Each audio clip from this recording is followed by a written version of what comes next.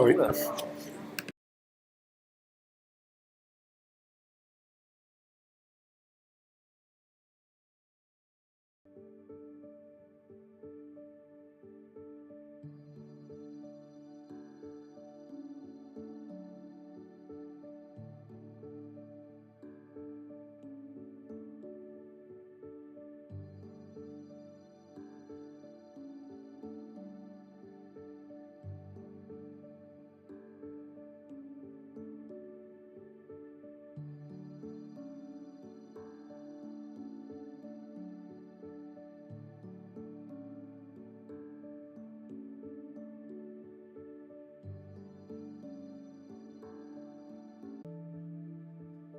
Please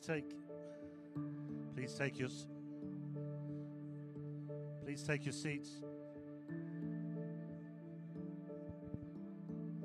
Okay, let's take our seats. We're about to start. We're about to be joined by our audience online. If we could take a seat, please.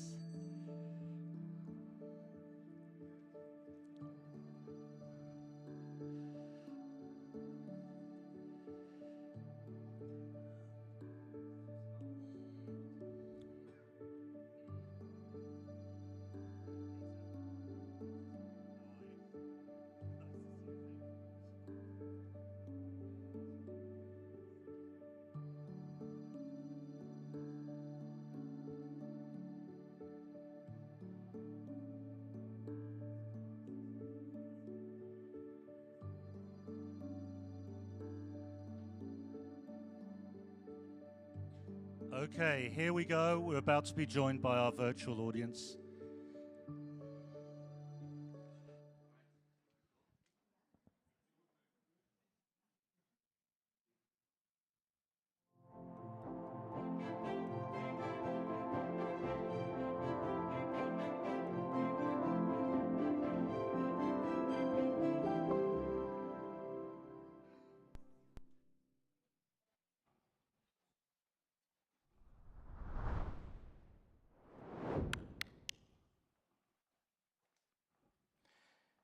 Good morning, everyone, and welcome to this year's European Cancer Summit.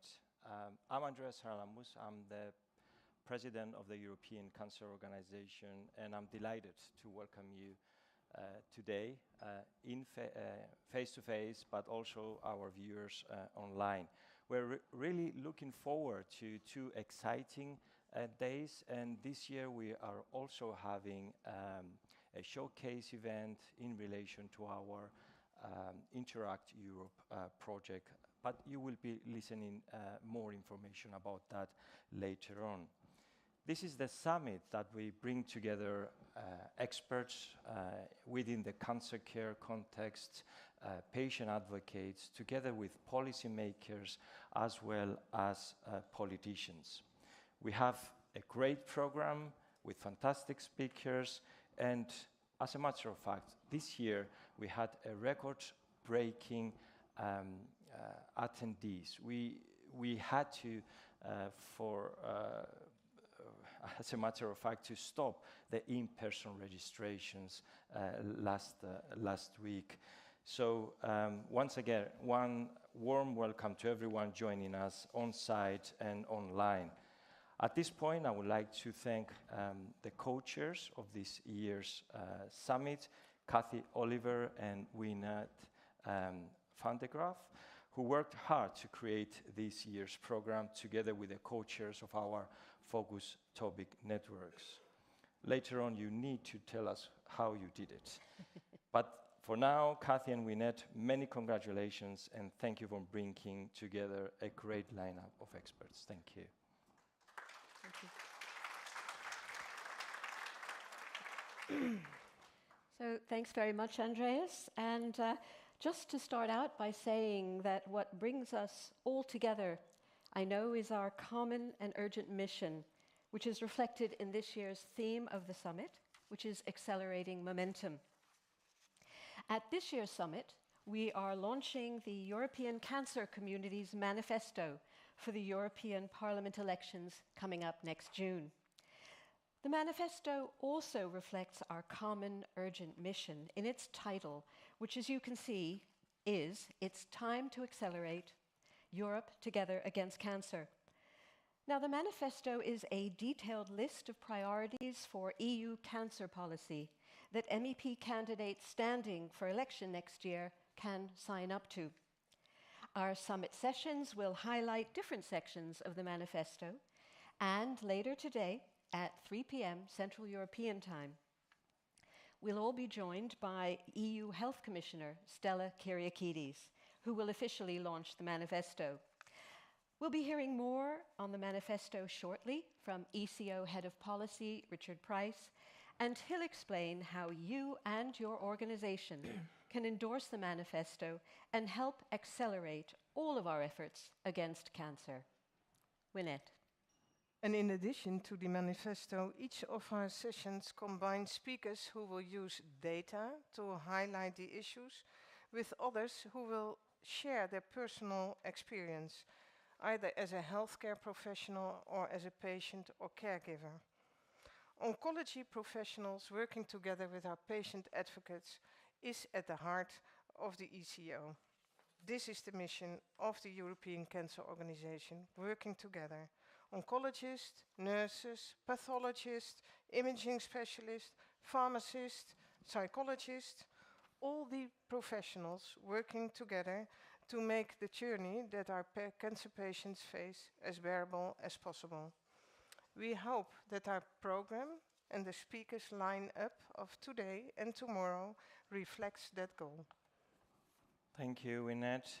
Well, later today at 4:30 Central European Time, we have a special session with the 4 best selected abstracts coming from young cancer professional presenters, together with Liana Ivanova, the new European Commissioner for Innovation, Research, Culture, Education and Youth, as well as the President of the American Society of Clinical Oncology.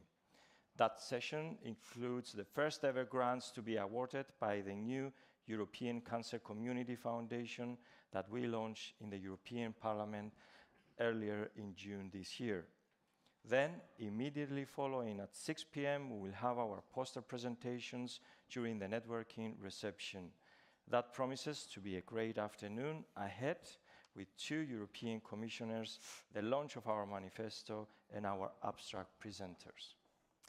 Okay, now, if you haven't yet registered for the Interact Europe Showcase event on interspeciality cancer training, which will take place here on Friday, you can register for free. You just go to visit the registration desk, or you can go online to register. And it promises to be a great event, so I do hope you'll join us. And if you're a young cancer professional sitting in the audience, aged 40 or under, there's a special lunch meeting in the Madrid room today at 12:30, and you're very welcome to join us. Now, I want to tell you about Community Central, which is a new area of the summit for all of you here in Brussels. Here you can find all the latest information from our member societies, patient advocacy groups, focus topic networks, EU projects on cancer, our new foundation, our parliamentary group, and our friends from Allcan, of course. And you can also try out the new live edition of the European Cancer Pulse. And you can get your picture taken there too as a souvenir. And in the foundation area, you can enter a draw for prizes from our foundation supporters, Ton Hotels and Audi. Today's draws will take place during the afternoon coffee break. You can find out more at Community Central. Also in Community Central is our EU projects area. There are so many great projects being implemented across Europe, thanks to the Beating Cancer Plan and the EU Cancer Mission. And we are delighted that so many of ECO consortium partners in EU-funded projects have joined us here in Brussels, together with representatives of all other EU cancer projects. You are all very welcome. Information about all these projects can be found in Community Central, so please take a look there, and on the ECO website. It's the place to really have interaction with each other. These projects have the potential to really improve the delivery of cancer care across Europe by working together across many organizations and many countries. Now, if you're joining us online, you will already have the app, but it's also a great tool for those of you sitting in the audience today here in Brussels. You should have received an email with your unique event code, but if for any reason you have any questions or need any help with that to get started, please ask one of the ECO staff team members on the registration desk or in Community Central. Andreas. Wow, there's a lot of things going on, so don't worry if you missed something. We will be having announcements throughout the sessions. And in a few minutes, we will have our first session will be on cancer services in crisis situations. But before we do that, we're going to be giving the floor to our ECO team, who will be elaborating on the two important launches that we have today: the manifesto for the European Parliament elections and the updated version of the European Cancer Pulse.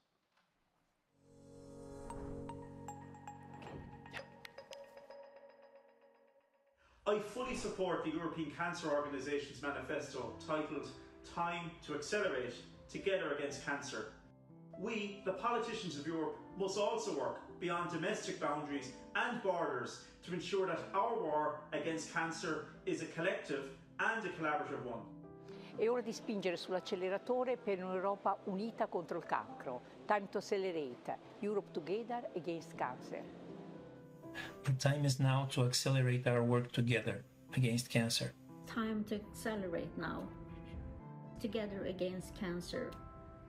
Absolutely, I support Manifesto.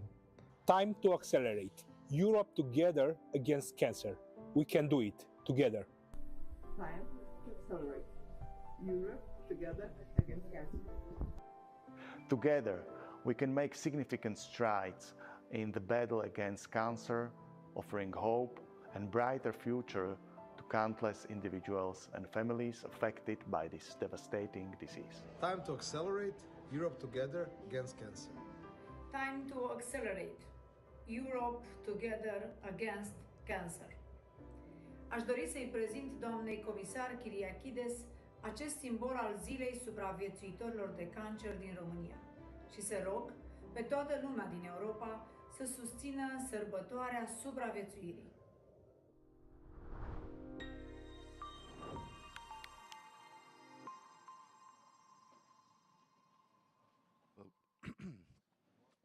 Good morning, everybody.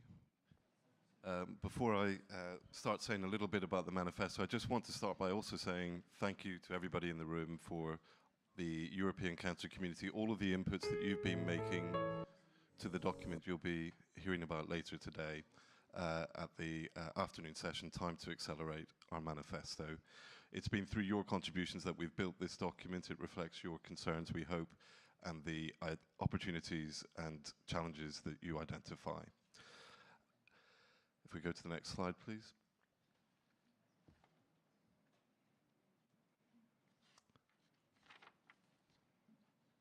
Okay, well, I'll just speak to thank you, and the next slide. So the manifesto, we've had over 50 different organizations inputting their views and thoughts, a wide range of different respondents as well, from the health professions, patient organizations, individual practitioners, and many others.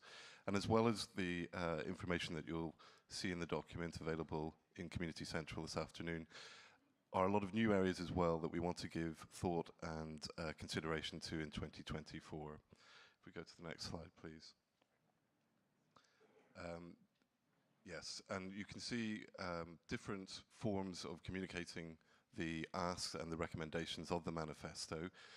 We'll be bringing out later today a European Cancer Charter. We'll be inviting you to sign that. But here are the key messages. We need to now deliver in full the promise and potential of Europe's Beating Cancer Plan and the research mission. There should be no let-up in the momentum. And we need to expand that pan-European goal-orientated approach to cancer control.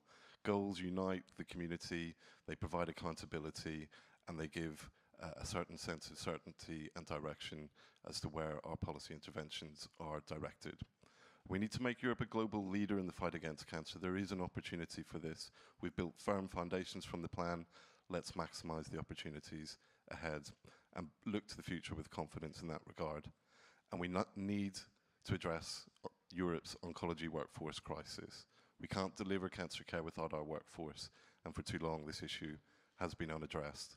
So we hope the next European Commission can make this one of their priorities after June next year. Next slide, please.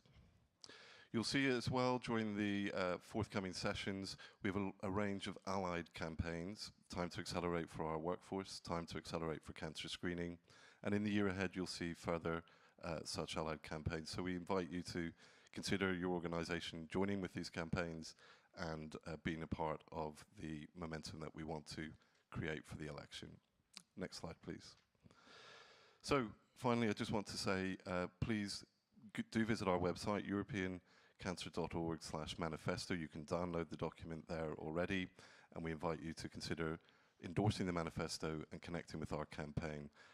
You'll find many things, I think, in there that will connect to your interests, and we'd be delighted to open a conversation with you on our work together.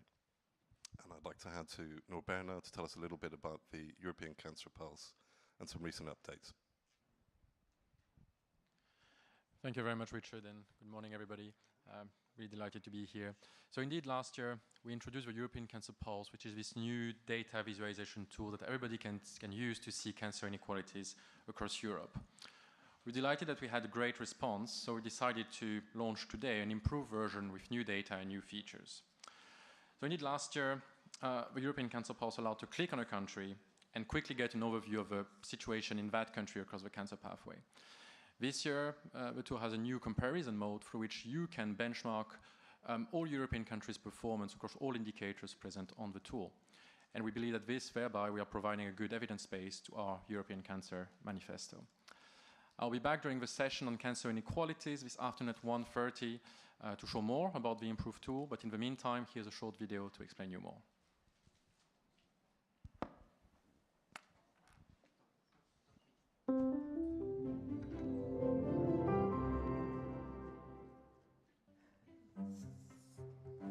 It has become a valuable resource for people across Europe, a way to see inequalities in cancer care, between countries and within countries. Now, the European Cancer Pulse is even bigger, brighter, bolder. There's now a new country comparison mode that allows you to analyze countries side by side on a variety of measurements. Discover performance indicators on prevention, or access to care, or cancer survivorship. What a simple way to compare lots of countries on a specific indicator, like rates of cancer screening, for example. And there, using new color-coded maps, you can see at a glance how each country is doing. Another click, and you can even see which countries are meeting declared policy objectives and which ones are struggling. And throughout the site, the new European Cancer Pulse features clearer, more vibrant maps and graphs for better display. And now, with even more indicators to explore. Want to save the results to your computer? Now you can download the data, allowing you to integrate it into your own files and work with it as you wish. These are just some of the helpful new features that await you on the new European Cancer Pulse.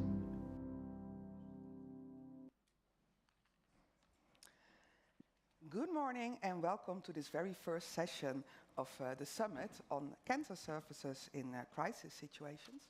My name is Mirjam Krul. I'm an ECO board member and also a hospital pharmacist in Amsterdam in the Netherlands.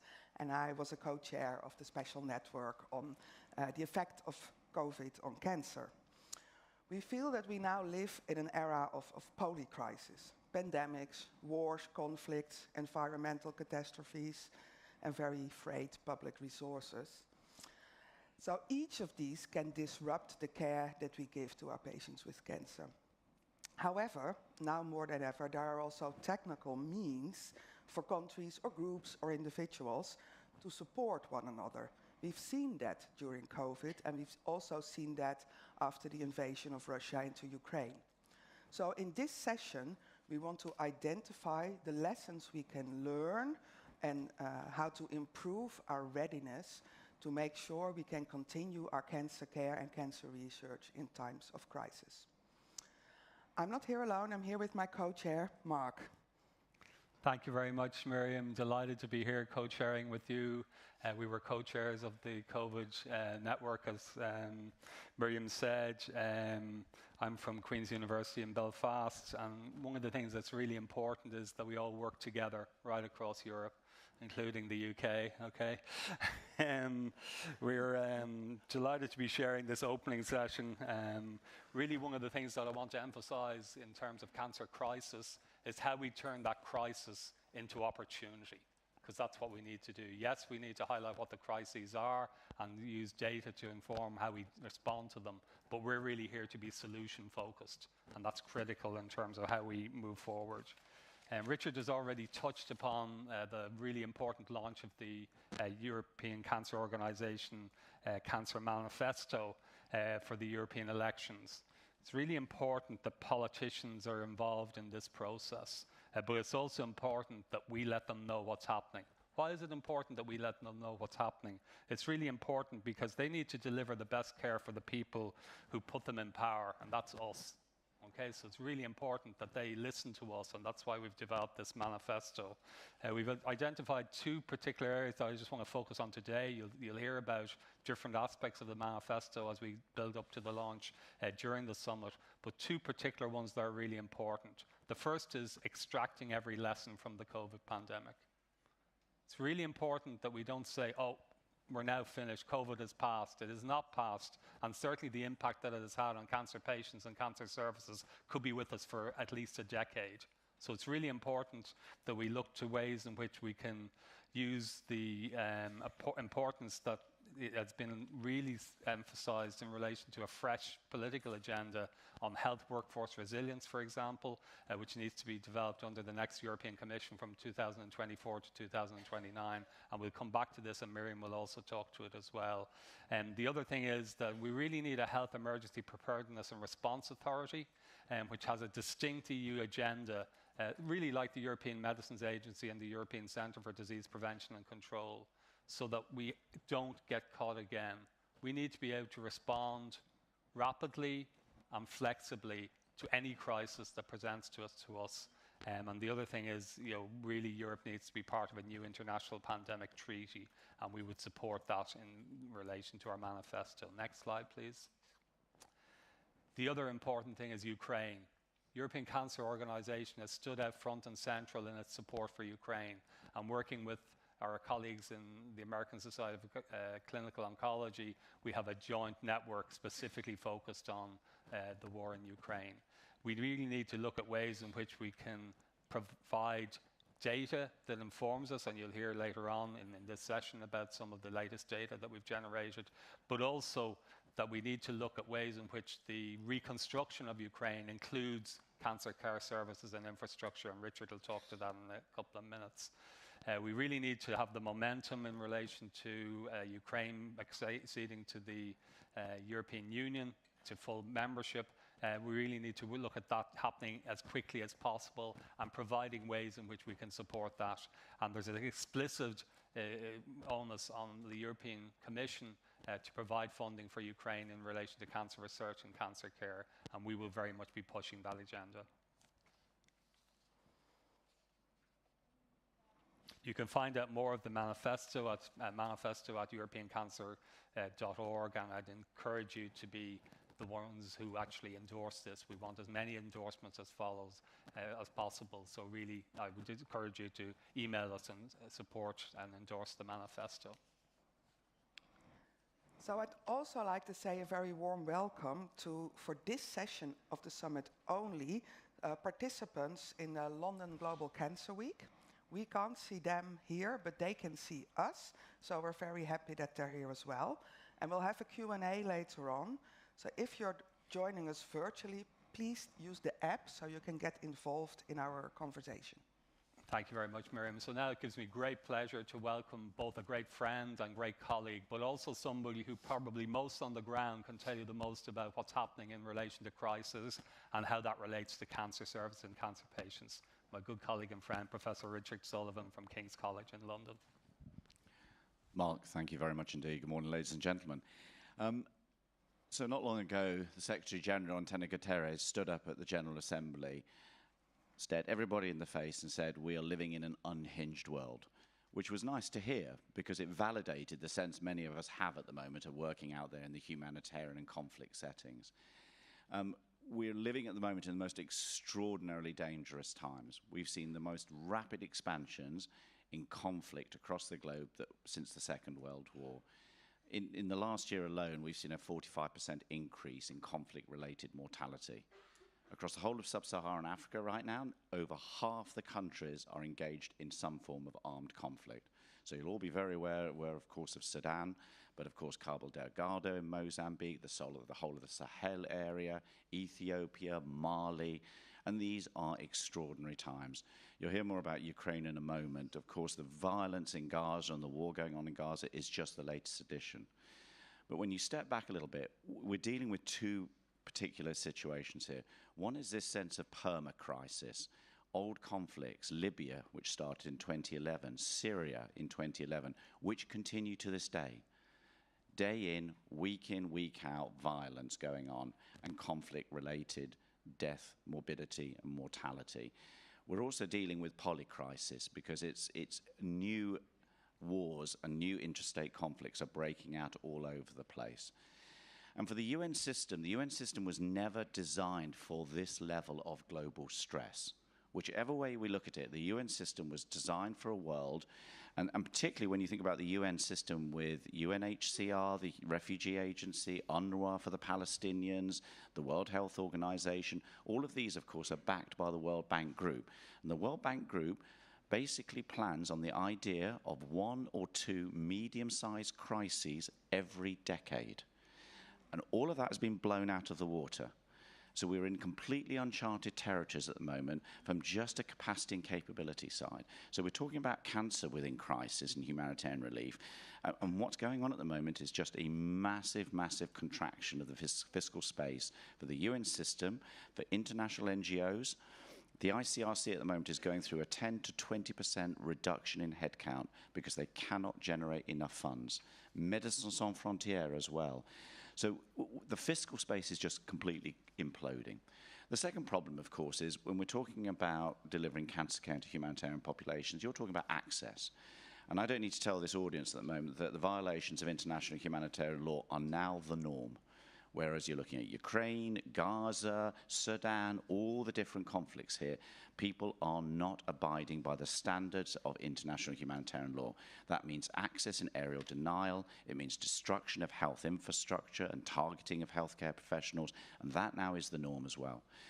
So cancer, of course, as you can imagine, from a humanitarian perspective, is seen as very expensive, very difficult to deliver, hospital-based care. And the reality is the UN system does not have a standard operating model for putting cancer in. So we're making stuff up as we're going along. And I'm sure you're going to hear a lot more about Ukraine in a moment. In a sense, Ukraine is one of the good news stories for supporting cancer care. That is not the case elsewhere.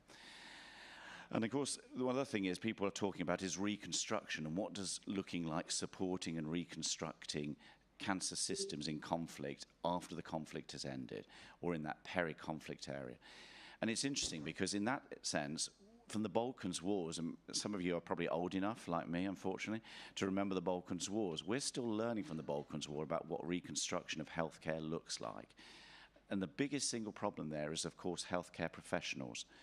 Migration drives healthcare professionals away from countries, and when they leave, very few of them come back. And so we're learning now, it's not building hospitals and infrastructure, it's also about supporting the actual workforce. And the final point I just want to make is this whole idea of refugees and displaced persons. We don't, again, have a good standard operating model for how we're going to deliver cancer care to what is now 104 million conflict-displaced populations. And we're not just talking about displaced across borders, we're talking about displacement within countries. So I think from the perspective we're coming from at the moment is we talked about, the European Union focusing on emergency response, learning.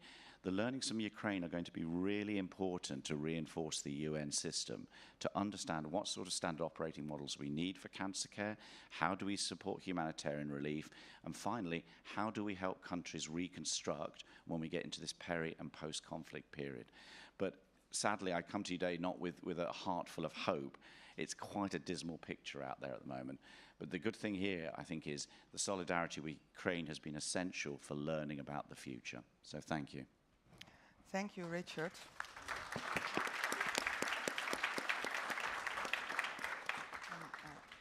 Thank you for summarizing so eloquently the situation we're in and why we need to come together and work together. And you mentioned the displaced person, so I'd like to introduce Nathalie Graat, who will share her experience as a cancer patient going from Ukraine to Poland. Please, Nathalie. Thank you very much. Thank you. It's a great pleasure to meet you all, guys. And if I were to meet you 2 years ago, I would say, hi, my name is Nathalie, and I'm a linguistic professor. But today, I would like to say, hi, my name is Nathalie. I am a refugee, and I'm a person with and beyond cancer experience. I was diagnosed with cancer with Hodgkin's lymphoma, stage 4, 2 weeks before war. But my story began prior to this. 1 month before the war, my doctor stopped being so positive about my constant temperature and swollen lymphoid nodes. 2 weeks before, I got my surgery, and in a couple of days, I got a call from my oncologist. I'm so sorry, Nathalie, but you have cancer, Hodgkin's lymphoma, stage 4. Please come to the hospital. I was anxious and scared, not only because of cancer, but also because of the constant news about the coming war. And it was okay to feel like this at that time. Before treatment, I started my fertility cells preservation. I got explanations from my oncologist what my road to remission would look like. And finally, I got the feeling of slight control over my life coming back. But it wasn't long.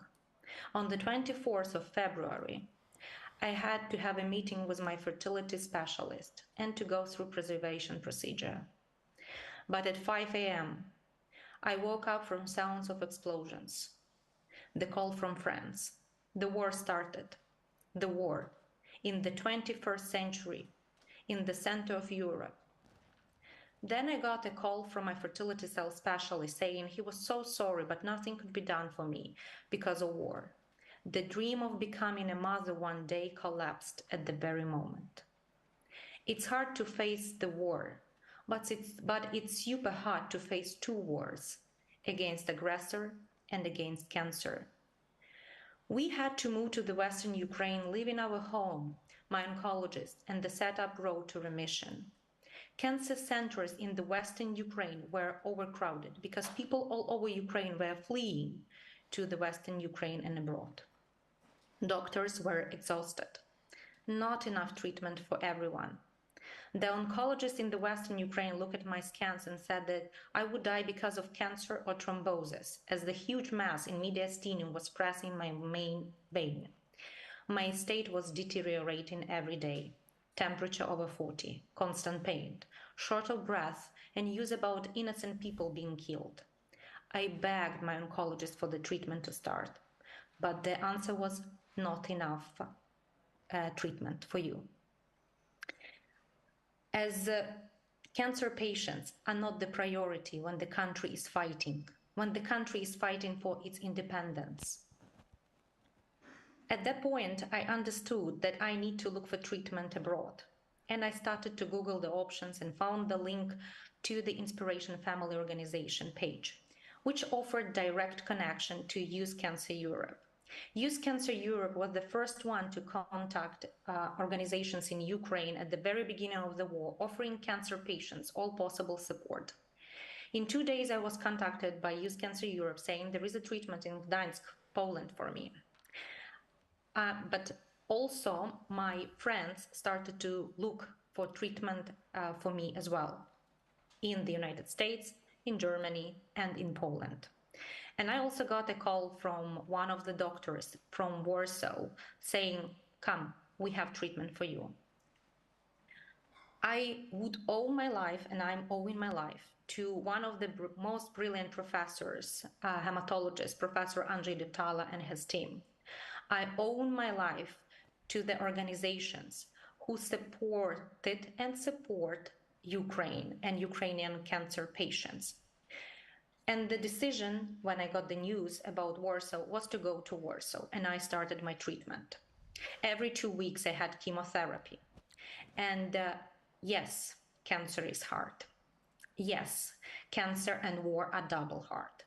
Yes, cancer and war and being in totally new community with no friends, not knowing the language and having only your doctor to speak English with you and facing side effects after treatment is super duper hard. It's hard not to understand whether your symptoms, side effects are okay, and not being able to ask your doctor right away, as in Poland there is totally different system than in Ukraine. But due to different organizations, patient organizations, and also chats that we have for cancer patients, helped me to go through this. If I were alone at that very hard road, I wouldn't make it. So I want to thank all the patient organizations, all those who supported and support Ukrainian cancer patients. We owe our lives to you. And what I want you to leave today with is, if it was about only me, I wouldn't make it. But being together is power. Thank you.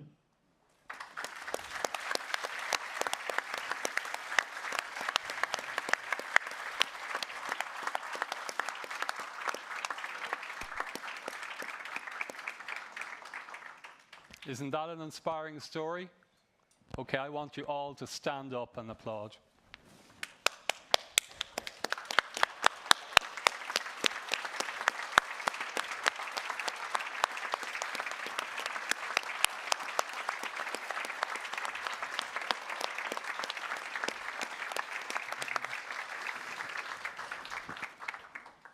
Thank you, Natalie, so much for sharing your story with us. Now let's meet Nelia Medlichuk, who's founder and CEO of the Global Medical Knowledge Alliance. And she's going to announce the results of a new survey, just hot off the presses. So you're the first people to hear the results of this survey. It continues the work that we've done in relation to looking at delivering data, not opinion, in relation to how we can help in relation to the war in Ukraine and the impact on cancer patients and cancer services. This follows on the joint session that we had at the American Society of Clinical Oncology Congress in Chicago earlier this year, where we also presented joint data in relation to this. So, over to you, Nelly. Thank you, Mark, and thank you, Miriam. Thank you, organizers of this conference, and good morning, everybody. So my name is Nelia Melnichuk. I am a cancer surgeon at Brigham and Women's Hospital, Harvard Medical School in Boston. I'm also Ukrainian, as you could understand from my last name. And I'm president and CEO of Global Medical Knowledge Alliance, nonprofit organization aimed to improve cancer care in Ukraine and globally. So we have been doing work in Ukraine even before the war has started to improve cancer care in Ukraine. And after the war has started, in addition to our other projects, focusing on supplemental education for Ukrainian physicians, improving training for Ukrainian physicians in cancer. We have been performing cancer capacity mapping in Ukraine. We have been doing patient surveys, physician surveys. We have been doing work on the ground in the hospitals, doing audits as well. And this is just the results of most recent survey done October 2023, so just last month, where we surveyed 552 patients in 4 cancer centers in Ukraine. Those centers were geographically diverse, and the aim of the survey was to understand access to diagnosis and treatment for patients with cancer in Ukraine. So a few results here, and the rest you can learn on our website at gmk.org. We'll post them in the next couple of weeks after we finish the analysis. But 60% of Ukrainian cancer patients report prolonged wait time associated with their diagnosis of cancer. And 61% of patients report supplemental out-of-pocket payments for different imaging modalities. And as some of you might know, in Ukraine, there's universal healthcare insurance. So technically, all the services should be free, and Ukrainian patients should not be paying out of pocket for this kind of services. 60% actually start treatment within 1 month, which is a good number considering that that country is at war, but obviously we want to strive for it to be better. And 25% of patients report delays initiating treatment due to war. And obviously that number goes up in the cities like Kharkiv that's closer to the front lines. 11% report treatment interruptions, 23% in Kharkiv, the same thing, close to front lines. And important number to remember that 30% of patients need to cover cost of instruments, supplies, and medications to continue their cancer care. Some of our prior work also have shown that availability of chemotherapy medications, availability of immunotherapy in Ukraine remains very limited, and there are shortages of that. A lot of patients move within the country to have their cancer care. And as we heard on example of Natalie Grad, a large number of patients do move outside of the country to European countries to continue their cancer care.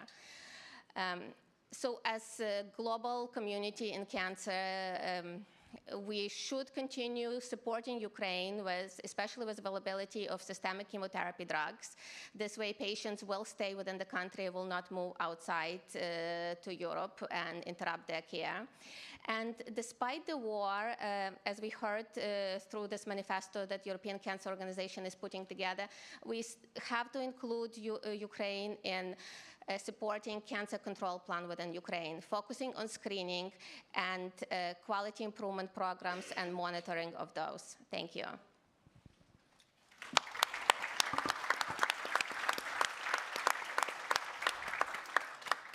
Thank you, Nelia, and thank you for doing this, because it helps us to understand where the need is highest. And I think most of you in the room will, like me, you look at the data you show and you start to compare them in your head with the data from your own country, and that really underpins the need to keep supporting Ukraine.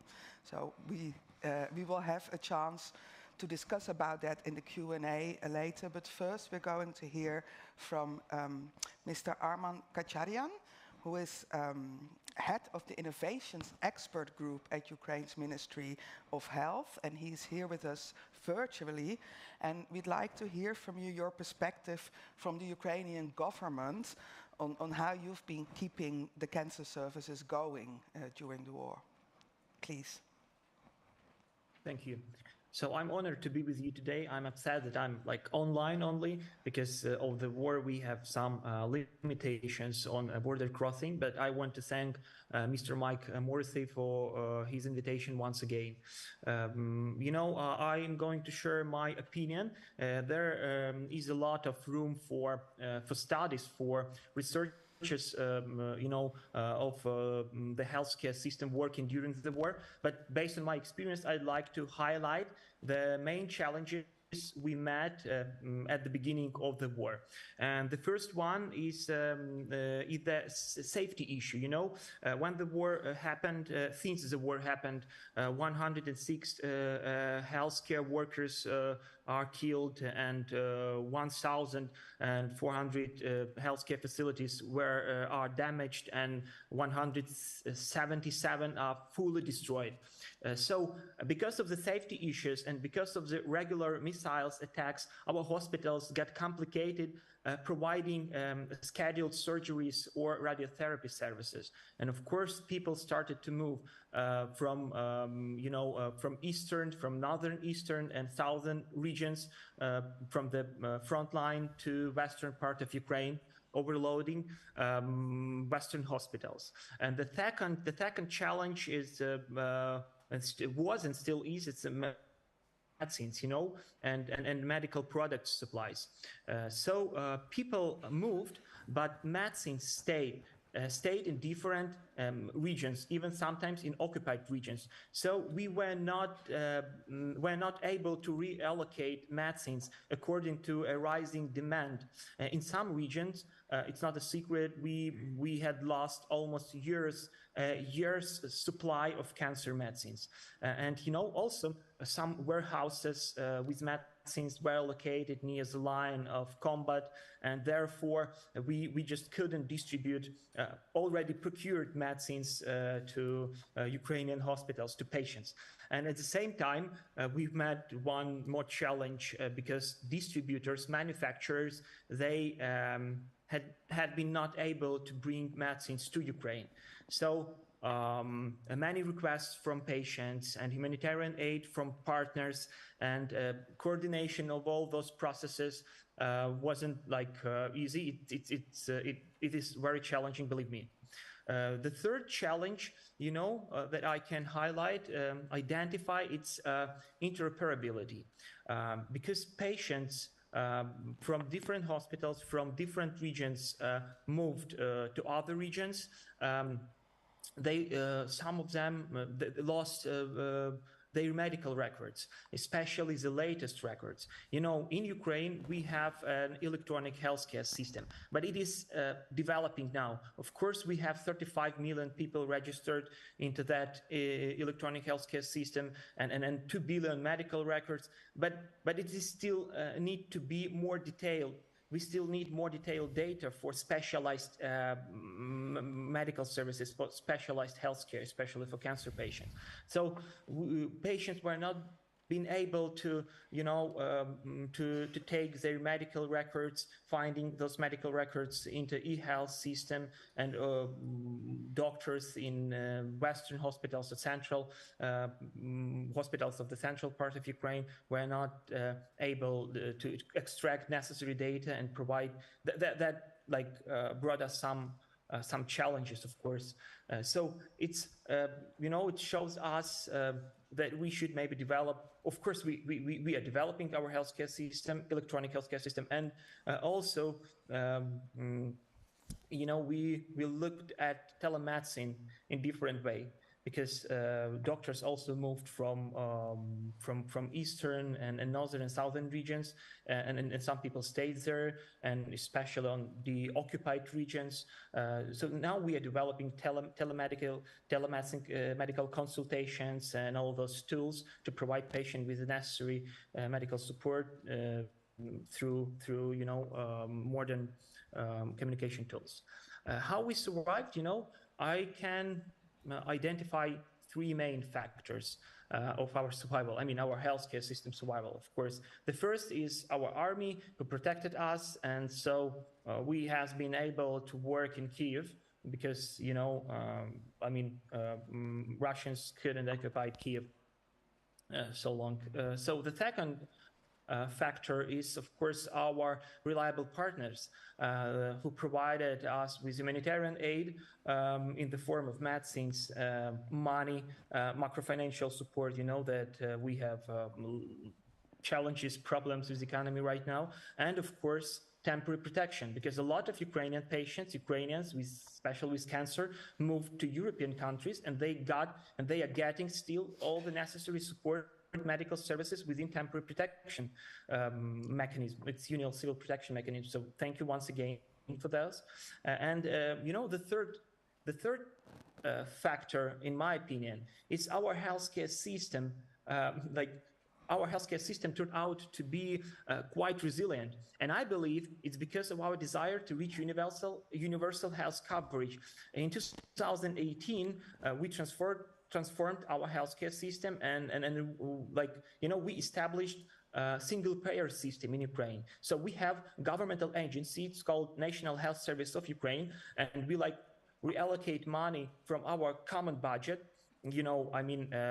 Reform governmental budget through taxes, and we don't have some separate medical tax, or we don't collect money especially for medicine. We take from common budget money, and through that governmental agency, single payer, we distribute money to hospitals. We pay for services, we pay for performances. That's why, when the war happened, that was we were able to reallocate necessary resources, I mean payments, money, to different hospitals. People moved from different regions to central and western regions, and also through that governmental agency, money moved also to, followed. Arman, 1 minute, okay? 1 minute. Yeah. So, I mean, my point is that having reliable partners and developing, despite the war, your healthcare system and you know, our strive to universal health coverage, our transformation, our reforms that we started in 2017 and implemented and we are still implementing those reforms, helped us to survive this war. And you know, I want to be realistic, and without your support, I mean, European countries, European partners, and the US partners, we were not able to, you know, to support our healthcare system so long. Thank you.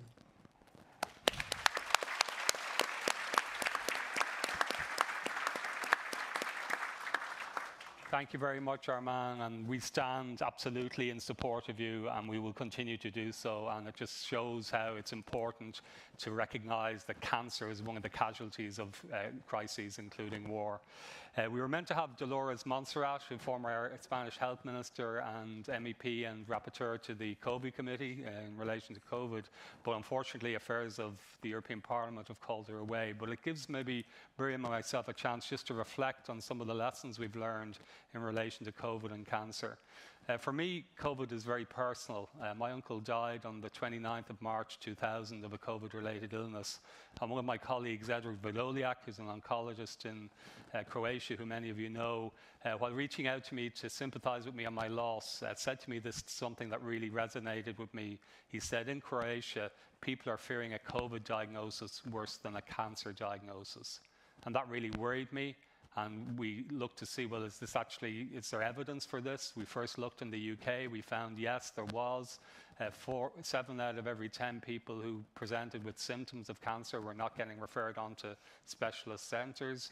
4 out of 10 who were being treated for cancer had their chemotherapy delayed. We then approached both WHO Europe, but particularly the European Cancer Organisation, who immediately set up the special focus network that Miriam and myself co-chair.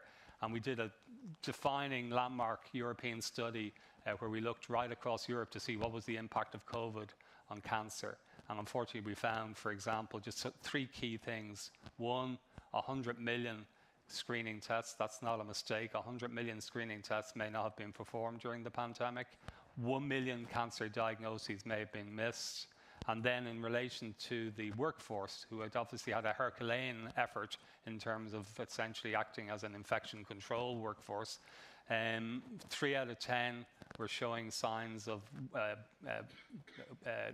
clinical depression, 4 out of 10 burnout. So that sort of highlights the impact of COVID. And it's important to remember that that impact is still there, and we may take a decade to recover. So we really need to make sure that cancer is right at the very top of the European health agenda. Thank you, Mark. For me, the biggest lesson from COVID was that we had to do everything at once with my team, and before COVID started, we were already understaffed. And then the COVID pandemic came, and suddenly our intensive care units tripled.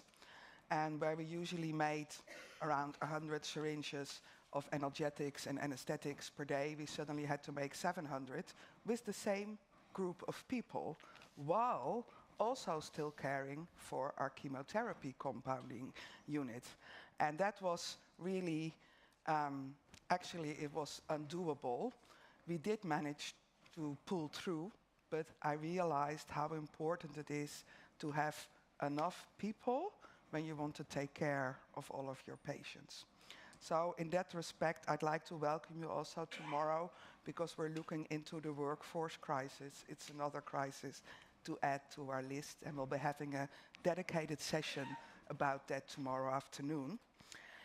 But before we are going to talk about that, I'd like to introduce to you our last speaker, who is Ulrika Orehead Kokström, and she is the president-elect of UICC, but she already has a long line of experience in cancer leadership. She was the head of the Swedish Cancer Foundation Council, and she's going to talk, give us her perspective. Yeah, and before joining the Swedish Cancer Society, I was actually working for 10 years in the humanitarian sector for the Swedish Red Cross, so I've actually seen quite a number of national disasters and conflicts on the ground, not as many as Richard probably, but, but quite a number of them. And I might echo a bit of what's already been said, and to add one thing on the learnings from the pandemic, also one consequence was, of course, that clinical trials were stopped to a large extent. And I think some of the learnings that we were trying to sort of grasp after the pandemic, they sort of, haven't really taken that opportunity because of the outbreak of the war in Ukraine, the Russian invasion. And cancer, of course, has had have a sort of depending on the nature of the crisis, and I won't talk about natural disasters, but focus more on conflict, even though there are similarities. The natural disasters are quite often sort of quicker, and you can start rebuild security-wise quite much sooner than after a conflict. And to echo what Richard already said, that the conflict we see today, they are protracted, even though the system that we have today is sort of tailored to meet the needs as if they are just temporary, short-term needs, and they are not. And what happens at the beginning of the conflict is, of course, the lack of security, healthcare in danger, healthcare under pressure, collapsed healthcare systems, and threats to medical staff. IHL is, of course, challenged today, as mentioned. And just to mention one of the crises, the Syrian crisis, a couple of years ago, it was something between 40 and 50% of the hospitals that were destroyed because of the conflict. And more than 50% of the healthcare professionals had either been killed or had left the country. So you're left with a country with less healthcare professionals and damaged infrastructure, health infrastructure. And you have, of course, displacement. First, internal displacement happening once, twice, maybe 3 or 4 times. But still, if you're displaced within your country, you understand the health system, you understand the language, you might have access to medical records, which you probably have not if you have to flee to a neighboring country, and even less if you have to flee to a third-part country, because quite often people are displaced many times. And when you sort of are displaced to a neighboring country, it puts a lot of pressure to the neighboring country politically, economically. The health the health system is under huge pressure. You have discrimination issues, and you don't always have the legal rights to healthcare as you have in your country of origin. And it goes with, because depending on whether you have a temporary permit to stay or permanent permit to stay, it takes really a long time. And it's language challenges and all of that. And screening and diagnosis is, and people tend not to look for symptoms if they are in a crisis and in a conflict situation. They tend to ignore that. And one of the challenges is that actually the humanitarian actors, they are only focused on sort of emergency healthcare. It's water, food, shelter, and emergency healthcare.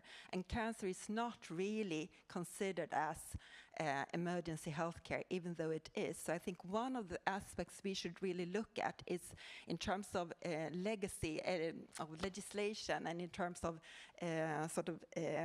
definition of what is sort of emergency healthcare, and to maybe broaden the scope to include cancer in the emergency healthcare in a different way than it's done today.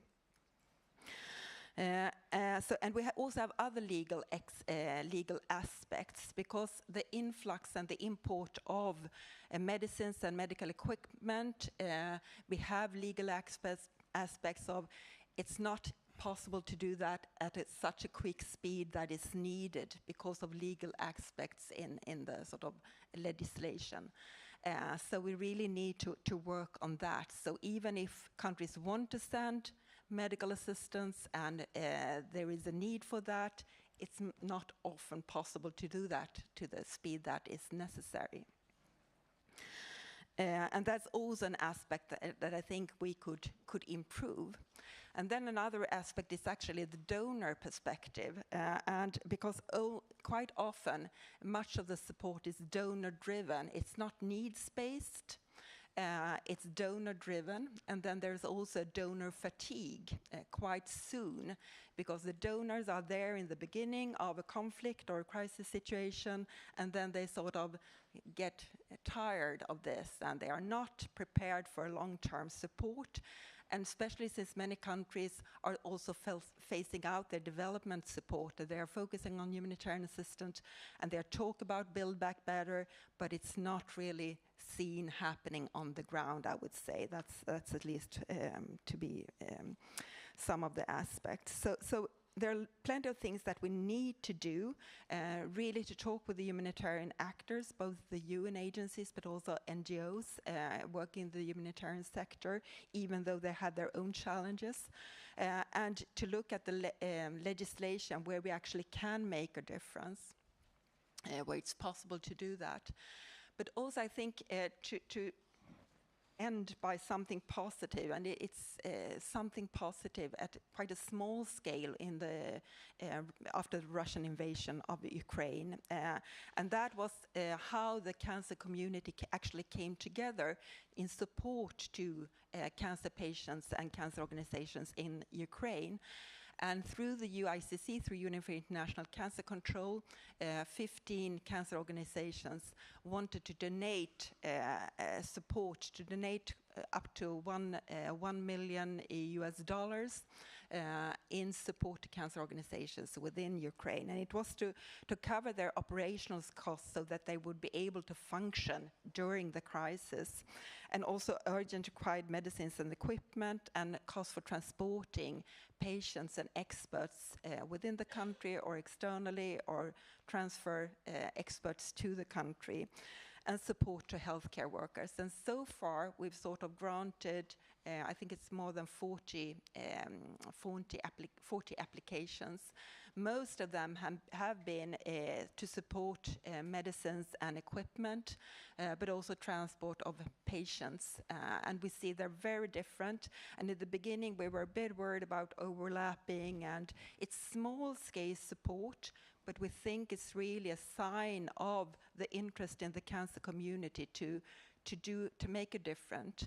And we are not sort of humanitarian actors. I think we can really play a role in the long term to sort of support Ukraine, not only during the crisis, but hopefully also to rebuild after the crisis. So quite a number of different aspects, but I think we really need to look in what's really non-emergency healthcare, and could cancer be included in the emergency healthcare, and legislations cross-border to import medicines, equipment, and some of the aspects I think we can work on. Okay, thank you very much indeed, Ulrika.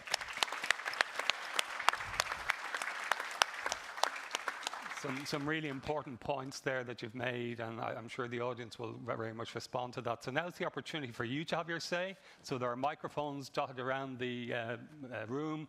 If you'd like to step to the microphone and ask your question, if you could just indicate your name and also your organization. Just while you're preparing yourself to do that, I just want to make a special announcement. At the ECO's General Assembly yesterday, our updated strategic plan was agreed, and as part of this, we have developed a new permanent focused topic network called Cancer Services and Research in Emergencies and Crises.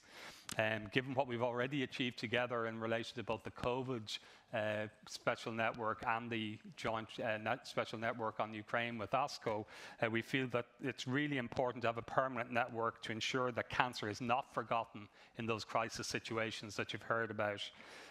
We really need to keep cancer at the top of the political agenda, and this network will do that. We're really looking for people to join us on that journey. So if you're interested, I think it's up there on the screen. If you contact us and let us know, because together we are stronger. So now if we go to the, do we have a question down there? No, I think that was the photographer. Oh, right. Sorry, the lights are quite bright here. Wait, what do you mean you don't have a question? But if I may then, can I ask a small question to Natalie? Because I was listening to your speech and your English is superb. So you would think that you would have it the easiest of all displaced people around Europe because you speak our common language. So can you explain on how you did that when you went to Poland and what you encountered? Yeah, thank you for your question. Well, as I am English teacher, I used to be before I was diagnosed with cancer. Yeah, English is like kind of my second language. And I still do some kind of tutoring, but I work mostly on patient advocacy. For me, it was easier because my English is good and I use it on a daily basis. But for other patients, yes, it can be hard. And at the beginning of war, as I told, the country was trying to survive. And not all people were able to find and to Google the options because they didn't know English. That was the problem. And right now, due to our president's initiative, English is a mandatory language. That's why I hope that more and more people will be able, to broaden their research while they're looking for treatment, as well as due to the initiative that are done in Ukraine. There is such a medical evacuation and all the translations and everything is done not by the patient but by the interpreters and translators. But definitely English helped me in that. However, when I came to Poland, only my oncologist, as I mentioned, was able to speak to me in English, but everybody else was speaking Polish. And due to the fact that I'm from the Western Ukraine, I was born there, and my grandma was kind of speaking Ukrainian plus Polish, I understood very little. But the thing was that nurses and the team with whom I was going through the treatment, spoke Polish, and it was very, very hard. But I had to learn it. So while I was getting my treatment, I listened to people, what they were speaking. I tried to mimic it, because while you're going through treatment, learning new language is not what you are expecting from yourself. You're expecting to survive. And yeah, and I was using also the Google Translator for that. But right now I can speak a little Polish. Thank you very much indeed. Kathy. Yes, thank you. Let me take this out. My question is for Richard. I'm Kathy Oliver from the International Brain Tumor Alliance. I'm also the co-chair of the European Cancer Organization Patient Advisory Committee. And Richard, my question is really for you. Natalie spoke so eloquently about her journey, and she mentioned the support that patient organizations gave her along that path. Many of us involved in patient organizations were very fast in reacting to the crisis in Ukraine. We even developed our own protocols for helping refugees. We even developed our own escape routes. Some of our patient organizations actively helped with that. And my question to you is, you spoke of permacrisis. What are the challenges for the major medical aid agencies in coming together and developing a coordinated strategy? Because we spoke to some Ukrainian refugees who would be in refugee camps, and there were all these tents set up and people offering help, some legitimate, some not legitimate. So do you think it's ever going to happen in this era of permacrisis that we get a coordinated strategy like that? I think it will have to. I'm going to be blunt. I mean, there are plenty of coordinating mechanisms like OCHA, etc., that bring organizations together. The problem at the moment is this idea of triage, what you can genuinely build into humanitarian organizations in terms of their skill sets. I mean, we're talking surgical skill sets, particular types of very basic chemo that a gen med can deliver. And those SOPs need to be in there. But this is where we have to decide on what the basic models of cancer care are going to be for humanitarian organizations deployed. And don't forget, 50% of the deployed humanitarian organizations around the world are actually defense medical services. So it's not just civilian side, we're talking defense. That conversation just hasn't happened at the moment. I mean, we've tried to have it with MSF. Claire Rio and others have tried to take forward some models in Mali, for example, but there hasn't been a coordinated effort around this. Ukraine may push them along to decide what they're going to put in place. But this is going to be, I'm sadly to say this is ruthless triage. If you're poor performance status and metastatic, it's palliative and that's it. You know, there'll be certain things you'll operate on, others you will not do. But those decisions and that kind of triaging, those models of care have to be developed. But I'm going to be honest with you, the leadership needs to come from ICRC, MSF and the others. And at the moment, they're dealing with their own internal crises.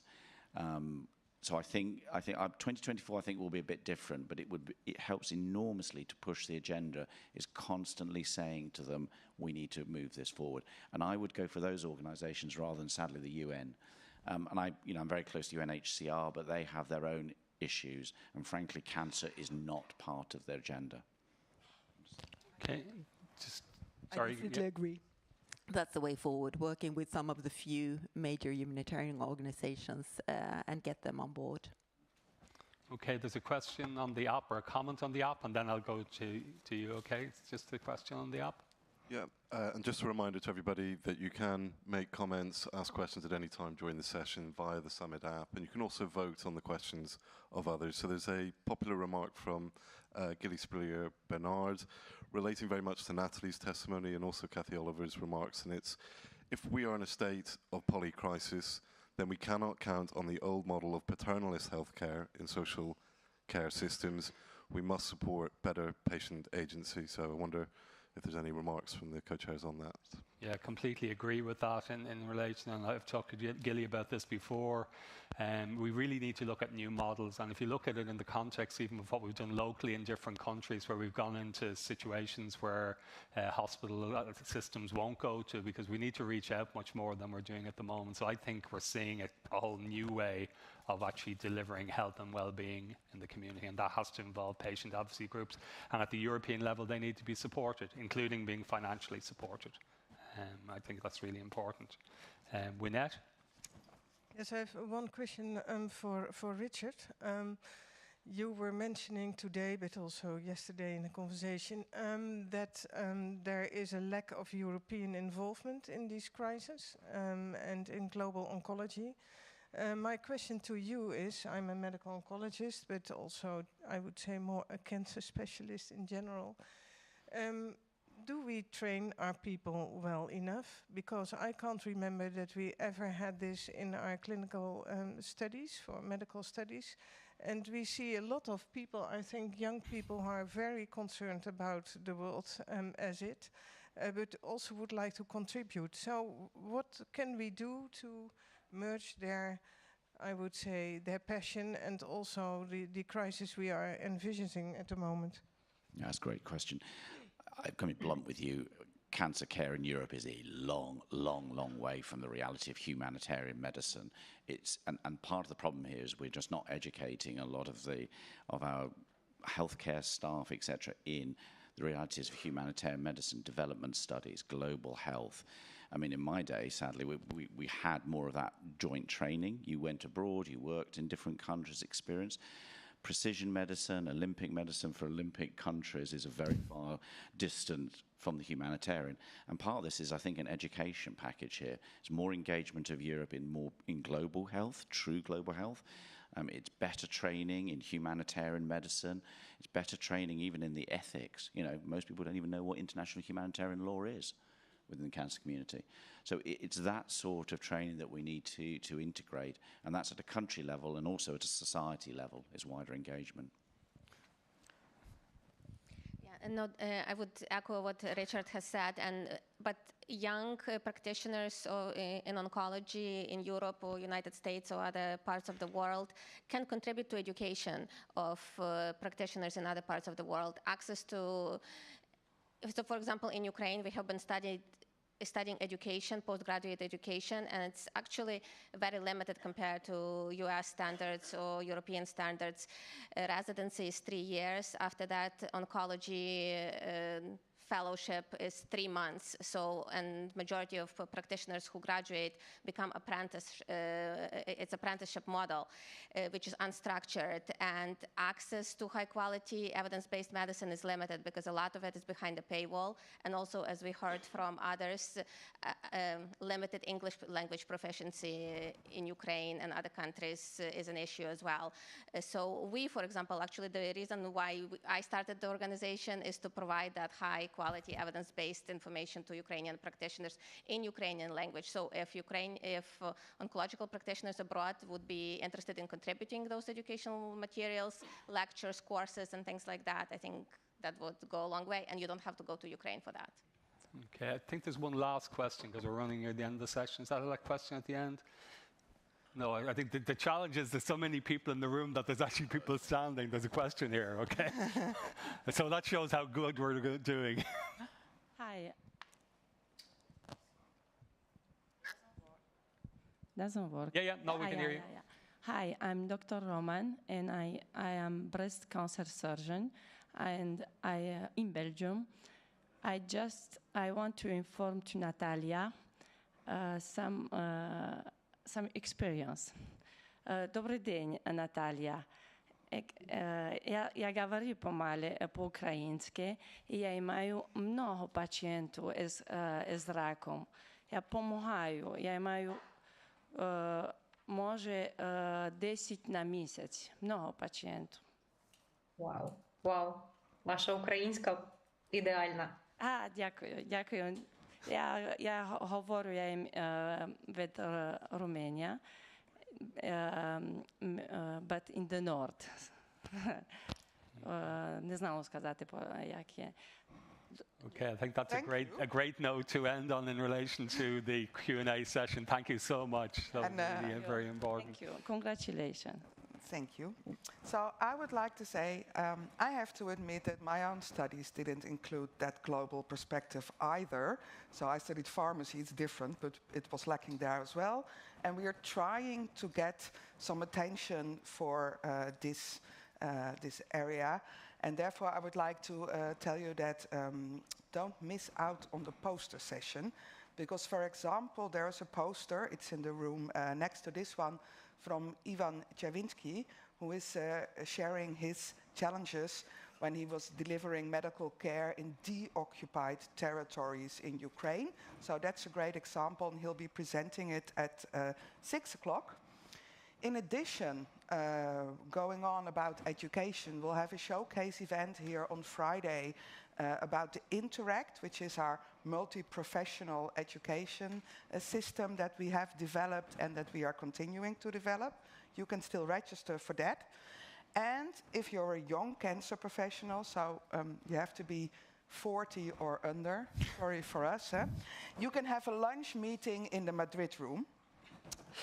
And I'd like to end by thanking all of our speakers online and here in the room for joining us on this important topic. We will not stop working in this area, I assure you. And after a short break, we are getting back here. So for the HPV network, we have around 15 minutes, and coffee and tea is served outside of the room for those of you attending here. And let's end with an applause for our speakers.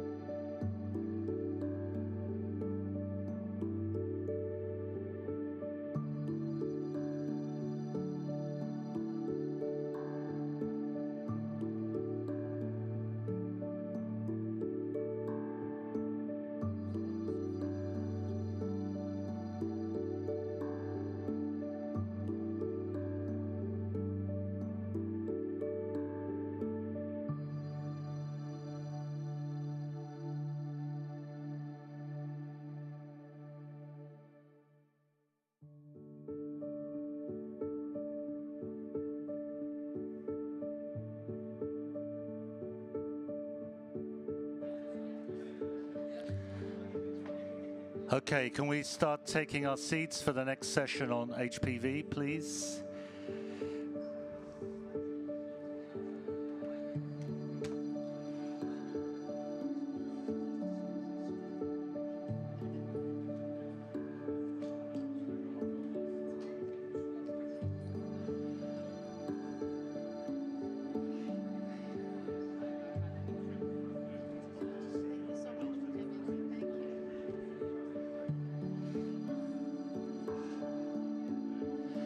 Okay, if you could take your seats, please. We're going to start the HPV session in just 1 minute.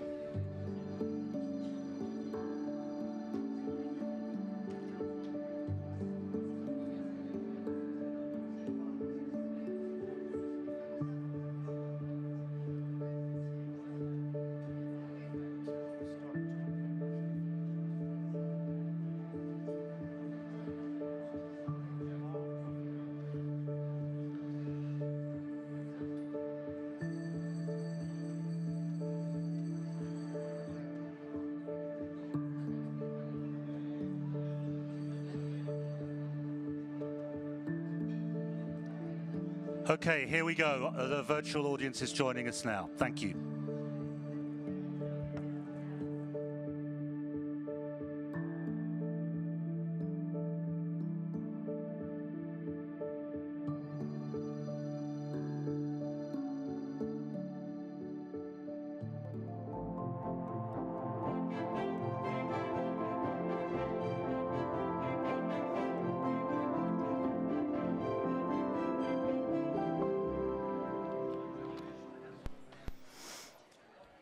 Good morning, everyone, and it's a great pleasure to welcome you to the HPV Action Network session here at the summit. We have a very interesting network. As you know, we were the first action network to be established, and we've been running now since 2019. So there's always lots to update, and there's always lots to tell you, and I'm very pleased to welcome you this year to a session that we've called the Time to Accelerate. And what that suggests is that we need to now take what we've been doing to the next level.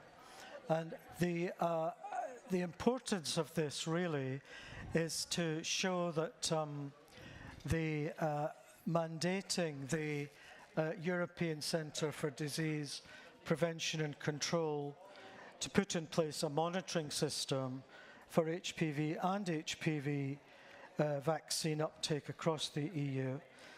Similar to what we heard earlier today about COVID-19 and the need really to have an infrastructure that supports our acceleration. We also aim to help EU member states to achieve greater commonality so that the best can help those who need support. And we also need better reporting on success and progress.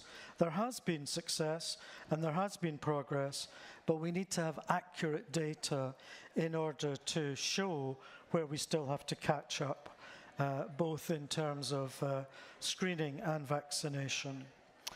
And then we need to make sure that vaccination programs are available to all.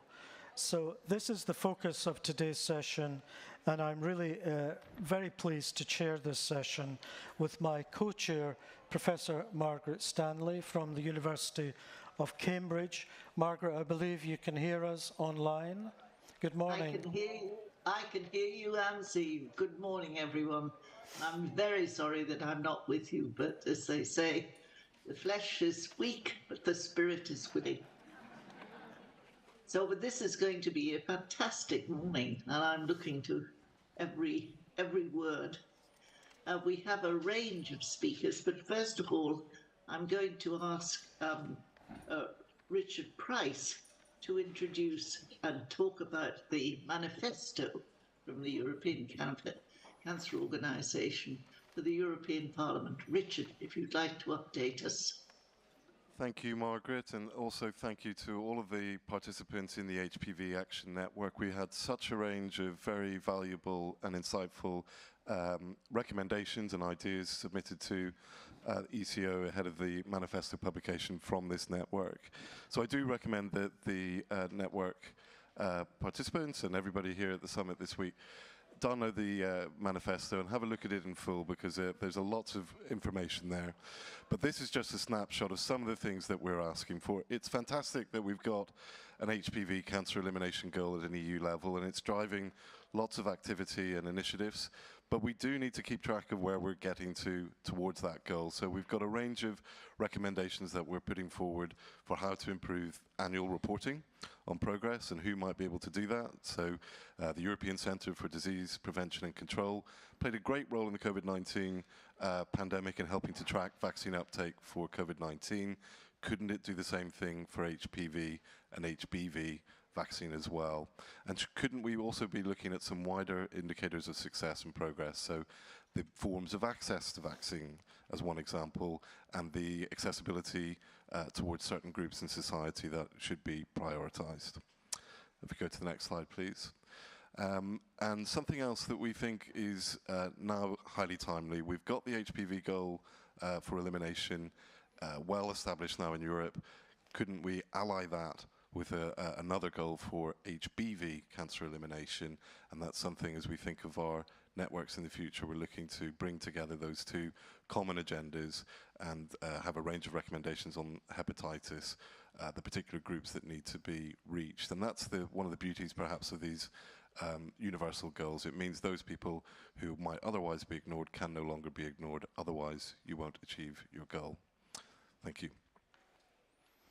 And sorry, the next slide, just to remind you, you can download the manifesto at europeancancer.org/manifesto, and we'd be delighted to have your endorsement. Thank you, Richard. And with that introduction, let's get started and let's hear from our speakers this morning. Our first speaker I'm really particularly honoured to welcome.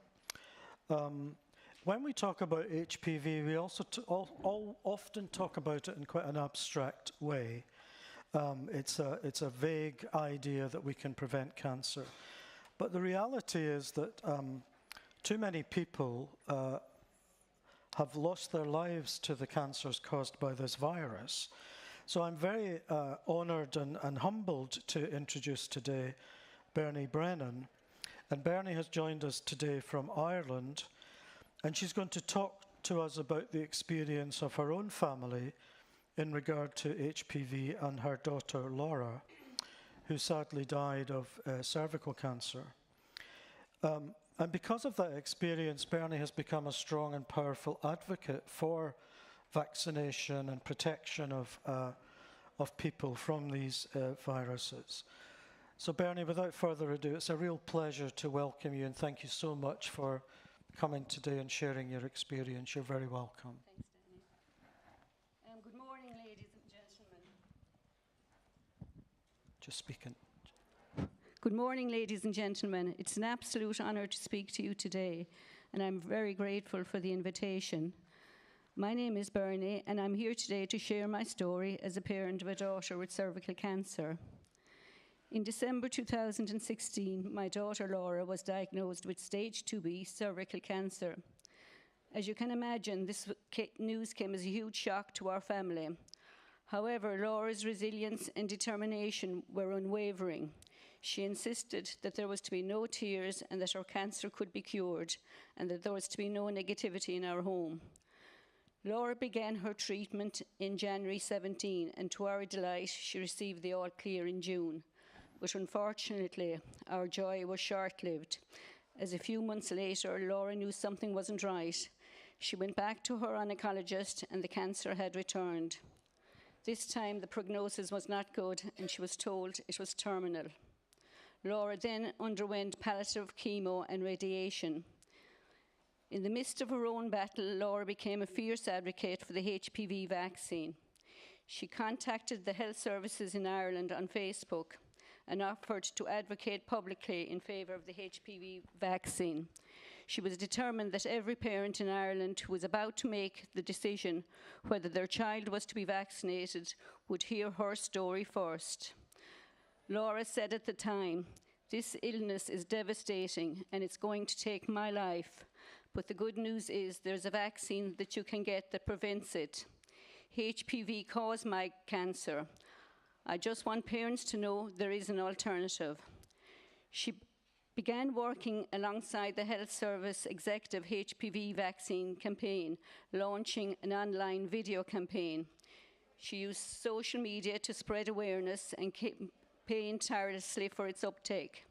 She appeared on The Late Late Show, a flagship entertainment program, and a documentary about her final months titled Laura Brennan, This Is Me, was aired nationally.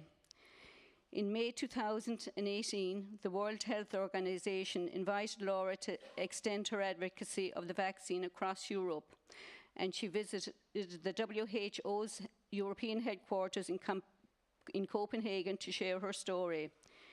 She took part in a 2-minute video that was shared on the WHO's social media channels. The impact of Laura's advocacy was far-reaching. People from all over the country reached out to her and to us, sharing how her story had changed their mind about the vaccine.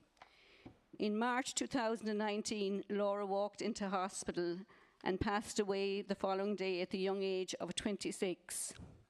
Our family was devastated, but we promised Laura that we would continue her advocacy for the HPV vaccine. Just 10 days before she passed away, Laura was thrilled to announce a 20% increase in the vaccine's uptake to 70%. And this was a huge accomplishment in just 18 months. Laura's relatable and powerful voice gave this horrible illness a face and made it hard to ignore. Her advocacy was recognised with multiple prestigious awards, and an Irish journalist even called the decision to put Laura front and centre of the campaign a genius move. Shortly after Laura's passing, the vaccine was made available for 13-year-old boys. We then wrote to the Health Service and the Irish Minister for Health, Mr. Stephen Donnelly, who immediately recognised the importance of the vaccine and sanctioned a catch-up programme for girls up to 25 years old and later extended it to boys up to 22 years. Recently, HPV and its vaccine has been included in the educational curriculum in Ireland. Even after her passing, Laura's impact continued to spread. Laura was an ordinary girl who achieved extraordinary things by using everyday language.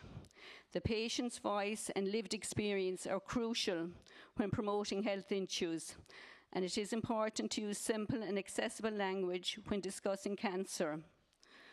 But Laura was not a solo operator. Our family and Laura worked alongside medical professionals and organisations to promote the HPV vaccine and assure its accuracy and accessibility.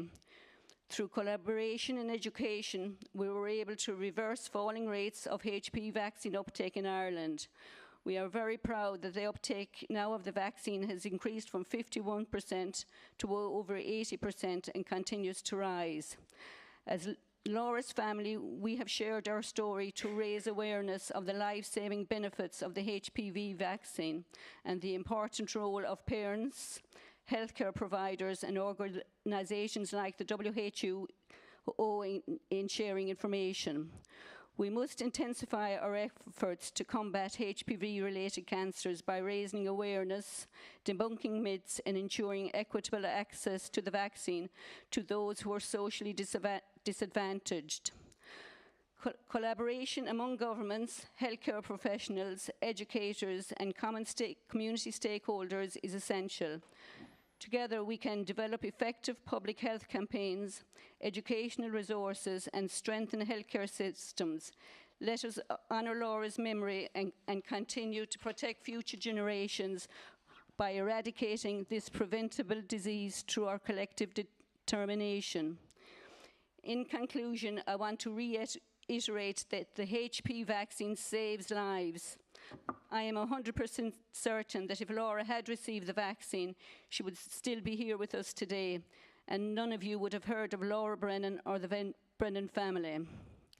We now invite Laura into the room. Thank you for taking the time to listen.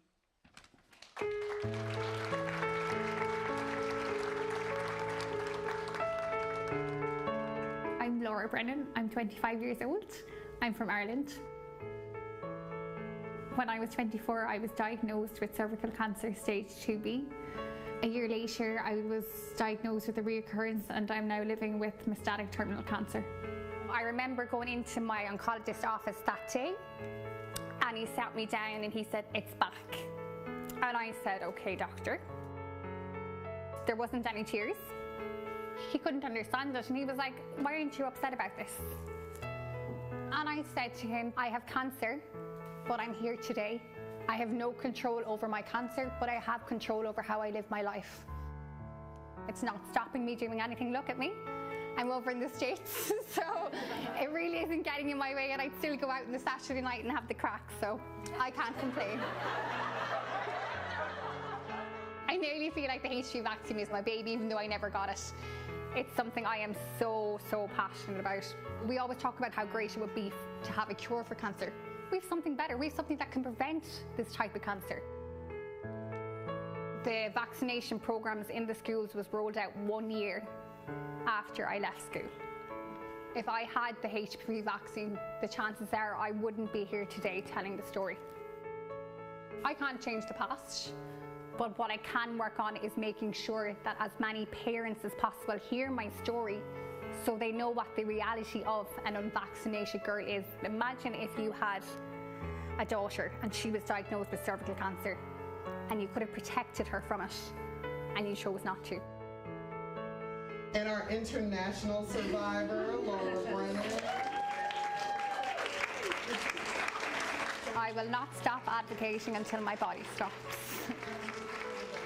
I do not want this to happen to anyone else. And if there is anything I can do to stop it from happening to anyone else, I will do everything I can possibly do.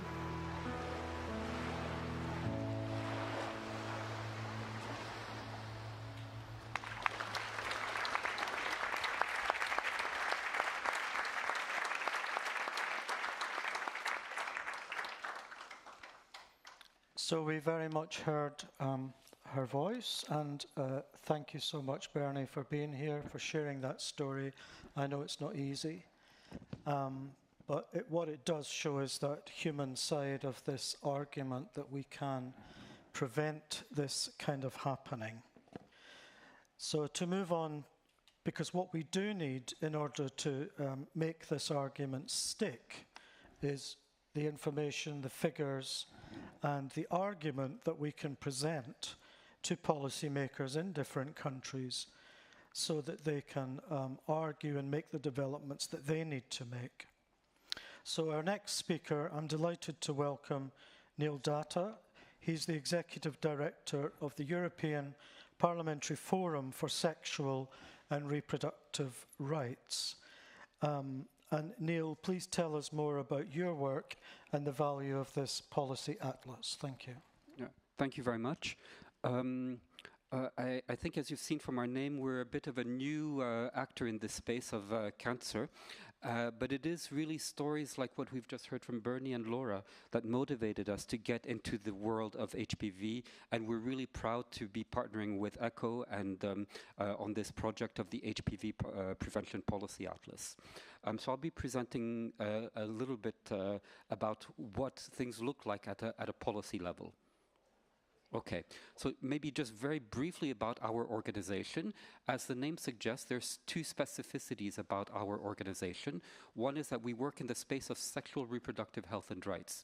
So that means access to contraception, reducing maternal mortality, access to abortion, also fertility treatments and HPV prevention. And the second point is that our members are members of parliament all over Europe, okay? And so what we try to do is make public health issues understandable to politicians. And the reason for this is that parliamentarians can make the voices of their citizens heard. So, for example, the voice of Laura and Bernie. They can lead to the development of new policies, monitor the implementation, and make sure that there's a fiscal space for this. So this is why we're doing this. The Policy Atlas, which I'll be showing in just a few seconds, takes a look at three primary areas of public policy. One is primary prevention through vaccination. then secondary prevention through screening programs, and then we also take a look at online information. As we know, public information from reliable sources is extremely important in this space. So here is an overview of the HPV Prevention Policy Atlas. We can see we've taken a look at a range of criteria, scored each and every country on the basis of 0 to 100, and then attributed to each country a color on the traffic light system. So like this, hopefully you have instinctively understood that dark green is good, then light green, then yellow, then orange, then red, then dark red. And we can see there, Ireland, probably thanks to the legacy of Laura, is among the best scoring countries in Europe today. We launched this just earlier this year together with ECHO in the Romanian parliament, where you can see Romania has a great deal to do. Here's a quick overview of how the different countries fit within the ranking. So you can see there we have 5 excellent countries: Denmark, Sweden, Finland, UK, and Ireland. And then we have some very poor countries at the other end. Now, I have 2 more slides, and then I'll hand over back to you, Daniel.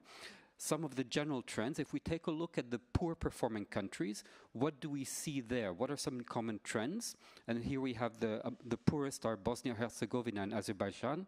No primary prevention, no recommendation, no funding, not much screening, no self-sampling, and then a complete absence of any information. Okay. When we then take a look at the best performing countries, what do we see there? Primary prevention, recommendation and funding on HPV vaccination, gender-neutral vaccination, HPV vaccine registry, and high VCR for both boys and girls. Secondary prevention, you can see there. And then good online public information. As you can understand, this is crucial to combat disinformation and vaccine hesitancy.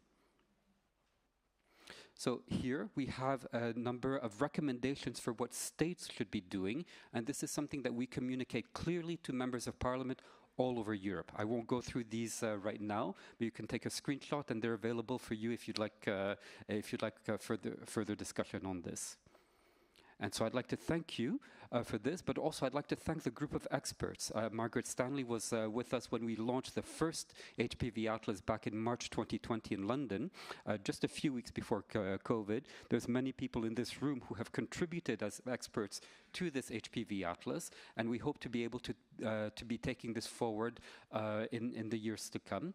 And if any of you would like a hard copy of the Atlas, there's 2 of my colleagues in the room here who have brought a number of them with them, a number of the atlases with them. So thank you very much for your attention.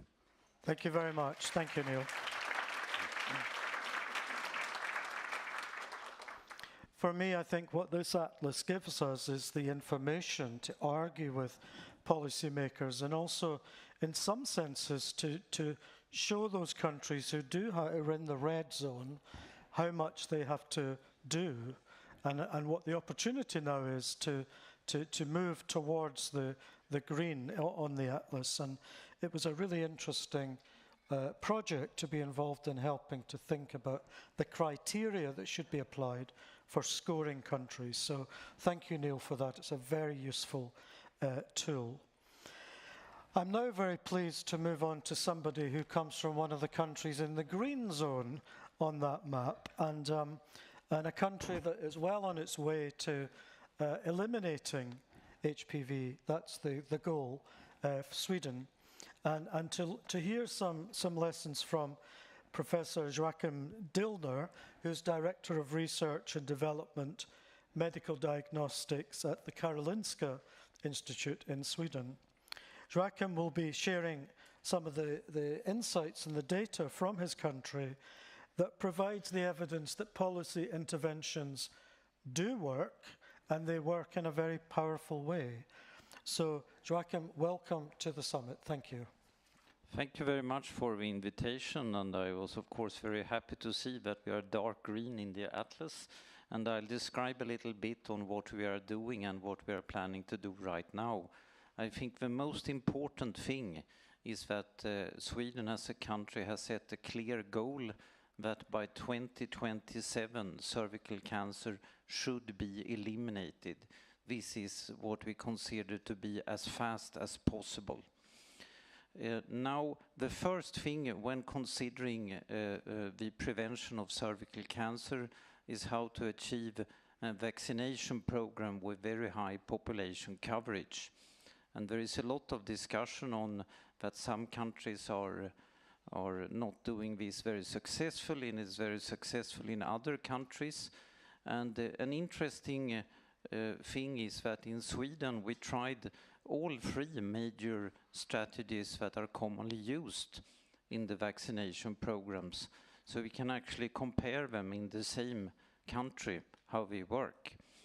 First, we started with what's called on-demand vaccination program.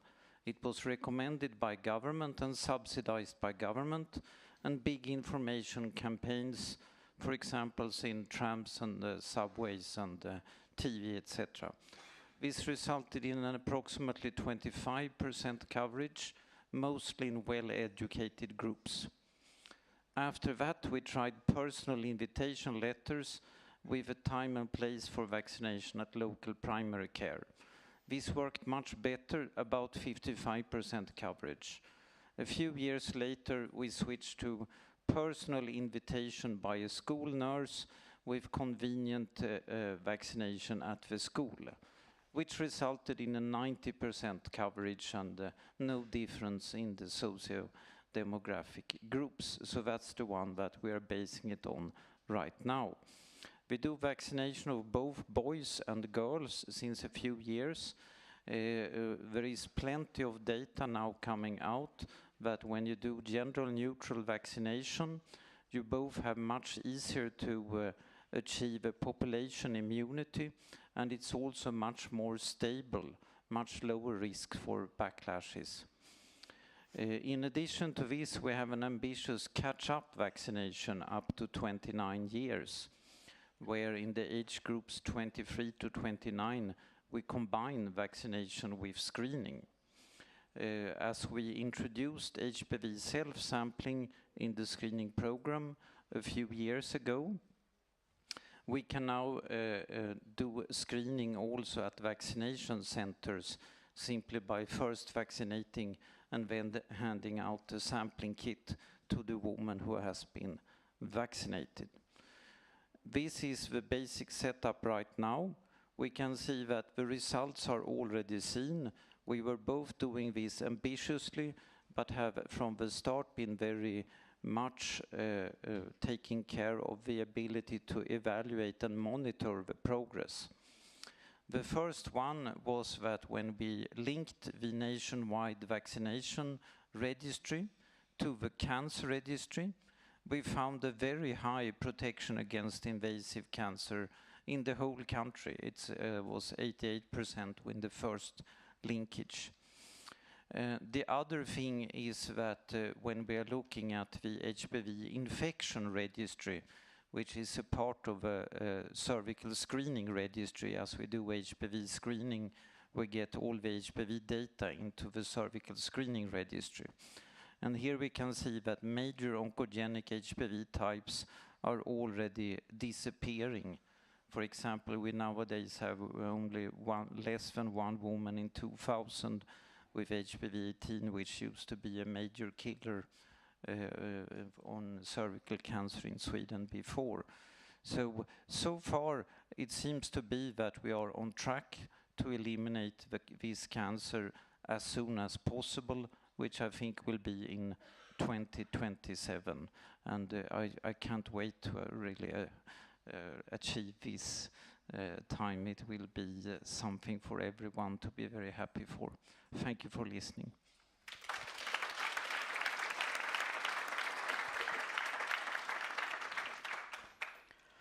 Thank you very much, Joachim. What a success story Sweden is, and much to learn, I think, for other countries. So thank you for giving us your time today. It's great to hear that success story.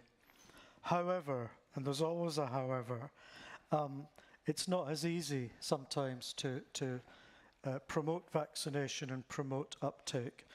Our next speaker is going to tell us about some of the barriers that we need to think about, especially around hesitancy. the public may not readily accept vaccination without the messaging that you mentioned in stage 1, Joachim, about how you present this option to the public. So I'm very pleased to hand over to Dr. Emily Karafalakis, who's joined us from the London School of Hygiene and Tropical Medicine. And this is really your work, Emily, so thank you for coming today and telling us about your research in this area. Thank you. Thank you. So, yes, we can think about cervical cancer elimination and think about the greatest vaccines that we currently have. They're safe, they're effective, and all of that. But that's completely useless if people will not accept the vaccines. So we need to think about confidence, about hesitancy, about what triggers people's vaccination. And we've seen there's a lot of red countries, red zones in Europe, so this is clearly an issue. There's other issues, there's supply and demand, there's supply and access issues, but we know that confidence is also a key issue in some of these countries. So it's easy to think that we could just, if people don't vaccinate, maybe it's because they don't have the information about the safety and the effectiveness of vaccines. If they knew how safe they are, how good they are, how dangerous cervical cancer is, then they would obviously vaccinate. But it's really not as simple as that. We tend to think of ourselves as logical and rational human beings, but very often we're not. I don't know how you make decisions in your own lives, but usually, when you have to make a very difficult decision, sometimes you do pros and cons. You make a list of pros, you make a list of cons, and then do you really look at which one is higher, or do you do like what I do, which is actually see how you feel about the results? Actually, oh, this one wins, but I didn't really want this one to win. So you go for what your gut tells you. You go for the emotions. And that's the very same thing with vaccination. We're seeing that emotions play such a strong role in people's decision to get vaccinated, that it's not just about the information. And when you think about information, it's actually such a subjective thing. You can provide the same information to different people, and they will interpret it differently. They will have their own subjective meaning of that same information based on their culture, based on their religion, based on their social norms. All of these social and behavioral factors influence people's decision to get vaccinated. So it's really key to look at these issues. And we've seen there's been many examples of vaccination programs that have struggled because of these issues. We've seen many years ago issues with Japan, with Ireland, with Denmark, with rumors that were spreading fear among people. Fear because they were using powerful images of young girls in wheelchairs, young girls having seizures. These had tremendous impact on people's willingness to get vaccinated. So what can we do about this? I think there's 3 key things that we need to think about. First of all, we need to admit that we're in a new environment and a new information environment, although not so new anymore, but constantly evolving. We're dealing with information that's spreading from one network to another, one platform to another. So if it's just about trying to debunk myths, trying to restrict misinformation online, as we know we have an infodemic going on, that's not going to be enough because it will just be shared somewhere else in another platform where we have less control. And we also know that when we tend to share positive information about HPV vaccination online, this usually reaches people that are already convinced. Because what do we do when we go online? We look for information that confirms our pre-existing beliefs. So if we're looking for side effects, if we're looking for girls in wheelchairs after vaccination, we will find that information rather than the positive information. So we need to think about a more sustainable way of addressing misinformation issues, and that's perhaps through training young people on how to look for information online. How can they assess themselves the quality of information, detect misinformation, and know themselves how to address it? I think that's one of the key elements. Another one is about listening. We need to make sure that instead of blaming vaccine hesitant people that are questioning vaccination, we need to make sure that there's a space that they have to be listened to feel like they can share their concerns, they can share their questions by someone who will show empathy and not judge them. And finally, I think we also need to understand that we have to, in a way, sorry, instead of blaming vaccine hesitance, another element that we need to do is create an environment that is helping, that is promoting and allows people to make decisions. We live in a world with very difficult risks to understand, to assess. It's difficult for us to make that decision. So what is the environment that we can create that is sustainable and helping people to be empowered and make decisions, make the right decisions about vaccination? That goes through communication and community engagement, not when a crisis happens, not when coverage drops, but way before that. Thank you.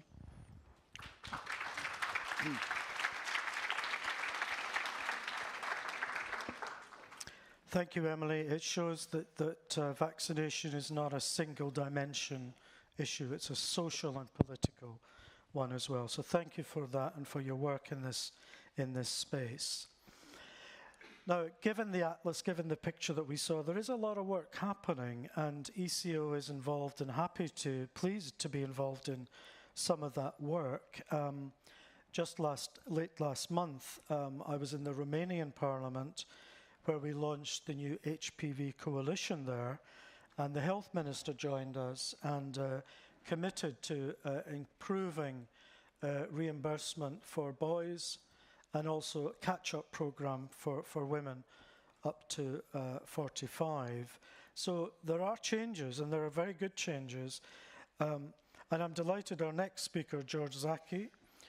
George leads that region for MSD.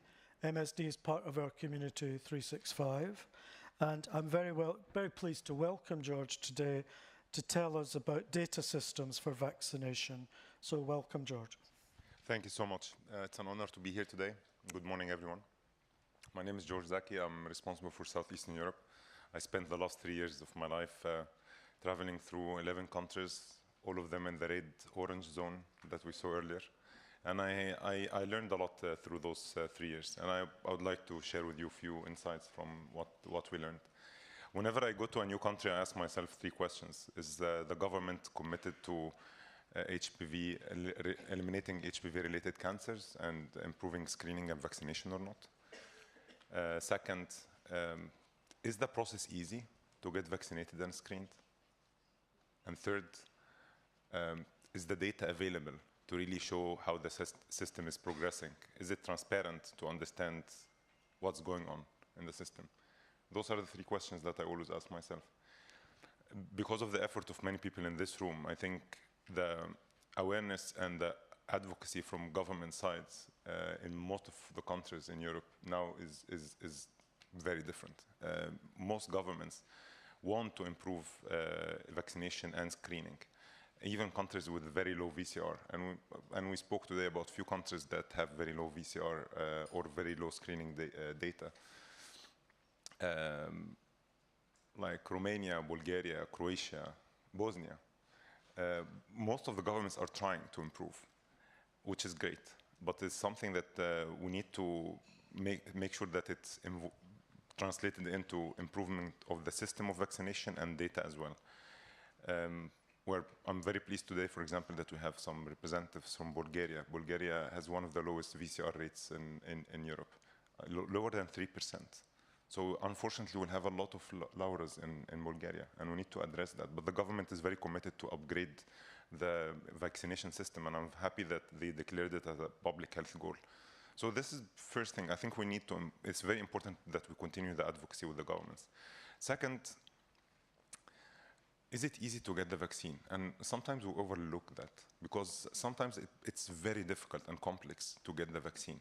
In Romania, it used to take sometimes 6 months from the time that the physician have the discussion with the parents for the first time till the time that the kid can get the first shot.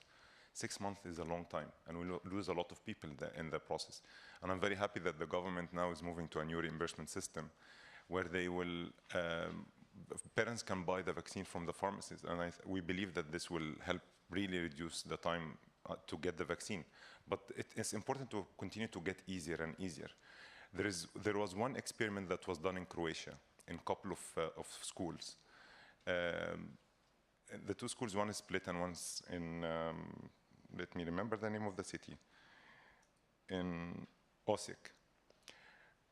what happened was very simple. They just moved from paper consent to e-consent. In OSEC, the VCR jumped from 41% to 63% in a few months. In Split, in that school, staggering jump from 12% to 61%, just by moving from paper consent that took weeks to get to the parent and come back to a virtual, simple electronic consent. I'm not saying that it's that simple, but I'm saying that sometimes simple solutions create big impact, and we need to find those opportunities to improve the system. France is doing a big reform, and sometimes this requires reform. France is doing a big reform today, moving to a school vaccination program and also making HPV with flu and COVID available in the pharmacies, and pharmacies also are able to vaccinate. This will improve the vaccination rate in France. One disclaimer, I'm a pharmacist. But I believe pharmacists should be considered part of the healthcare system and should be utilized. The second one is about transparency of data. This is also sometimes overlooked. If you look at Croatia again, you can see that when we published the data, or the data was published in Croatia in the last 2 years, you can see difference from 7 to 78% between different cities in Croatia when it comes to VCR. And I was in the room when this was announced to all GPs and school physicians. And I saw with my eyes how much discussion this created. Because everybody's asking ourselves, why do we have 7 some places in some cities, and why do we have 78% in some places in the same country? In the same country. This highlights the importance of really having that transparent. And when I look at the data that's published in Sweden, in Denmark, you see that by just publishing the data, you reduce the differences and the inequalities between different parts of the same country. And believe me, even countries that you see looking very poorly, within the country, there are some spots that are doing extremely well, and we need to learn from them and understand why. Country like Bosnia and Herzegovina, which was also discussed today, I'm happy to see for the first time that there are 2 programs starting in Bosnia Federation and in Herzegovina for vaccination. So countries are moving, but we need to improve. So just to conclude, because I don't want to take a long time, I've been through diverse countries, and I think sometimes there's so much to do, and there's many interventions that can be done. However, we need to simplify, I think, the ask and our intervention. I think the conversation between different stakeholders is extremely important. What I learned is partnership is critical, because nobody can solve those problems alone. Advocacy is extremely important, and we need to maintain very high level of advocacy with the government. We need to learn from simple solutions that worked, and we need to copy them, and especially in countries that have more or less the same ecosystem.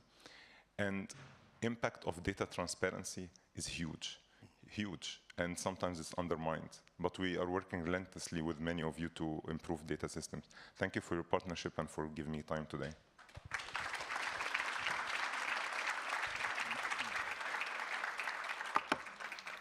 Thank you, George. Some really important messages there about mutual learning and learning within countries, but also across borders. So back in the UK, back in Cambridge, my co-chair, Professor Margaret Stanley, you've been sitting there patiently, Margaret. I invite you now to reflect for a short time on what you've heard this morning. Thank you, Margaret. Thank you, Daniel. Well, I think the most important talk really was the one from Bernie, because she tells us about the power of courage and humanity that speaks to us all, and it reminds us why we're doing all this, what the push for vaccination screening is so crucial to intervene against this disease. Now, HPV vaccines, as people have said again and again, work. Lessons from Sweden and from the UK tell you that clearly. If you immunize enough girls and boys in the population, your incidence of cervical cancer starts to fall like a stone. But we mustn't forget the other component of cervical cancer control, and that's screening. And it's like vaccination. You have got to participate in the intervention.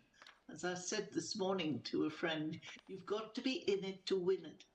In other words, you've got to have high enough coverage and participation. Coverage of vaccine, 90% of the population needs to take it up, and coverage of screening.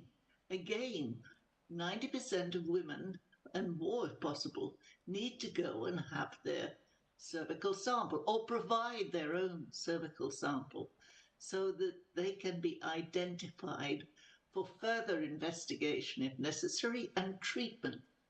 So using those two approaches, you've seen what can be achieved in terms of cervical cancer prevention and control from Sweden.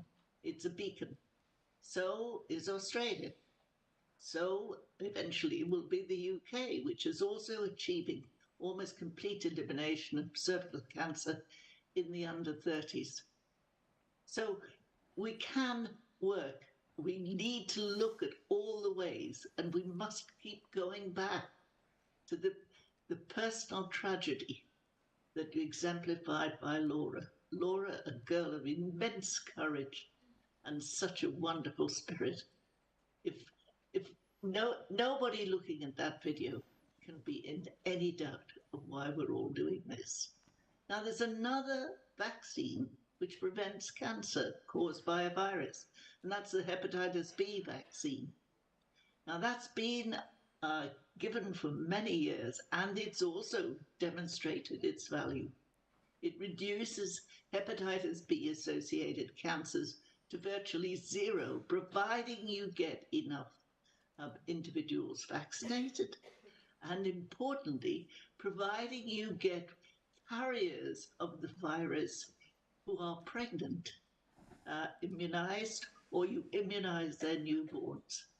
Because with hepatitis B, we've been very successful in the general population, but you still have the marginalized groups, migrants who may have high incidence of Hep B carriage.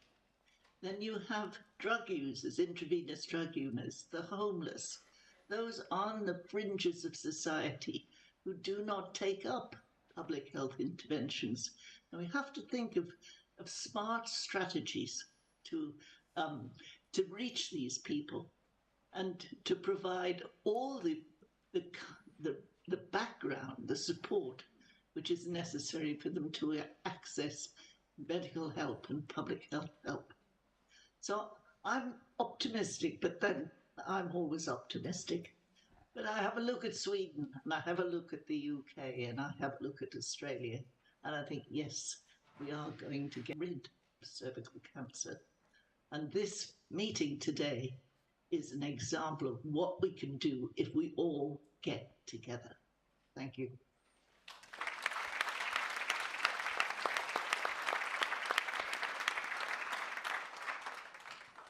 Thank you, Margaret, for that optimistic message. We need optimism. We need to be positive. So thank you so much for that. We do have some time now for some questions or some comments or some thoughts from the audience. So if you would like to comment, I see a hand here. Please come to the microphone, or yeah, thank you. Thank you. My name is Michael Okulijski. I'm Deputy Minister of Health of Bulgaria. I was provoked by the statement of Mr. Zaki, and I appreciate very much the support delivered to Bulgaria with regard to HPV vaccination. I want to state that from crucial importance is the development of strategy for risk communication and community engagement, which was not done previously in Bulgaria by the previous government. Now we developed such strategy in order to fight rumors and hesitancy to vaccination. We are investing a lot in not only in the distribution of the HPV vaccine in the positive list paid by the National Health Insurance Fund, but to convince the parents, the girls, to take the vaccine. I fully agree with the statement by Emily that vaccination is not a question of rational choice. Even in my dissertation at the Humboldt University, I was able to show that the theory of the rational choice is not a valid theory, and people do behave on the basis of their emotions and subjective feelings. So what we need really, with the support of the international community in Bulgaria, is to show the positive examples of vaccination for girls, but also for boys in the future, and to think about compulsory vaccination for girls. And this is my question to the honorable panel: what you think about compulsory vaccination for certain age groups? Thank you. Thank you very much. That's quite a challenging question, isn't it? Should we vaccinate? Joachim, what do you think? Should we compulsorily vaccinate our citizens? I think that particularly in countries that have had a problem to achieve a high VCR, it is highly advisable to vaccinate both sexes, because some deficit in vaccination coverage among girls can be remedied by vaccinating the boys, so to stop the infection. So I think that would be my prime advice. Thank you. Can we go to this microphone, please? Oh, sorry, you were first. Yeah. Thank you for this interesting session. I'm Erik Briers. I'm from Prostate Cancer Coalition. So our cancer is not preventable, and that's unlucky because we even have no screening. But that's not why I want to ask, because I see these figures and I'm more than impressed, more than 97%. So if I see that, I wonder, is there a dark number? Is there a part that we don't see? Because I'm monitoring this for a long time, and I saw problems in some religious cultural groups like Muslims who resist vaccination for HPV because of its sexual link. There was a belief that if you would vaccinate girls who HPV, they would become promiscuous. So the family said no.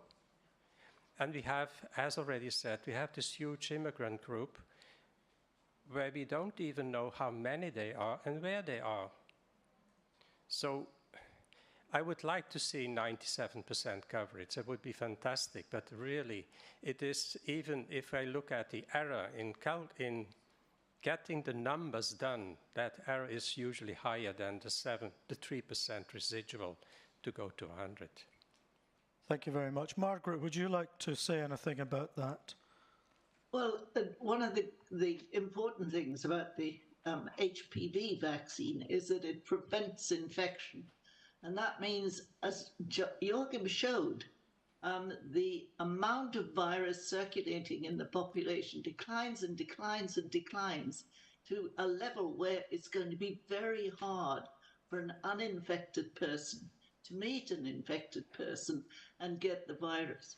So this is the population immunity, the herd immunity that's talked about. And if you get a high coverage in young girls as they go through the aging process, essentially the virus isn't there, it's nowhere to go. So population immunity is achieved very effectively with the HPV vaccine. But that's why I also emphasize screening, because screening mops up any residual precancers. And so if you get good intervention by both of them, as you do in the Nordic countries, then the figures given are accurate. You protect the uninfected by the altruism of those who've taken up the vaccine. So I think I'm reassured that if you do boys and girls, you develop population immunity very rapidly, and therefore the actual cancers of the cervix become very rare. Thank you, Margaret. Another point to make, of course, is that it's not just cervical cancer we're talking about here. I can see David there from the No Man is an Island. So we're talking about anal cancers, we're talking about vulval cancers, we're talking about penile cancers. It's not just cervical cancer. So this vaccination protects against many cancers that affects humanity. And we're focusing on cervical cancer because that's something we can achieve, but don't forget it protects other people from other cancers, which are very unpleasant. But in the sake of time, I'm going to move on. Thank you for your question. And our next questioner here, please. Yes, thank you very much for those points also, that HPV is about other cancers also. So my name is Eva-Maria Strömsholm. I'm from Finland, co-founder and vice chair at Gynecological Cancer Patients in Finland. I saw that the map from Finland was green. That was really, really wonderful. But I wonder, what can we do even better in the Nordic countries and in Finland about this HPV screenings and vaccinations? Because I can imagine we can do even better. And the second question is, we have many patient advocates, so I want also to ask that, what can patient advocates do to help in this thing? Thank you. Bernie, do you feel able to say something about advocacy here? I suppose just to spread, You know, it is all about awareness and getting into the schools and educating our parents and our children. So it is so that they are aware of the dangers of cervical cancer and how, I suppose, easily it can be got. You know, the HPV vaccine saves lives. There's no doubt about that. So it is awareness, awareness, awareness, and education. Neil, did you want to add to that? Thank you, yes. I'd just like to build on what Bernie's just said and your question about Finland being green on the map and what more could be done. I would suggest, I know that there's sometimes a little bit of inter-Nordic competition sometimes. And one of the reasons we produce the Atlas is a bit to encourage a spirit of what we call Eurovision, where people zoom in on their country and then they look at other countries that they feel comparable to, and then they start asking questions. So maybe one thing would be to take a look at Finland. How does it compare to Sweden, Denmark, and other countries? And then maybe identify those policy gaps that you have in your country, and then I would then suggest bring it to the attention of your members of parliament and your government. That's something that that patient groups can do. And if other countries in your own region, which have a similar development level, similar economic, social economic status as you, are performing better, why is Finland not doing better? So I'm hoping maybe this atlas can help with this. And then you can beat Sweden and Denmark and Norway next year. Thank you, Neil. We are doing Thank cooperation. It's the thing, the cooperation, not the competition. Thank you. Healthy competition. Healthy competition, yeah. Thank you. Yes, please. Thank you. Thank you very much. Tanimola Martins from the University of Exeter in England. My question to Emily, is it the case that host scientists actually are not very good at communicating how vaccine actually works to the public, you know, especially the mechanism? Thank you. Yes, I think definitely that's a fact. But it's not only about scientists, and I think, yes, it's facts. Scientists will communicate facts and data and all of that, but that's not what's going to convince people. If we really want to make a difference, we need peer-to-peer communication. We need to have patient advocacy. We need to have everyone talking about it rather than just the scientists. The scientists will obviously also need to contribute in some way, but I would say really what can make a difference is having people you trust, so the healthcare professionals, your peers, if you're an adolescent, having other adolescents talking about it, your teachers, obviously the parents, the friends, that can have a lot more impact than just seeing a scientist on TV talking about HPV. Thank you very much. David, please. Well, first and foremost, I'd like to thank the panel for an incredibly powerful and uplifting session. I think when we're talking about ending the HPV cancer disease burden, enthusiasm moves the world, doesn't it, in terms of that impetus at the national level to consign these cancers to the bin. So I'm very grateful for the inspiration you provided this morning. My first question was actually for Emily as well. And in terms, your talk about that need for empathy in our messaging. And I just wondered if there's any actors that you've identified that are the most important to deliver that message, who you've identified that are going to help us in reach those people who are a bit more skeptical about receiving those immunizations. Well, healthcare providers would be the top of the list, and that means every type of healthcare providers. So the gynecologists, but also the family doctors, the pharmacists, everyone that can have a contact on a regular basis with boys and girls and their parents. We know that they're the most trusted source of information, and they can have the biggest impact.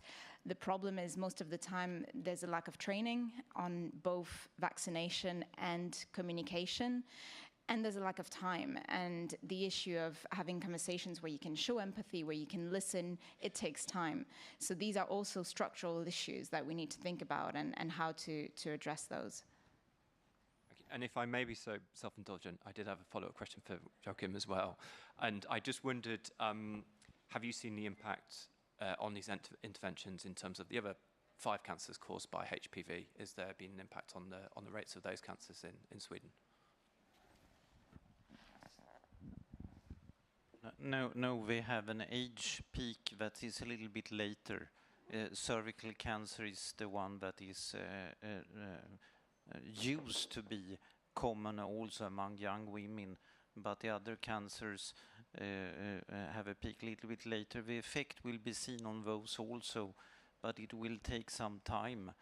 And one area which I think we should have more research on is on screening for these other cancers to speed it up. Otherwise, the benefits on preventing them will take too much time, I think. Thank you. Thank you, David. Thank you, Joachim. Yes, please. My name is Kaia Palm, and I am here as a member of board of European Cancer Mission. And my question goes to Professor Dillner and perhaps also to the industry. And it is given from the perspective of clinical research and research data showing, and what we all know is that the viruses evolve, and vaccines are a way to induce the evolvement. So how do you comment on that? Perhaps the HPV high-risk genotype-driven cancers will be combated, at least in Sweden, by 2027. But what the future holds for the next types of vaccines and profiles that we all carry, how to combat the HPV-related cancers entirely. Thank you. Thank you very much. This question is actually very timely because we just published in Cell Host and Microbe last week the result of a randomized trial with 15 years of follow-up, where we can see that in the arm that had a general neutral vaccination, the major oncogenic types have disappeared. And some years after they have disappeared, some other HPV types that have much lower oncogenicity start to appear. So this is not really a problem for the vaccine programs because the ones that are coming up have much lower cancer risk. So the benefit on protecting the cancer is there, but I think it could impact the screening programs if we do HPV screening for types that not cause cancer very much. So this is something that I think will affect the screening tests that we use, whereas the vaccines that are currently used, I think the only discussion we have in the scientific community is if it should be 10 instead of 9 types, like HPV 35 should be added. So it's rather small, actually. So. Okay, I'm just aware of time, so I'm going to move on to, I think, this colleague was next. Thank you. It's Laura Williams from Cancer Research UK. We have had some good news today. The National Health Service in England has announced a target of eliminating cervical cancer by 2040, so that's obviously good news. But I thought I might pick up on the point about religious groups within the context of any marginalised groups. So as it happens, I worked for the Catholic Education Service for England and Wales at the time when they were discussing whether or not to introduce the HPV vaccine in England. And there was a really big feeling amongst some people in the Catholic community, exactly the point that the gentleman made about increasing promiscuity. And so I suppose the question is about how we can involve particularly religious leaders at the right moments in some of these conversations to provide reassurance. Because what happened in England and Wales was that the Archbishop in charge, it so happened that his mother had had cervical cancer, and he felt really strongly that this is a public health issue, and guidance was delivered to the Catholic schools to say very, very strongly, this is a matter of public health alone. You must make sure that girls take up the vaccine. So as far as I'm aware, the Catholic schools have no difference in take-up rates. But I don't think it should be up to individuals happening to have that experience. How can we involve our religious leaders earlier on? That's a very good point, and I'm going to leave that as a thought, really, and moves directly to Alex, please. Alex Versus, University of Antwerp. I just want to make a footnote on the coverage aims we're discussing here. I think we should aim to have 100% coverage. I know it's feasible for hepatitis B. 21 years ago in Italy, for instance, they started also with a 12-year-old catch-up program for hepatitis B, and the first year they had 98.7%. I think if we aim for 80%, there might be herd immunity, but if 2 out of that 10 persons by accident move or get in contact with somebody who comes into the country, what are we going to say? Oh, I'm sorry, you were 2 out of the 10, which we're not aiming for. And often also these 20% or 10% are marginalized groups that have less access for screening. So I think it's feasible. We have the vaccine, we know it protects. Let's try to get everybody vaccinated and not discuss 70, 80%, but go for the 100%. Thank you, Alex. Mike, can I bring you in at this point? Sure, Danny. Thanks very much. Very interesting discussion, of course. One of the features of this year's European Cancer Summit, which Wynette was talking about in the opening session, is the fact that we've invited many colleagues from EU-funded projects to come and share their work with us. And you can see more of this in Community Central. There's an EU project stand where many of our colleagues are presenting their work. But we're very honoured to be joined here on the desk at the back by Mihaela Cioana from Romania. And many of you will know Mihaela, of course. She's a very prominent figure in Romania. She is leading the Rethink HPV EU-funded project. ECO is coordinating the Protect Europe EU-funded project. And one of the themes of this year's summit is about how all of the many EU-funded projects on cancer right now need to work together, and this is an example of the work that we do together with Mihaela. So Mihaela is going to briefly explain a little bit about her project. Thank you very much, Mike. I'm honored to be presenting at the European Cancer Summit our project Rethink HPV Vaccination. I represent Renașterea Foundation, a foundation that for the last 22 years worked on raising awareness about breast cancer, cervical cancer, and women's health in general. You have a presentation of our project, and I'm amazed at how everything you talked on in the panel is also part of our thinking in the project, and that shows how working together helps. And you will see it's funded by EU4Health, this program. Fundația Renașterea is a coordinator, and we have 2 partners in Romania and an associated partner, the European School of Oncology, which is a very valuable mentoring for us. You have the work packages, which means developing a knowledge center on HPV vaccination and communication in countries with a very low level of vaccination. And we're talking about Central and Eastern European countries. We call it the Iron Curtain of HPV vaccination. And as your project is saying, time to accelerate, I think it's really the time to accelerate for our countries to close the gap of healthcare systems. The work package 3, combating fake news and infodemic, as we were talking here. We're developing an infodemic and fake news guideline. We do trainings. We develop a curricula and engage the Romanian and Moldavian HPV vaccination representatives. And we will operate 2 pilot projects in Romania in which we will implement the curricula. In 2 counties in Romania, we will assess the level of HPV vaccination literacy, and we will select champions of vaccination literacy and train them to work in the community. We will share best practices with all the countries I mentioned before. I'd like to underline the connection with the Beating Cancer Plan implementation roadmap.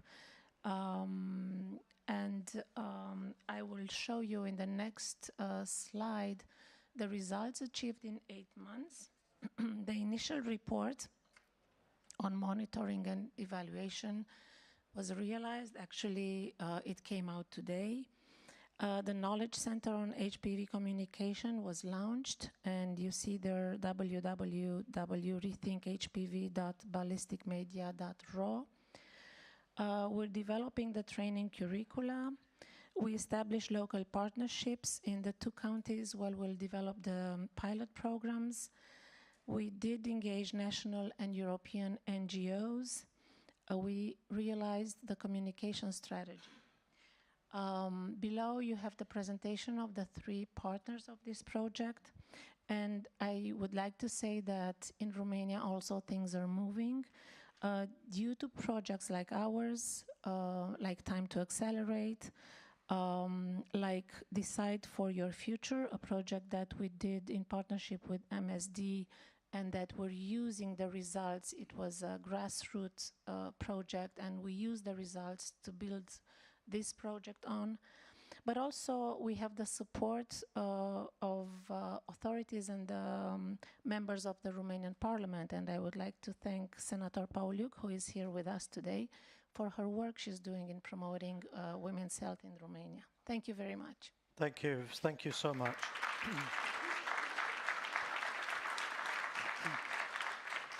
Klaus, I'm very sorry, time is against us, but we will speak afterwards and hear what you have to say. Thank you.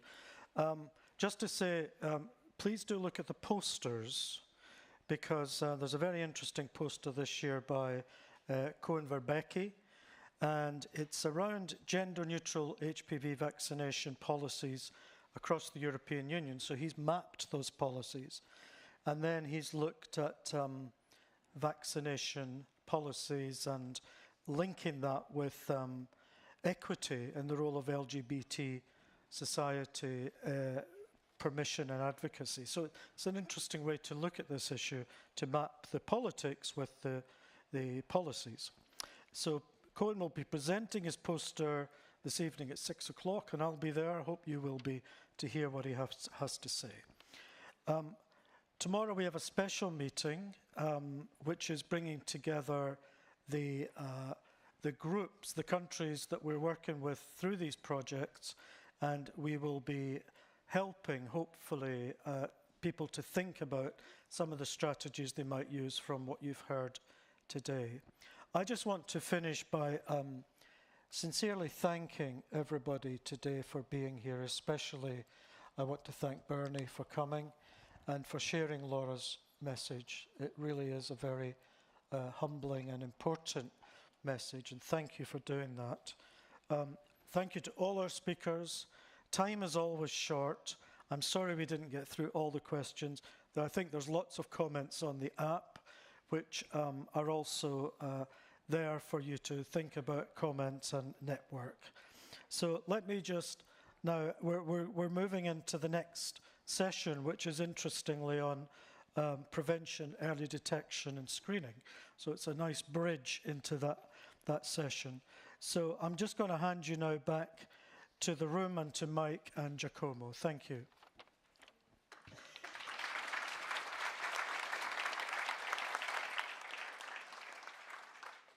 Thank you, Danny. This was a great session, fantastic. And we have not finished talking about HPV elimination. As Danny just reminded, we are looking forward to tomorrow. 1:45 will be in Madrid room to talk about HPV elimination in Balkan countries. In particular, we have a project, HPV Action Now, going on in Romania, Bulgaria, and Croatia. So we'll speak about next steps, and we'll have great speakers from these countries. And Action Now on HPV is not the only project we have on HPV. We have just arrived at the end of year one of Protect Europe, and you can find info on our website, protecteurope.org. And in case you are not part of our HPV Action Network, feel free to contact me anyway at the EC office in Brussels, and I will be happy to discuss how you can join the HPV Action Network and work with us on this very important topic. Mike? Yes, well, we're having the little changeover of speakers on the stage, so it's a chance for us to present some of the work and some of the stuff that's going on at the summit. If I can have the next slide, please. Yeah, are you registered for Interact Europe Showcase event? It would be great to see you there on Friday. The Interact Europe Showcase event on Friday here in the same venue as the summit. It's a chance for us to explain the work of our interspecialty cancer training program. We'll be doing that together with a number of experts who've been involved in the program. So, yeah, that's on Friday. Then we also have coming up, the next slide shows you our Young Cancer Professionals meeting, which is a special meeting of the 40 and unders that we heard about earlier, our Young Cancer Professionals. They're meeting in the Madrid room from 12:30 till 1:30. That's a special lunch meeting. So if you want to find out more on young cancer professionals, that would be great. There's also on the slide being shown now the ethnicity work stream of our inequalities network. Ethnicity work stream is something new that we're starting at this year's summit. That's tomorrow from 12:30 to 1:30 in the Madrid room. The next slide is on Community Central. I hope you've been able to discover Community Central, which is across the way over there. By the way, lunch and refreshments are also served in Community Central. We see a lot of queues over this side for coffee. It's also, there are food stations within Community Central, so you can go there. The next thing is on our manifesto. Have you looked at our manifesto yet? You can go to europeancancer.org/manifesto, and you can send us a quick email to endorse the manifesto on behalf of your organization, if you wish, at manifesto@europeancancer.org. Have I done enough presenting of things going on? Probably. Everybody seems to be seated on the stage. We've got coming up Isabel Rubio and Thorsten Blum, the co-chairs of our Prevention, Early Detection and Screening Network. And now we'll have the intro to that session. Thanks very much indeed.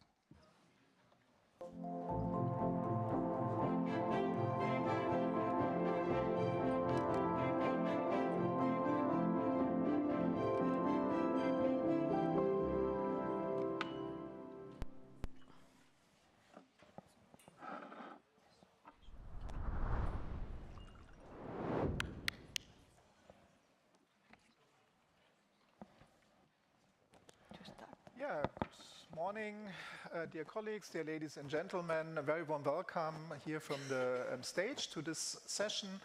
at the summit from the Prevention, Early Detection and Screening Network. My name is Thorsten Blum. I'm one of the co-chairs of this exciting network. The EU Beating Cancer Plan has one of the major legislative breakthroughs, especially for us within the cancer community, as it has put prevention in the prime spot. So prevention of cancer is a major target set up by the EU. Asbestos exposure, air pollution, and workplace carcinogen prevention is the very first task to prevent cancers that are preventable. At the same time, the EU member states within the EU Council have approved the update of the cancer screening recommendations, so this is another task. This, I think, very worthwhile session today will provide a high-level interim update. What has been achieved yet, what needs to be done, and we will also examine future aspects that will be addressed throughout the 24-29 European Commission period. Namely speaking of, will there be progress on food and alcohol labeling, and also how about multi-cancer early detection? I'm here, and this is a real pleasure, with my co-chair, Isabel Rubio. Isabel. Thank you, Thorsten, and welcome everybody. And after this HPV outstanding session, let's move to the prevention. And you know that this year, the European Cancer Summit will see the launch of the Community Manifesto that we are so proud with all the incorporations that has been made. And this is going to be for the new election of the Parliament. And of course, the manifesto has a section on prevention and screening and early detection. And also, there will be other sections of the manifesto that will be highlighted in the other sessions along all the Cancer Summit.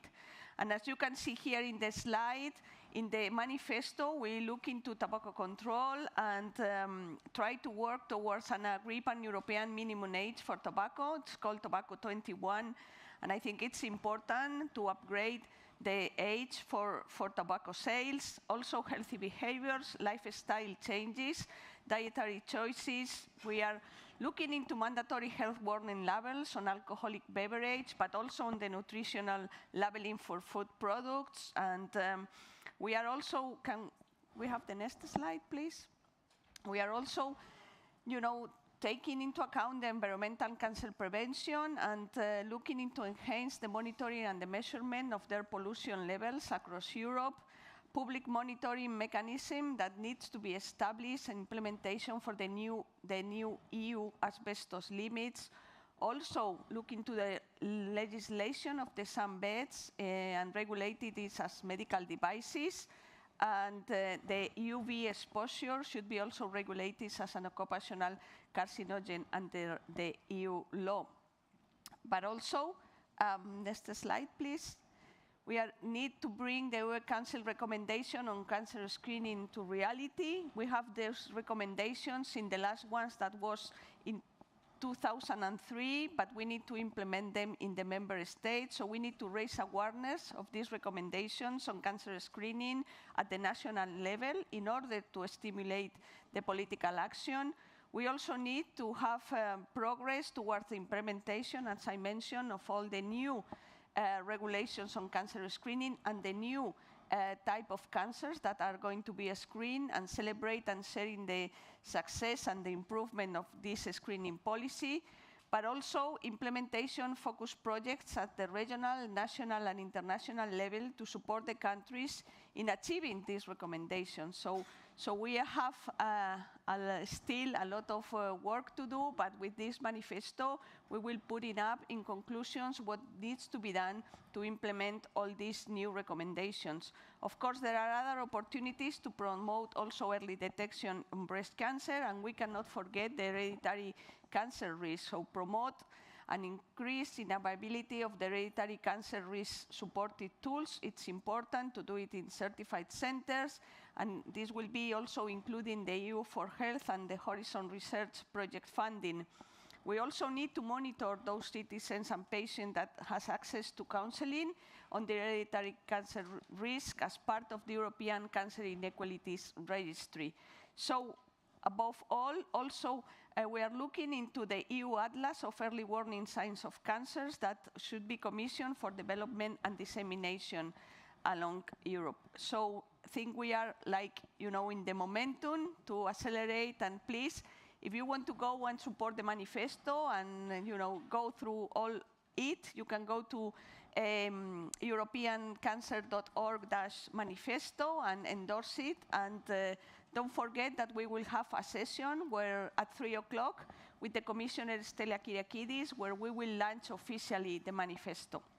And then with no further delays, I give the floor to Thorsten. Yeah, thank you. So just to make the session a real interactive one, please use your app to already phrase your questions. There will be a dedicated Q&A session later within this session, so please become active. But now it's not only time to accelerate together against cancer, but it's time to really listen to our wonderful speaker. And the first one, and it's a real pleasure to introduce him, is Professor Māsis Leja from Latvia, who has been a member of the EU Cancer Mission Board, and he is the coordinator, the lead of an application for a joint action on cancer screening, and of course we all hope that this one will be successful.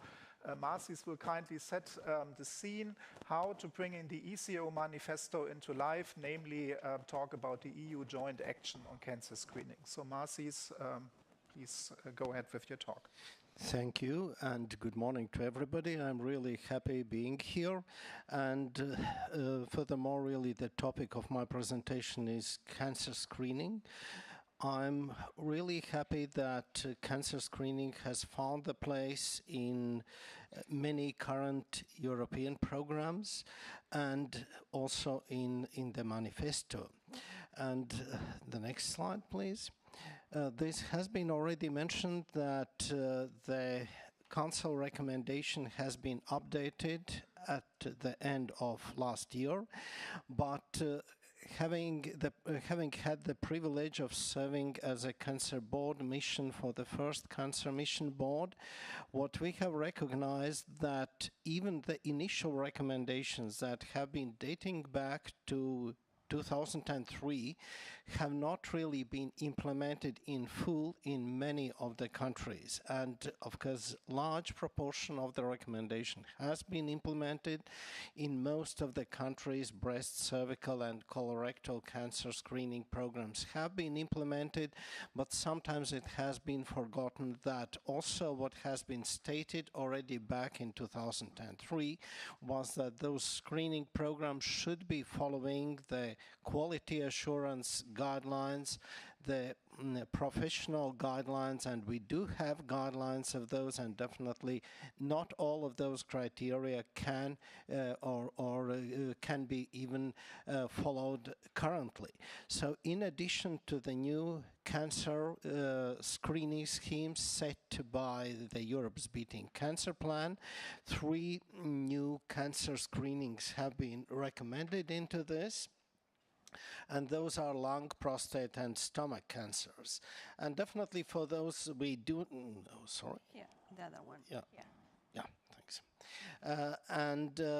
I'm also pleased to tell that we do have 3 projects ongoing: Solace project for lung cancer screening, PRICE-U project for prostate cancer, and TOGAS project for stomach cancer, that are expected to generate additional information that are expected to move towards the guidelines also for all the EU countries in respect to those cancers. So are we there already? And I have to say not. This is a latest survey, the second survey that has been conducted with under the leadership of IARC, and this is just one slide to illustrate that there are huge differences in different EU member states in different cancer screening program implementation. While the differences are maybe smaller for some cancers, including for cervical cancers, but we heard already in the previous session that there are still important differences between the EU member states. And since the equity principle has been also strongly encouraged either by the Mission Board or by the EU Beating Cancer Plan, this is an important aspect really to be addressed. So when looking at what we really need further for having equity in cancer screening, in having quality screening programs across the Europe, actually we were surprised to see that we really need to address multiple aspects in different screening programs.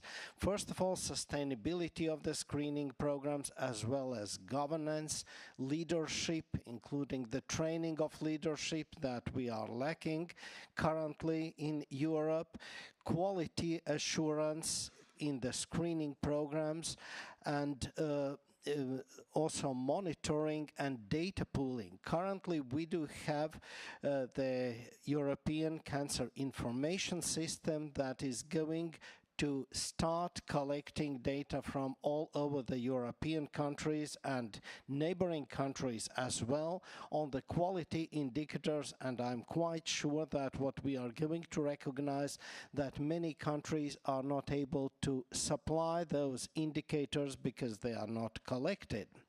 So there are new approaches to invitation strategies, there are new approaches to different screening modalities, technologies, that also have to be implemented to the screening programs in the future. So even if a screening program is working perfectly, like in several countries that is a case, those countries are really facing the situation of those new modalities. Just multiple cancer early detection methodologies could be one of the aspects to be mentioned, but definitely that is not the only one.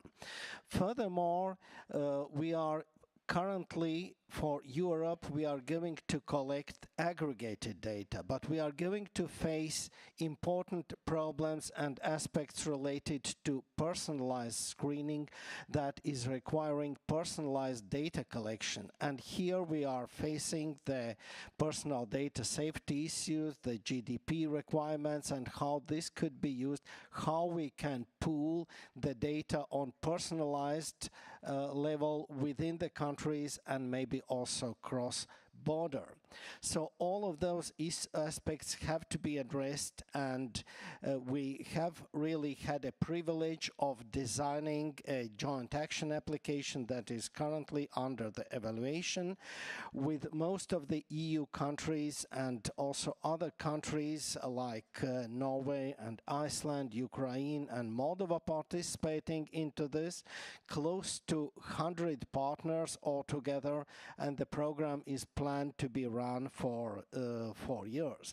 But is it going to solve all the issues? And the answer is definitely not. So this is going to generate additional data, additional pilot studies. We are going to generate pan-European data collection methodologies and possibilities, but those data are to be still collected. Other pilot studies have to be run, and the obtained results have to be implemented. And that is a clear message to the politicians for the future that it is still a long way to go.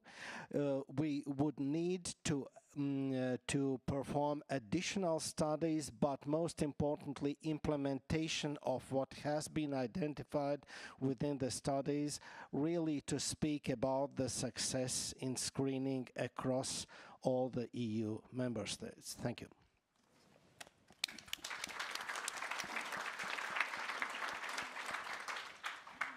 Thank you very much, Marcis, for setting the scene, with your exciting talk. Also, thanks again for bringing 25 member states together, almost 100 partners in your application. Hope and fingers crossed that it will be successful. Now it's also time not to talk about the good that the EC policy research team is doing with their daily work. There are two exciting projects, the European Cancer Pulse and the Planned Cancer Screening Implementation Policy Index. And it's a pleasure to introduce Norbert Kuspel from ECO and to talk about it. Thank you very much, Torsten, and good morning, everybody. So indeed, one of the running themes throughout our summit this year is to inform cancer policy action through data. And that's in part, as you were mentioning, thanks to the updated European Cancer Pulse that we'll be presenting this afternoon at 1:30. So if I could have the slides, please. You should go for the slides. Thank you. So as a sneak peek into the new tool, previous slide, please.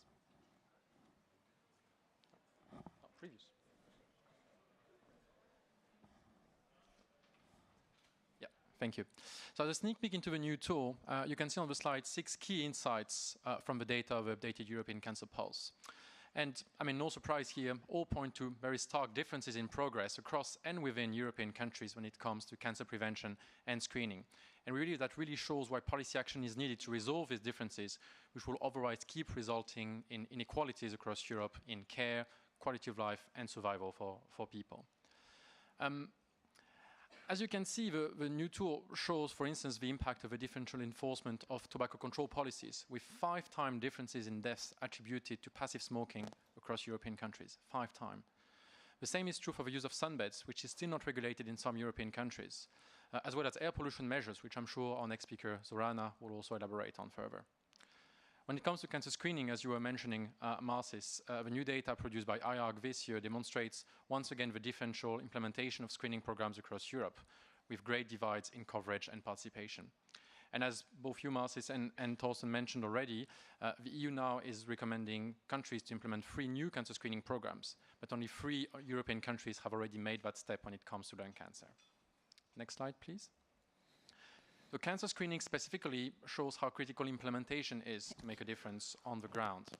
And this is why our network is conducting a campaign to help foster that, which my colleague Ricardo will tell you more about later during the session. But so better, more comprehensive data is crucial to drive change. And this is why, as part of this campaign, we are currently developing this Cancer Screening Implementation Policy Index. So the aims of this index are, across all the previously and the newly recommended cancer types for cancer screening, to first map the current status of cancer screening policies, and then to generate a bit of a single measurement of how countries are progressing towards the goal, as well as a customized dashboard of each country's progress in that regard. Next slide, please. So the work has already started to develop the index, involving my colleague Zoe, who you can see the contact details on at the right bottom of the slide, in case you want more information.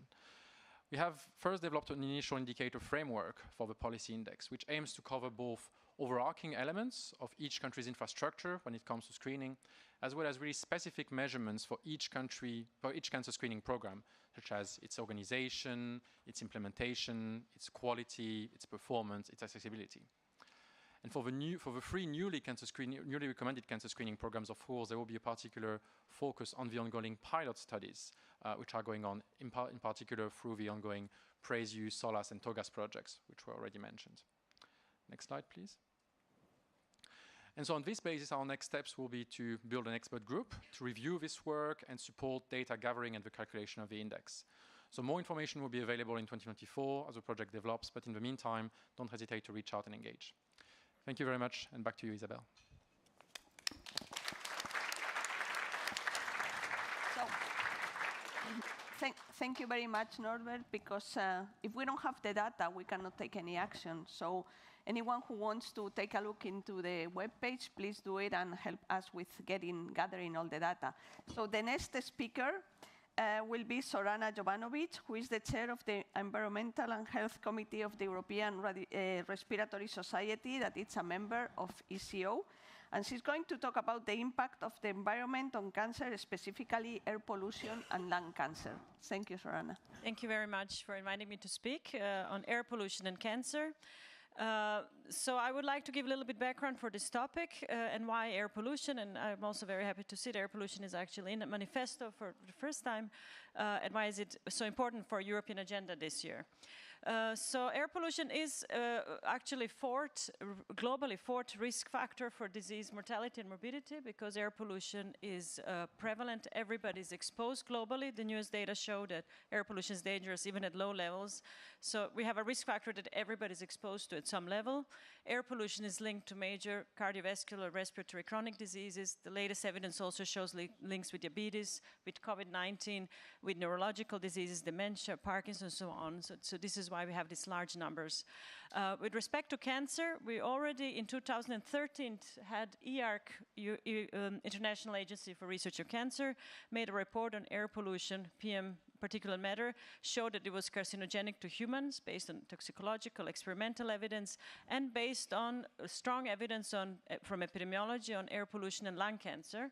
And this was ranked as highest level of certainty that air pollution is carcinogenic, opening that hypothesis that air pollution could lead really to any cancer, not just lung cancer. We don't have so much epidemiological evidence for other types of cancers, but I'll talk a little bit later on that. Air pollution has been put on agenda by BECA, by Europe Beating Cancer Plan. Environment has been written in as an area that has been understudied and likely underestimated how relevant it is for cancer. And European Environmental Agency has also published a report just recently showing that environment, and here air pollution as the major environmental risk factor, could cause up to 10% of all cancers in Europe. So this is really a major opportunity for prevention. So what we know well, that air pollution increases the risk of lung cancer. It is so that globally 19% of lung cancer deaths are due to air pollution. So this is a large fraction, second most important risk factor after tobacco smoking for lung cancer. Similar numbers we see for COPD and other important chronic lung diseases. Air pollution also worsens cancer survival. There are several studies on lung cancer, and this is also important to bring in. It's also important for secondary prevention. We now see emerging research in the last decade or so, and a number of large studies ongoing, pointing to likely association of air pollution with breast cancer, gastrointestinal cancers. There's a recent meta-analysis just show that liver and colorectal cancer now is quite well established, bladder cancer, and I pointed out a couple of other studies, types of cancer that we just don't have enough evidence, but we're definitely seeing research, and we likely see associations with kidney, urinary tract cancer, brain, CNS tumor, both in children and adults, as well as childhood leukemia and blood cancers in adults.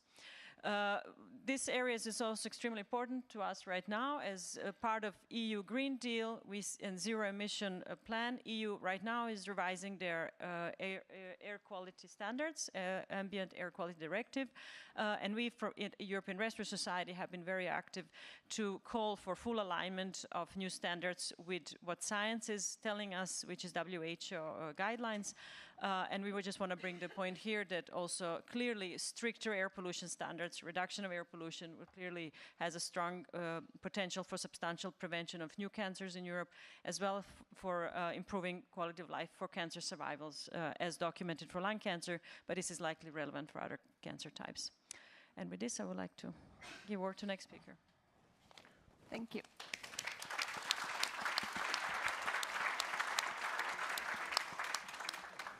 Thanks a lot, Sorana, for this excellent summary and really phrasing an important message that we need to tackle air pollution, because this will be, or already is, an important factor how we can bring cancer incidence rates down.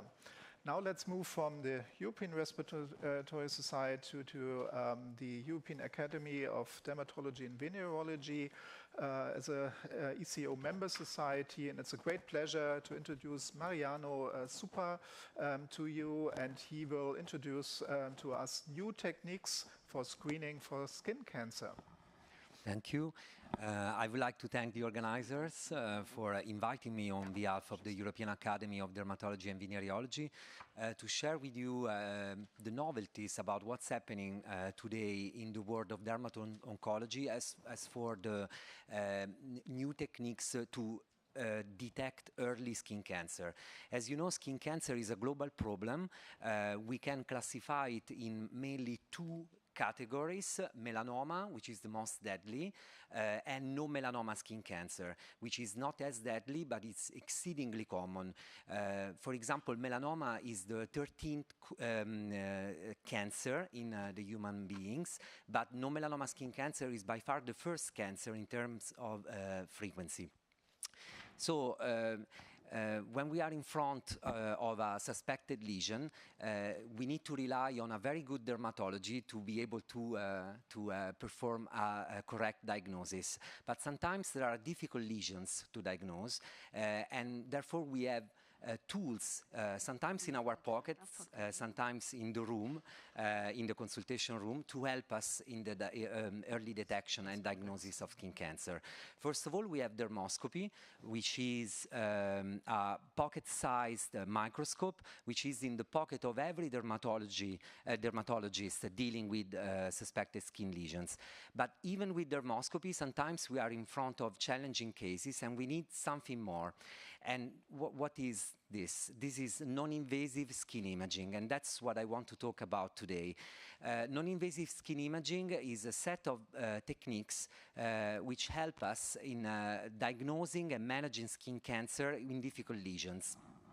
There are two main techniques for non-invasive skin imaging. The first one is confocal microscopy, a very precise technique, but not very deep. The in-tissue penetration is not deep enough. And on the other side, we have conventional optical coherence tomography, which is more or less the same technique that the ophthalmologists use for the retina. And this is very deep, but not at all precise. So, of course, until 3-4 years ago, there was a gap to be filled in this landscape of non-invasive skin imaging. We wanted to find something which was at the same time precise and deep in the penetration in the skin.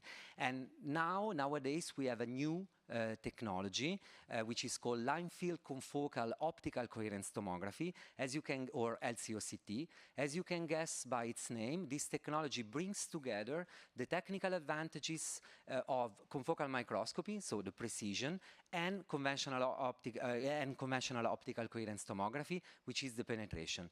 So this new technique is able to give us an instantaneous imaging of the skin with very good precision, very good penetration, and at the same time combining the vertical and horizontal images to have a three-dimensional reconstruction of the skin.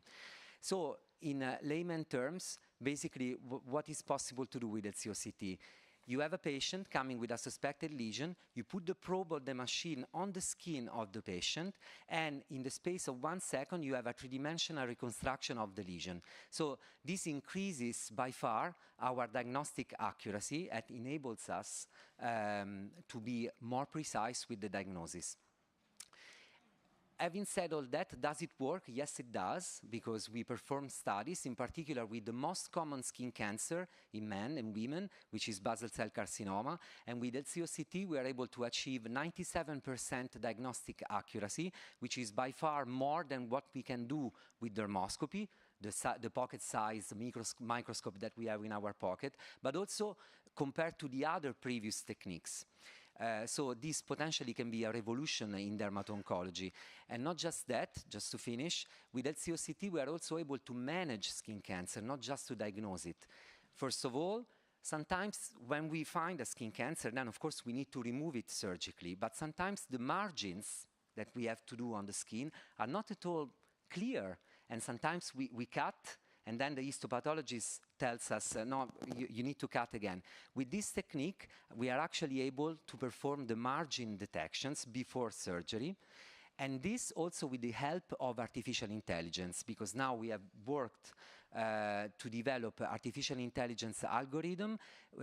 And so basically, in the future, it will be, but also actually in the present, it is the machine telling us whether we are in front of a particular type of skin cancer and whether the margins are safe before surgery. So all in all, I think that non-invasive skin imaging is really a revolution in the world of dermato-oncology. In particular, the newest technique, the LCOCT, can really represent something which can change the play in detecting skin cancer. So with this, I would like to thank you for the attention. Thank you. Thank you.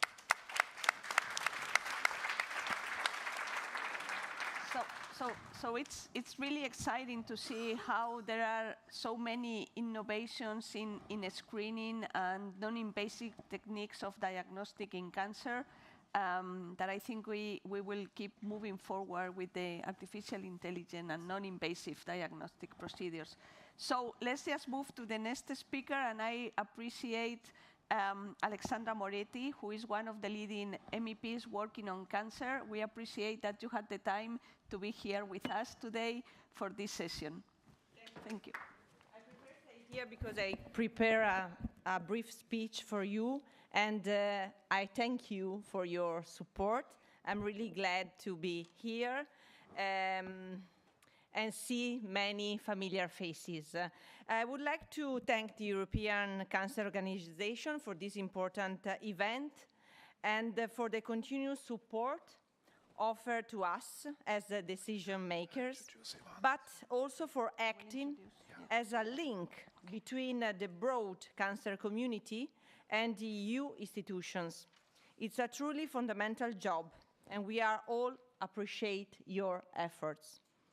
As you know very well, the best way to win against cancer is to prevent it. But this is not for me to say, because we will have doctors and experts presenting these facts after me, so for today, before me. So for today, we'll try to send some key political messages that I believe to be important.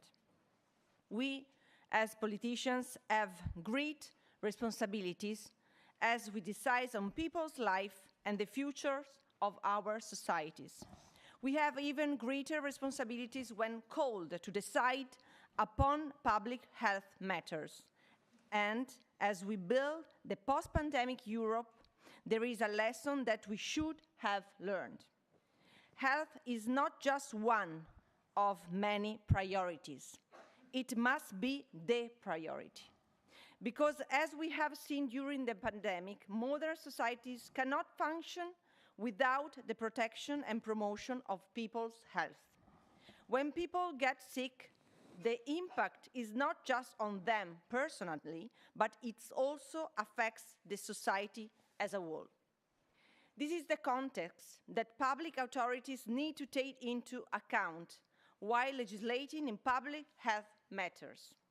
Health needs to be placed at the center and at the top of our political agenda, both national and European. In the coming years, the challenges will be very high. We will continue to legislate for the protection and public health, from the environment to food and nutrition, from screening programs to tobacco, alcohol and other addictive substances, from access to public health care services to innovative medical options to detect certain types of cancer in advance. And in all these fields, we will have choices to make, to decide how to prioritize health, which to me is not in contradiction with development or business. Putting health first is the best investment that could be pushed by public authorities. And healthy population is the best resource for any business. Therefore, in order to protect people's health, I have 4 concrete proposals for politicians and decision makers for the years to come. First, listen to science. Let science guide politics, particularly in the field of health. Of course, then we, as politicians, have the duty of making our own considerations, but we should never go against science, doctors, and facts. Second, never lie to the citizens. Tell them the truth. And also not even try to hide some aspects of the truth, because as I always say, sooner or later, science will get to you. How many years decades probably, we had to wait before banning smoking in public spaces. For how long we had to wait to explicitly inform consumers about the dangers of tobacco? Too many. But then, eventually, science arrived. In the meantime, unfortunately, we could have saved so many lives if only we, as politicians, have acted sooner and by listening to the scientific community. It's now time to act decisively and concretely to fully inform citizens also on the other addictive and dangerous substances, like alcohol, for example, and to make sure that consumers have all the information available to make their choices. Third, guarantee equal access to screening and prevention schemes all across the EU. Discrimination based on the country you live has to end in Europe. The S&D group that I represent has been asking for a long time for a directive to set up minimum healthcare services to be made available to all European citizens. Until we make sure that every citizen has access to life-saving healthcare services, sadly, we won't be able to call this European Health Union a success. Fourth, fight injustice. Prevention is not harder when you are poor, jobless, or part of a minority, like, for example, a migrant or an homeless person. A family of 5 with one salary will never be able to afford private health care. Therefore, it's not just a matter of having the most advanced screening techniques or the best prevention schemes, but to make sure they are available to everybody. This means a public healthcare system to be adequately funded, available to all. A public system with nurses and doctors and professionals that are well paid and capable of doing their job in safe, productive and stimulating environment. A public healthcare service that should not see their budget diverted to private healthcare, nor should be defunded to address other policies. These would be the priorities that I would like to see at the top of the EU agenda in view of the next European elections. To achieve this, we will need your help. With the coordination and the expertise of the European Cancer Organization, with the support of many associations all across the EU representing science and patients, I'm sure we can put those issues at the top of the next legislative term. It's time to make health the center of the EU policies once and for all. And I'm looking forward to the discussion. Thanks again for your attention.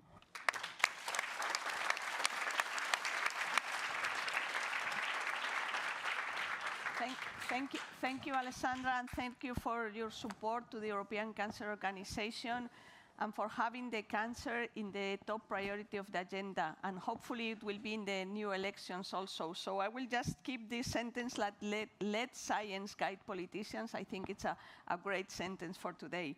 So let's move to the next speaker, and this is a member of the ECO Patient Advisory Committee, Ivana Dragojevic from the European Liver Patient Association, who is going to give us her. First of all, thank you for inviting me. I'm Ivana Dragojevic. I'm representing European Liver Patient Association as Vice President. So I would just like to add that we need to listen to the patients as well. So ELPA Liver Patient Association, so 32 members from 25 countries.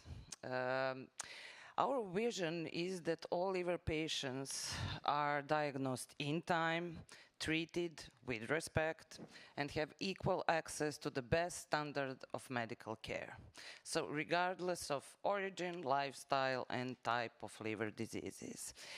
In that sense, ELPA, we formed 8 working groups, and the aim of that was to push our members to work together on the same disease, but from different countries, because we know there is difference between legislations and everything else. So we put that together to encourage them to work together. Secondly, we formed something that called Help at Home, so our members have the opportunity to call us and for us to come to the specific country and to solve specific problem of that country with a certain disease. And the third thing, I'm so glad that someone mentioned earlier the language barrier. So I need to stress that our members have problem with language, with English, and it can be very hard to express yourself on the other language. So everyone who is not native speaker needs to know how to present in front of the people, and then we need to know second language. So there is a time when you are tired, when you are like me at the moment jet-lagged because I came from Boston.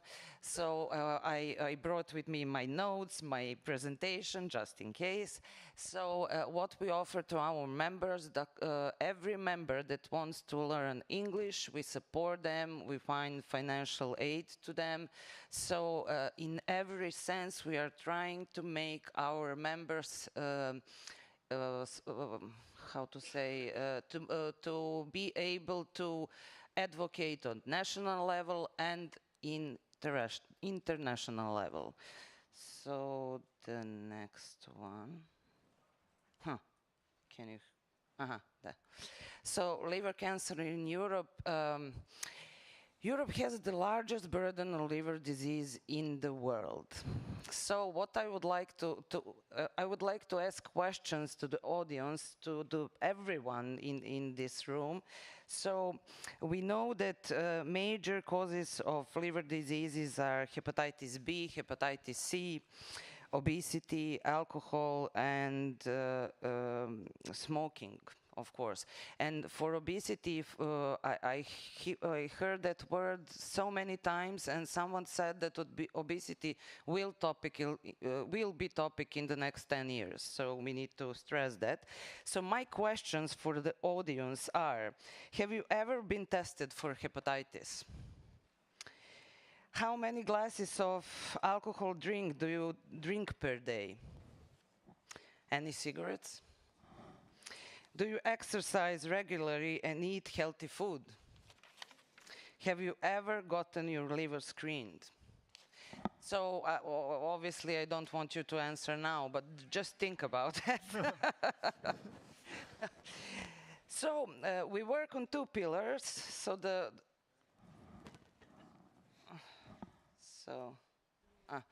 two pillars. So one of that is, of course, prevention, and other is early detection, AGA screening. So as you can see from previous presenters, there is no liver on the screening agenda, so we hopefully it will be. So for prevention, healthy lifestyles from an early age, and we mean that we need to learn our children from early age what the healthy lifestyle is. So we need to increase mass HBV immunization and to control HCV transmission. And of course, access to therapies for HBV and HCV infection. And about early detection or screening, liver screening programs need to identify at-risk population for liver cancer.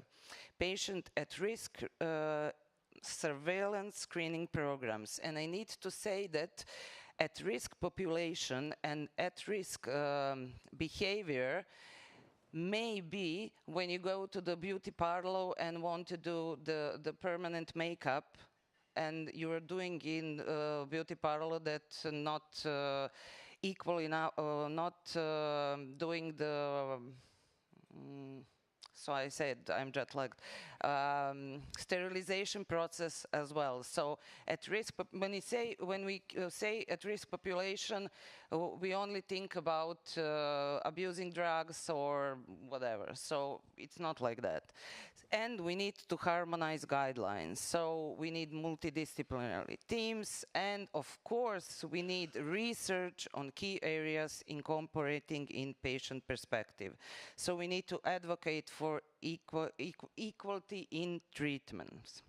So for me, my key messages from this presentation would be that we need to teach our children from early age what healthy lifestyle is. And the second one, we need to elevate liver in the agenda. So thank you.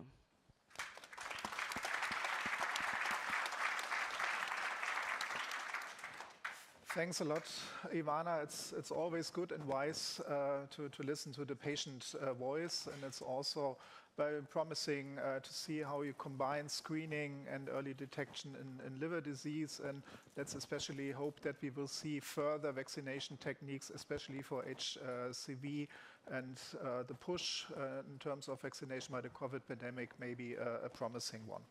Now let's move on to the last but not least speaker here from the stage, Michael Oberreiter from Roche. He will somehow complement the perspective that we provide today because he is our healthcare industry representative, part of Community 365.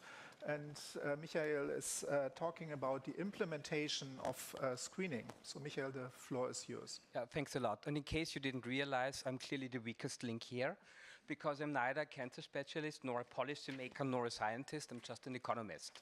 So I would invite you to join me a little bit on a ride with an economist through what are we seeing, sort of like, so what we know about screening programs, what are we actually seeing, and what we can do actually all together.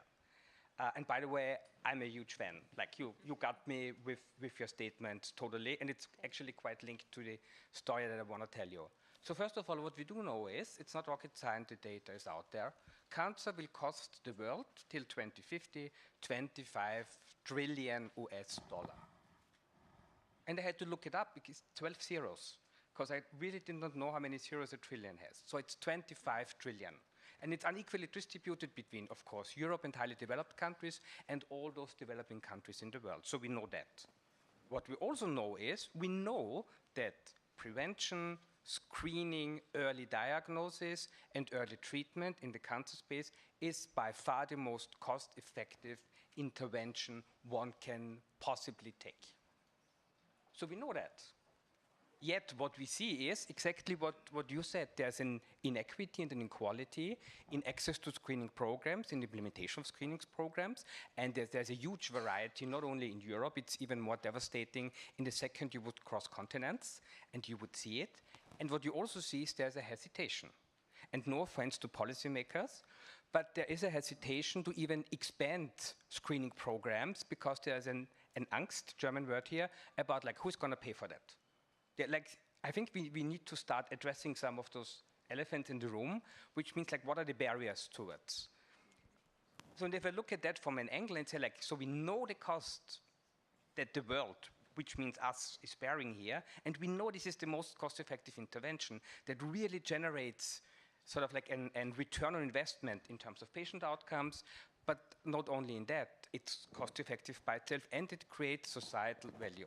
Just if you only think about breast cancer, just like the role of women in society, and by just simply early treating them, making them sort of like they can be productive members, childcare around it, so the societal value far outweighs the investment in those areas. And when the question is, what can we do? First of all, totally love the manifesto, read it, and go out and talk about it. I'm sure gonna do it. But what very concrete gonna do, what can do also in Europe is, I think we can do a lot when we work together. And I want to expand just like 1 second on the role, sort of like the private sector and what we can bring to the table. We do have scientists in the private sector. We have economists. So I think by combining and joining forces, and I think we learned it the hard way during COVID, that we're just more efficient when we work together on those areas. And when it comes to screening programs, I would like to highlight just one point I have not really heard today is that we need to look also at the social determinants of health. And particularly in the private sector, and I'm doing this for 30 years now, we spend a lot of time in looking into behavioral science and sort of like just the background of the people. One thing is, I think we need to help policymakers like you by providing an investment case for health. And we need to give you the data and the evidence that you are confident to implement those programs. Then I think we need to meet people where they are, which means I need to factor in where they're living, their socioeconomic status, their education, their language. It's a great example, and find tools and solutions that speaks to them around that. And then the number 3 is also, I think we still need to, and I love the index for the implementation, but we again need to go back and reassure those policymakers that you made the right decision. And I think we can all do that, and 2 really great examples is, like, I really love the eco screening campaign, which touches on those points, or the other one would be those screening roundtables. But it's really about creating those platforms where public, private should come together, and patient organizations, of course, as part of the society to drive this forward. Thank you.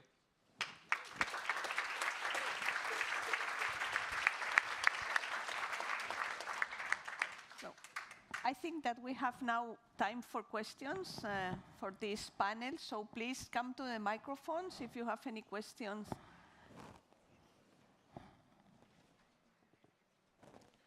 So we have already one. Maybe you just briefly introduce yourself and then also state to whom the question is supposed to be. I'm Erik Briers from Europa WOMO Prostate Cancer Coalition, and prostate cancer came into the arena for screening, but there is an issue. Maybe it's also an issue in other cancers which we want to screen, that is that our professional healthcare does not agree. They are speaking with different messages to the patient. So from some we hear, I don't believe in screening, as if screening is a religion. They have a scientific training, but unfortunately, when it comes to screen, they all of a sudden forget the evidence, and then they talk, I don't believe in it. There are others who say, I'm opposed. Doctors say, I'm opposed to screen, because we've had overdiagnosis, overtreatment, and that's not exclusive to prostate cancer. So as long as our medical professions, our doctors, GPs and specialists do not speak the same message about screening, we will not get screening done. This sounds like a Brexit, but it is something we have to get done. Thank you. Thank you for this statement. Marcis, would you like to comment? Yes, I believe it is really partly true, at least, and I would like to come back actually to the activities that have been organized by WONCA, by the World Association of General Practice. After the recommendations were accepted, WONCA organized 3 seminars, and they were expecting to have 1 professional and 1 GP representative. And they were expecting really to be an intense dialogue, because GPs were not too much believing the specialist's viewpoint. I had the pleasure of presenting in the one on gastric cancer, but I have to say that there was not really huge contradiction there. But probably those that do not believe are not participating. I could assume this as well. But this is absolutely right, and since we are involved with gastric cancer recommendation development, what we have decided to launch is a survey of community practicing doctors, whether GPs and also gastroenterologists, because the previous surveys, what we have been conducting among the highly specialized specialists, was very positive, more positive than the recommendations are. But really we want to, and we need to learn the opinion of the community practicing specialists, and I believe that you might be true in this. Thank you. Thank you, Marcis. We have more, and you in the middle, please go ahead with your question. Thank you very much. I'm Ilke van der Heijden from the ESTRO. Screening and early detection of cancer likely will increase the number of patients that will present with early stage disease, and that is likely going to put a lot of pressure on exactly the treatment modalities for those early stages. And I think surgery and radiotherapy are the primodalities for that. How are we going to deal with those pressures, and how are we going to deal with the disparities in utilization that we have in exactly those treatment modalities in Europe? So maybe I can just briefly comment for lung cancer. So we, from the European Respiratory Society, with our partner societies, working on specific guidelines how to deal with the nodule management, because we will need new target measures for that, diagnostic procedures, and also have to think about, let's say, resection always the right answer. Maybe Marcis for... Yeah, if I may add, if I'm not speaking too much on this, actually this has been considered also in the upcoming joint action, and it would not be appropriate really for the countries, likewise it has happened or might happen, to implement everything at the same time. So it should be some setting the priorities, and definitely the evaluation of the available resources is an important part of this. So screening should not be implemented unless the resources are there. Yeah, so because I'm the only surgeon here, I should say that we also need to have a recognition of cancer surgery at the European level and at the national level, and put it on perspective that it's the most cost-effective treatment for early stages in cancer care. So I think it's important that we realize that, and research also, it needs to be included in cancer surgery and radiation therapy, and it's not only about drugs and medicine. So I think that's also important to be aware of that. So I think the lady in the back was next, and then the colleague here at the side, and then it's you. So please go ahead with your question. Thank you. My name is Shireen. I'm from the British Oncology Pharmacy Association. So forgive me if I've missed this, but are there any structured plans to further engage community pharmacists or community pharmacies who are very well embedded in communities and can really increase access to screening, access to prevention efforts? So I just wanted to see what your thoughts are on, because the evidence is very clear that community pharmacies are able to do it, they do it well, and they're accepted by patients. I just want to see what are there any future plans or efforts to structure these efforts? So if anybody, so I think that's a very worthwhile idea that we should consider, and obviously haven't considered as much as we should do. Especially when it comes to setting up screening programs like lung cancer screening, that it is a risk-based approach. And there, of course, at the pharmacies, you will see those patients that are at high risk. And we always need a low-level approach to the program. So that's a worthwhile idea. Thank you for that. No, yeah, and you're right, because at the national level, there are many countries where there is almost non-relationship between the general practitioners and the third-level hospitals. So I think that in that way, we need to start looking into this at a national level to establish a really correlation and having same medical records and everything. So to be able to translate the screening into the recommendations and into the next step for diagnosis. If I may, just a brief comment. I think this is happening already right now, because, for instance, for colorectal cancer in Italy, or at least in parts of Italy, the tests are distributed and collected back by pharmacies. So this could be an option, but of course it could be different from country to country, and different systems might work better in different other countries. Thank you, Marcis. So now it's you, please. Yep.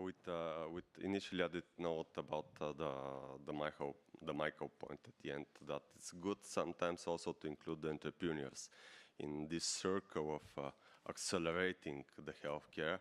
Ivo Petrov from Bulgarian Joint Cancer Network, and to be honest, I mean, from the morning till now, I think 3 times I saw Bulgaria in the Super Red.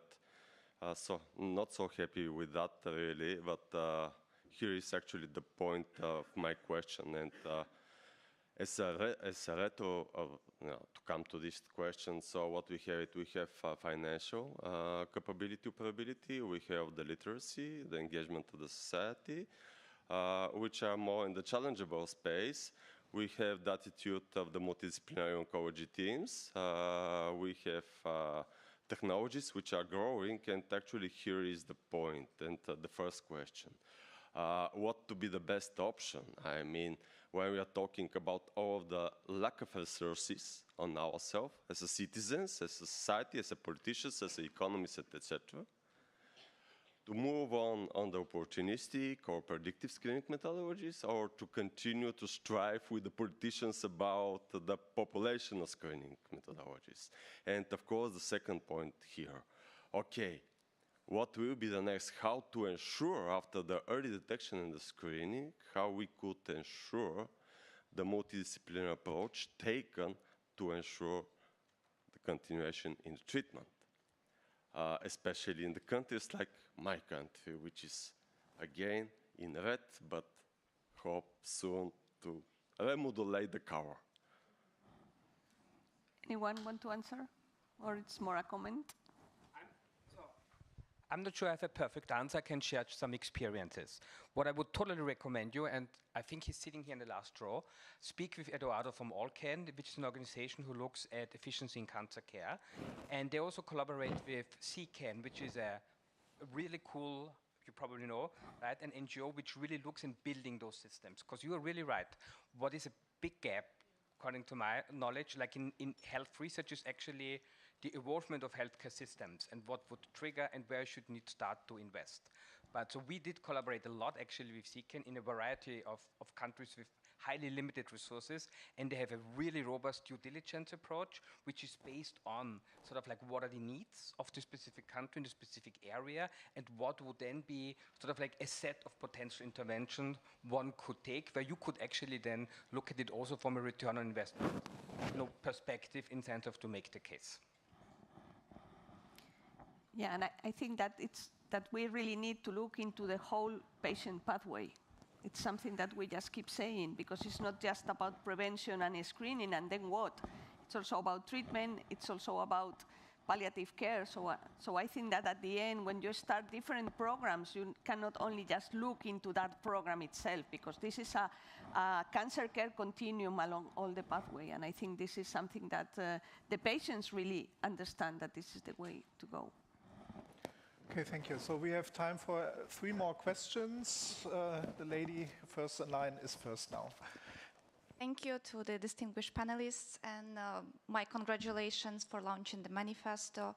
It's excellent. My name is Lilia Olivier. I am director of the Smoke-Free Partnership. We are working on tobacco control. And of course, I'm very pleased to see that tobacco, alcohol, nutrition, other commercial determinants of health are included. Tobacco is supposed to be an easy hanging fruit. We have all the evidence. There is no disagreement in this room or anywhere else. However, no policy measures has been taken at the EU level. The Tobacco Tax Directive is delayed for no reason apart from tobacco lobby. Recommendation of a council recommendation on smoke-free environments is delayed. Tobacco Products Directive is supposed to be revised. However, it will be a very difficult battle. How do we ensure that so-called easy hanging fruit is addressed, that decisions are made in Brussels? My colleague, the one that asked questions before from Bulgaria, in Bulgaria, smoking prevalence is 38%, and in Netherlands it's 12%. We are back to the issue of inequality. How do we make sure that the easy hanging fruit is done and resolved, because we are actually regressing, so that we can dedicate more efforts and attention that is needed to the issues that are still evolving, instead of just being done with and achieving the goal, the tobacco-free generation? Thank you. Thank you. Maybe Alessandra, you, yes, could briefly comment how you will tackle. I try to answer to this very difficult question, because as you know, the the tobacco lobby is really strong also inside the European Parliament, inside the European level, but also national level. So we have to fight strong, really strong. And I think that the next term will be very important to change something and to create a new framework about this. Because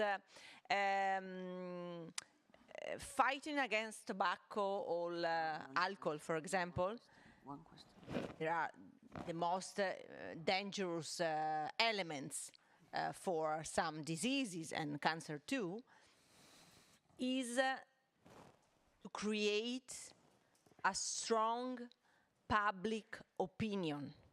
We need to push for have funds and resources to create a strong education campaign on young generation in particular.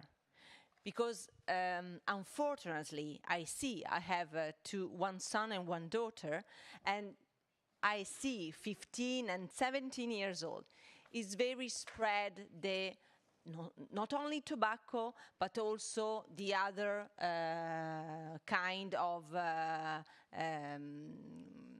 electronic system, cigarettes, okay? And these are really, really dangerous for their health. So this is one point. The second point, in my opinion, is create the European Health Union. We are working on that. We have worked hard in the past to create European Union and to create also a committee of health, independent of health committee. You know that we fight it in the past, and now we have a subcommittee of health. This is a news because in the past health was inside ENVI and not so important. But after pandemic, we change our views. Now we want that Europe will be stronger and stronger with new competencies on health. This is the battle that we need to fight together for the next term. Thank you. Thank you. Thanks a lot. We only have time for one brief question, and you were first. I'm sorry. Please go ahead. Peter Albers. I'm a urologist, also a surgeon, Isabel. A small group of surgeons are here. But I have a non-surgical question. The remark from Eric Briers concerning the difficulties in communication between different professions. I think we have to tackle this and have to investigate on the best approach to get screening measures done. And that is my question to Marcis Leyer, and we, as Germany, just recently joined the joint action. And I think a major issue is to investigate in different countries the best approach to screening, probably driven by the men or women that are healthy as such, not depending on healthcare professions. And I don't think that we have enough investigated into these implementation studies. We have enough data. We all agree on the data. There is in nearly every cancer enough evidence. But I think we need to work on how to best get the homogeneous approach in Europe. I've seen accordancy rates in Netherlands of 70% for colorectal screening, which is in Germany 30%. Prostate cancer is less than 20%. So how do you going to tackle this in the next years? Thank you. That's really a very important point, and that has been discussed also within planning the joint action. Actually, the initiatives have been led by colleagues in Norway and also Slovenia. So the idea would be to create the best examples from different European countries and even materials. We are speaking also about difficult to reach populations, also vulnerable populations, including immigrant populations. It is useless really to do the work separately for each of the country.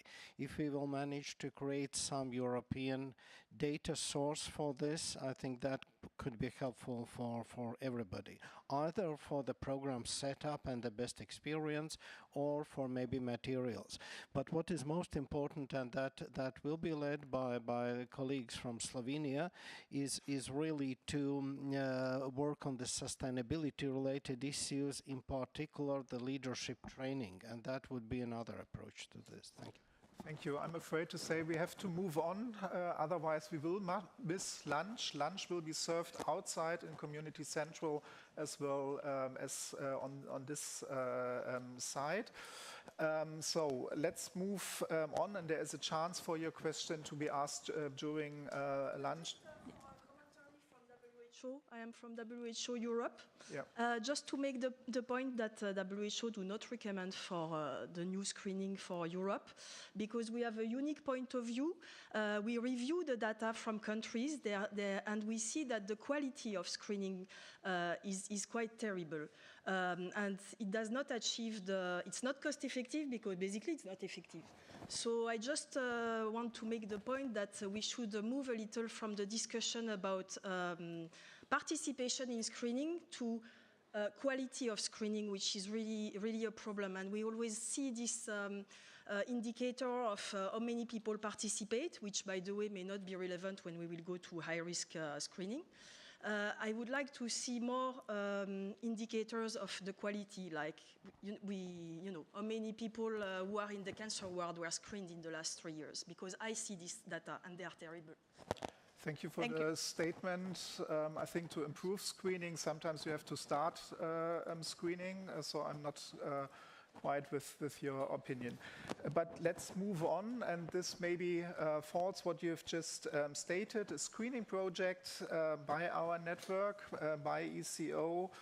We went to Slovakia this year in June with the ECO team, and Riccardo Moschetti will tell us briefly about it. Riccardo? Yeah. Thank you, Torsten, and good morning everyone from my side as well. I'll be delighted to briefly introduce you to our new campaign, Time to Accelerate for Cancer Screening. If you can have the next slide, please. Well, as many of us know, the update of the new cancer screening recommendation has been framed in the European Cancer Plan since its first publication, with the aim of updating and improving the new recommendation concerning 3 types of screening that were approved in 2003 and potentially including new types of screening for different cancers. A new approach for cancer screening in Europe was eventually approved, and these include lung, prostate, and gastric cancer screening, as we saw. However, many countries in Europe score differently in terms of its implementation, access to care and treatment, and quality of life. This, unfortunately, also applies to national screening campaigns, starting with awareness campaigns and covering the whole continuum of screening. Next slide, please. Together with the support of our member societies, stakeholder, and important engagement of and interest of our members of National European Parliamentarians for Cancer Action, ECO has been active in ensuring that the new cancer screening recommendation will be implemented, and in some cases, why not improved, by EU member states through our Time to Accelerate for Cancer Screening campaign. Next slide, please. During this year, as Torsten just said, we have visited various countries, such as Slovakia, Romania, Bulgaria, Poland, Spain, Serbia, Sweden, and many others, to present this initiative, meet stakeholders, discuss with policy makers, but most importantly, hear experience and feedback from patients' organizations to understand how the European cancer community can support national stakeholders in this journey.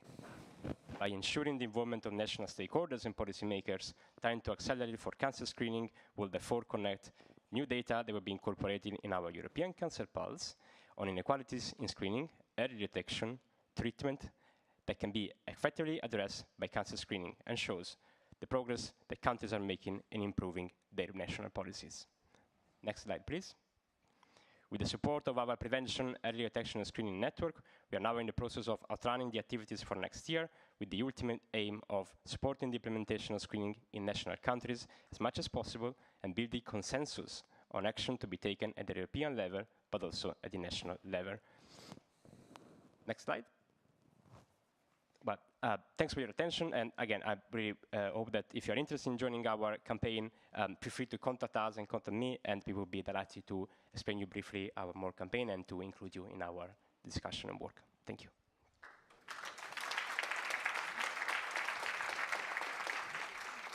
Thank you, Ricardo. And just to all the questions and everything, if anyone wants to participate and collaborate with the network, everything is appreciated, and there are many questions regarding that, so please feel free to contact the European Cancer Organization to collaborate with the networks. And let's just check the posters, because it's important that we have the best abstracts for our young cancer professionals, and included you can see the posters from Maurice Aydens in non-invasive screening method for the early detection of colorectal cancer and precancerous lesions. And you can join the session there and the poster presentation today at 6 o'clock. But also there is another poster from Lotte de With in multi-cancer early detection test, the Holy Grail or a mirage in future cancer control. So please don't forget to check that. They will be presenting the poster at 6 p.m. So if you don't miss that, because that will be a great opportunity to talk to the young cancer professionals. So thanks a lot, first of all, to all the speakers. Great talks. Thanks to you for listening, for making the session an interactive one. There's one important place now, that's Community Central. First, the lunch will be served there. Second, you can check out the European Cancer Pulse. And third, there is a chance to win in the draw for the foundation prizes, namely from the Thone Hotels as well as Audi Brussels. We will continue here at 1:30 with the session on inequalities networks. So this will address also not only the Bulgarian issue. There will be also the Deputy Prime Minister of Belgium. And at 3 p.m. it's Isabel again with Commissioner Stella Kyriakidis for the launch of our manifesto. A time to accelerate. Thanks again, and we will see each other here. Thank you.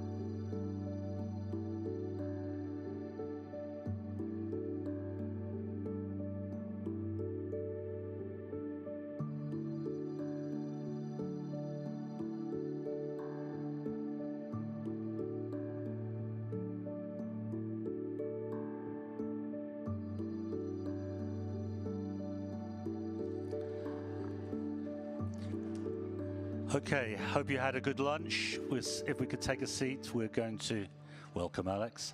We're going to get started shortly.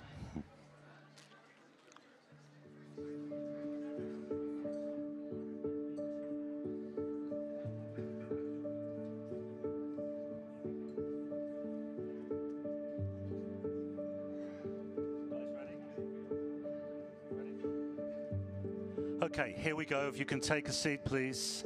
We're going to start.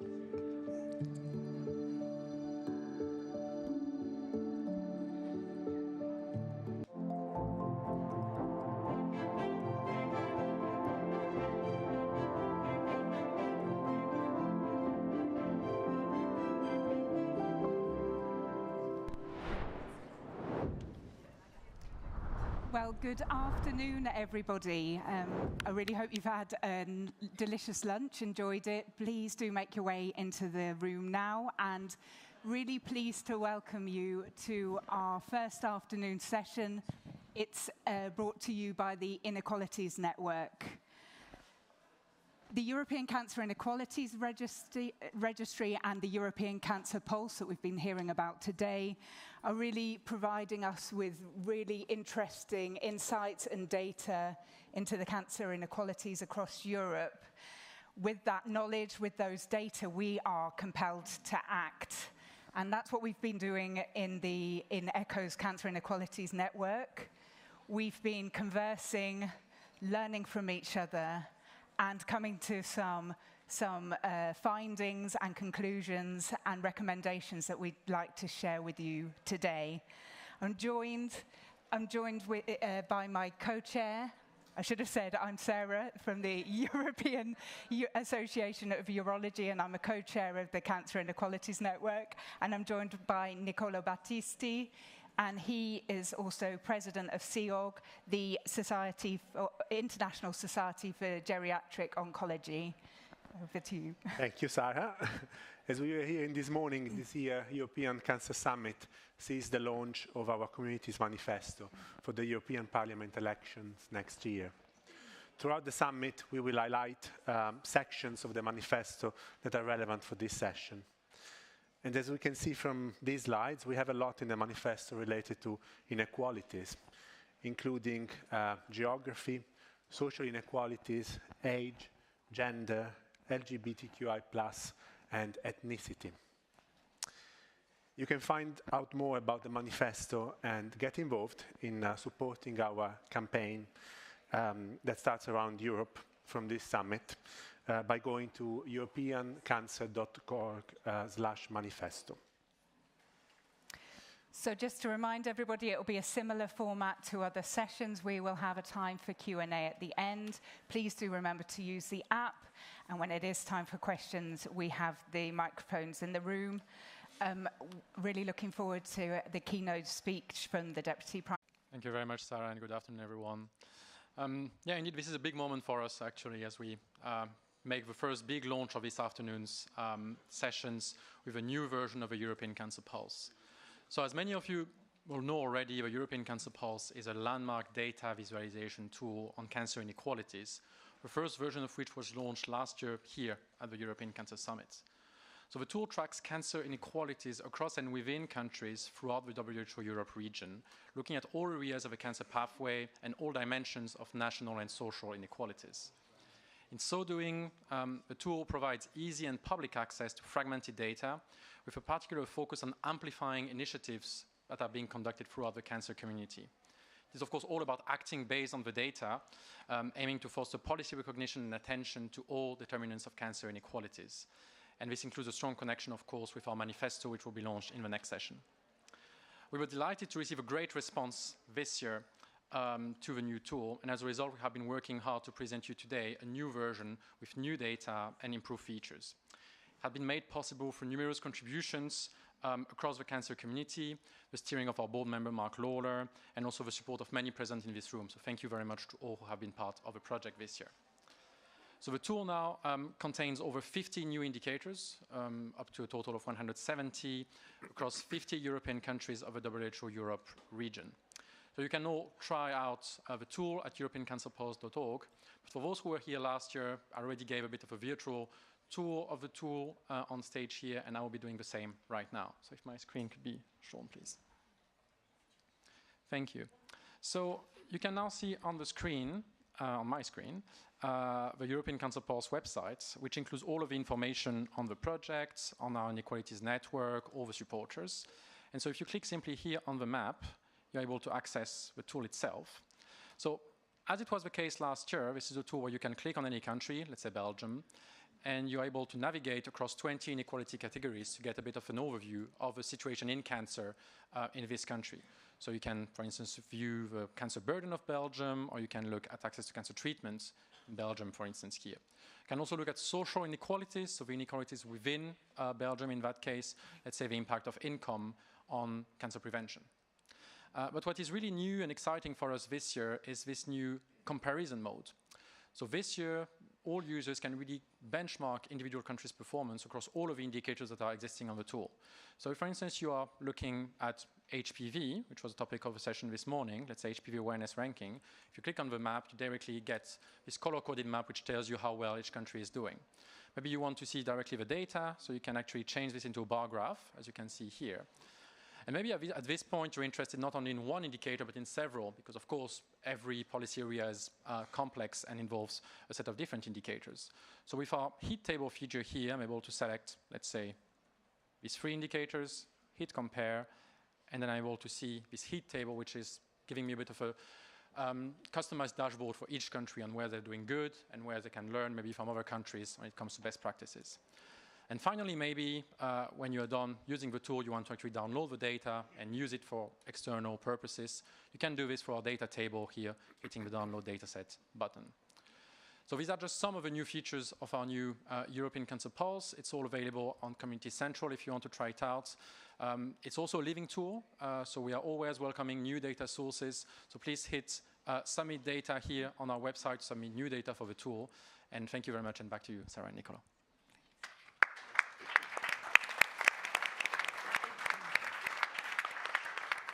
Thank you very much, Norbert. And later, you're most welcome to go and check out the Pulse area, the Community Central, and our team can show you more. Now let's get started with our first speaker. We are very honored to have the Deputy Prime Minister of Belgium, Petra de Sutter, joining us today. Petra is both a gynecologist and a policymaker, so she has great experience and a broad view of inequalities theme. Thank you.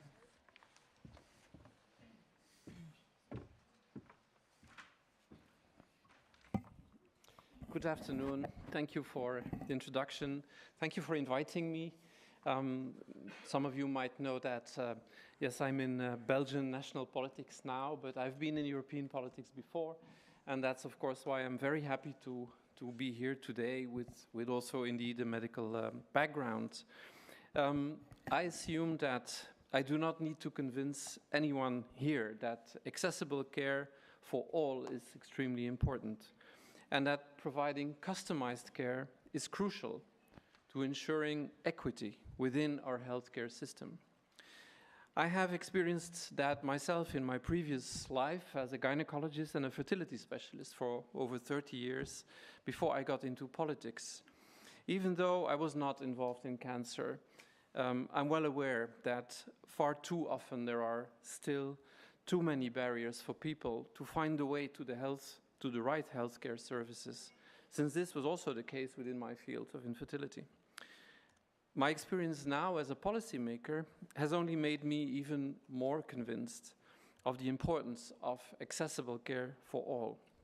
And when talking about inequality, I'm not just talking about the classical things that we imagine when we're talking about all the discrimination factors. When we talk about minority groups and we focus on language barriers, socioeconomic factors, cultural differences, even gender, they can, of course, all lead to unequal or substandard medical care.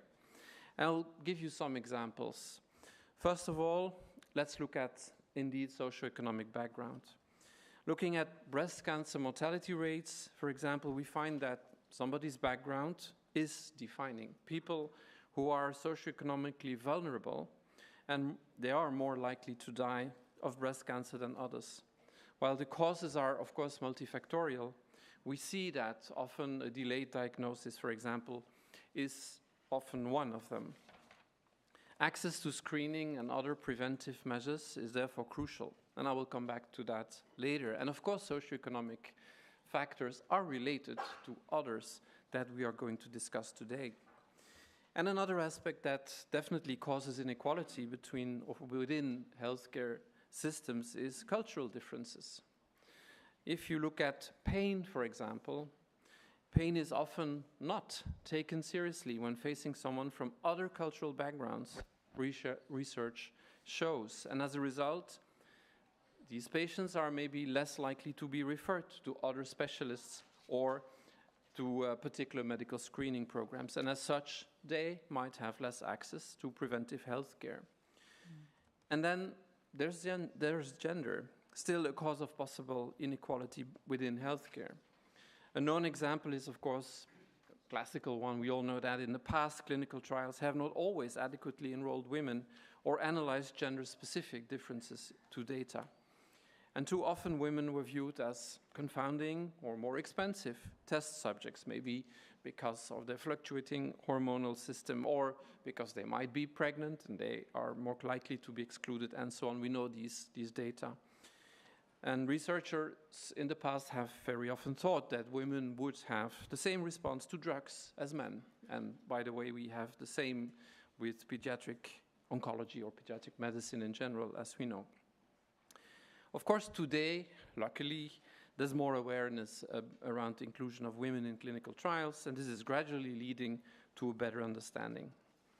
As I said, this is a well-known example, but there are more subtle examples as well, like HPV. It was mentioned just a moment ago.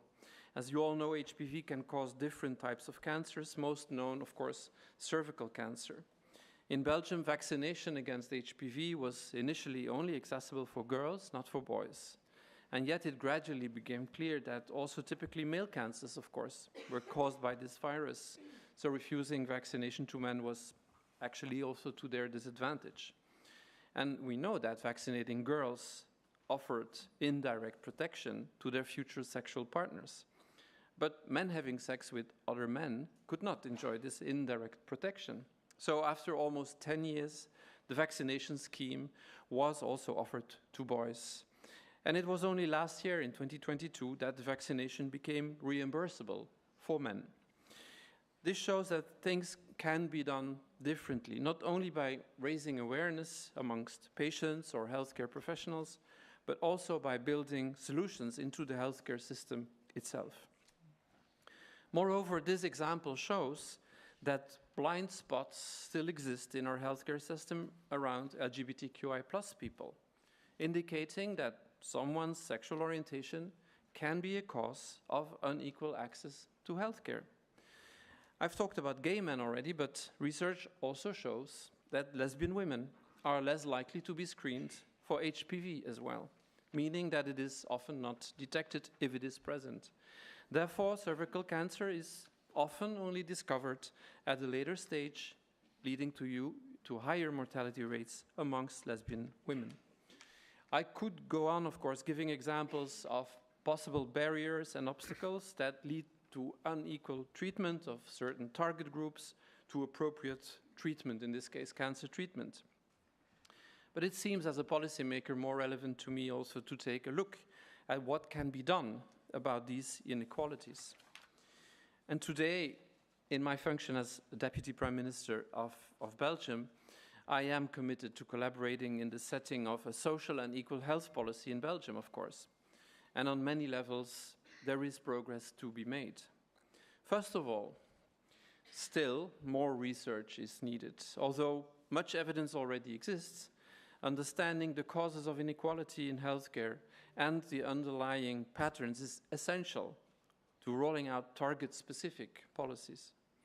Because this is actually what we need. Health policies that value people as individuals, but also identify and take into account target-specific special needs or risks. Secondly, attention to diversity needs to be built into the training of healthcare professionals. It should be every healthcare professional's reflex, so to speak, to take this into account in all diagnoses. And this is also why it is necessary for healthcare professionals to keep training themselves, to keep gaining knowledge about this. Besides making general care inclusive, it's also necessary to develop a target group specific policy, both preventive and curative. On one hand, you need awareness within the general care system. Doctors and healthcare professionals in general should be sufficiently open towards, for example, LGBTQI+ persons, and should also know possible sensitivities. They need to think outside their own, maybe possibly heteronormative framework. Most of them are certainly willing to do so. They're sometimes just not sure how. And on the other hand, you also need targeted care. I think, for example, of an anti-smoking campaign specifically targeting those who are more socioeconomically vulnerable by way of prevention. Or specialized HIV care centers at the curative level. We all know that. Developing a policy that fits all is, and this is a bold statement, a policy that fits none. We need both a general and a target-specific approach. Community health workers are also an interesting example of directing people of different ethnical backgrounds towards appropriate care. These are individuals from communities themselves who know sensitivities, language, customs, etc., and therefore can quickly detect problems and direct people to the right care. They can build bridges between individuals, communities, and healthcare professionals. This system is already being rolled out in Belgium and in many other countries through the health insurance funds that we have in our country specifically. Moreover, these community health workers are also important contact points for policymakers. They can quickly detect target group specific problems and help develop appropriate policies.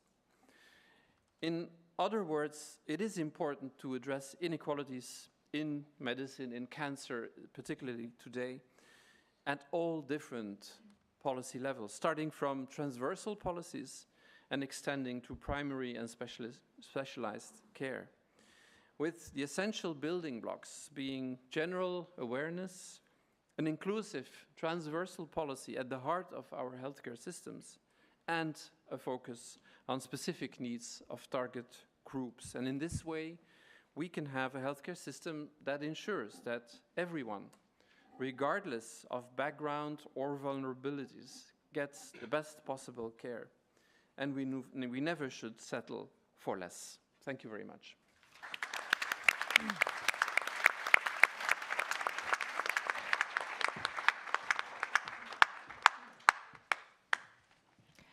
Thank you so much, Petra. I'm not sure that we could have had a better keynote speech to introduce our session. Not only have you framed many of the issues speakers will be touching on, but you gave that real policy focus, which I think we are endeavouring to meet in this session.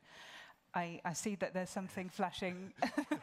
There is a quick update. I think we missed the opportunity to play a video about the pulse, I'm being told. So before we move to the next speaker, if we could, how do you say, broadcast it?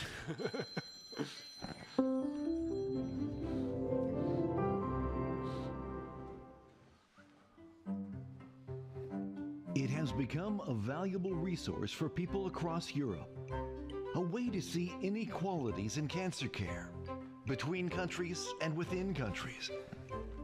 Now, the European Cancer Pulse is even bigger, brighter, bolder. There's now a new country comparison mode that allows you to analyze countries side by side on a variety of measurements. Discover performance indicators on prevention, or access to care, or cancer survivorship. What a simple way to compare lots of countries on a specific indicator, like rates of cancer screening, for example. And there, using new color-coded maps, you can see at a glance how each country is doing. Another click, and you can even see which countries are meeting declared policy objectives and which ones are struggling. And throughout the site, the new European Cancer Pulse features clearer, more vibrant maps and graphs for better display. And now with even more indicators to explore. Want to save the results to your computer? Now you can download the data, allowing you to integrate it into your own files and work with it as you wish. These are just some of the helpful new features that await you on the new European Cancer Pulse.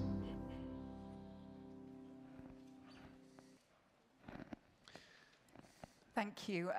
And really just to take up from what Petra left us with, and with this call to focus on policy-oriented solutions, I'm going to really, it's my great pleasure to hand over to Shireen, who is, you are the research chair, or the chair of the research committee of the British Oncology Pharmacy Association. It's a real delight to have you with us.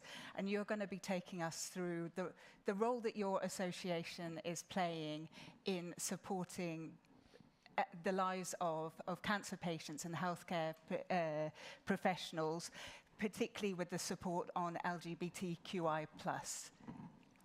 Thank you. Please, please do, if you prefer to go to the podium, you're very happy. We discussed this afterwards, and she was nervous to do it. Thank you so much. First, I'd like to say it is very inspiring and energizing to be here today, especially after the speech that we just heard. It's very inspiring that the discussion on health inequalities is no longer a marginal discussion, but really center stage. And this shows how much work has been done. We still have a lot of work to do, but at least we're talking about it very openly, and people are listening. So thank you. Thank you for inviting me. So over the next 5 minutes, and I don't have more, I will be talking about what we've been doing at the British Oncology Pharmacy Association to champion equity, diversity, and inclusion.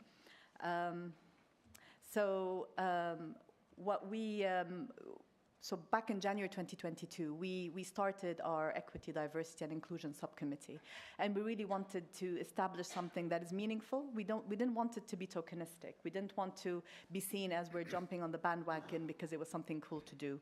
So the first thing that we did was we engaged with our members to really understand what's important to them, and so that we can learn where we need to focus.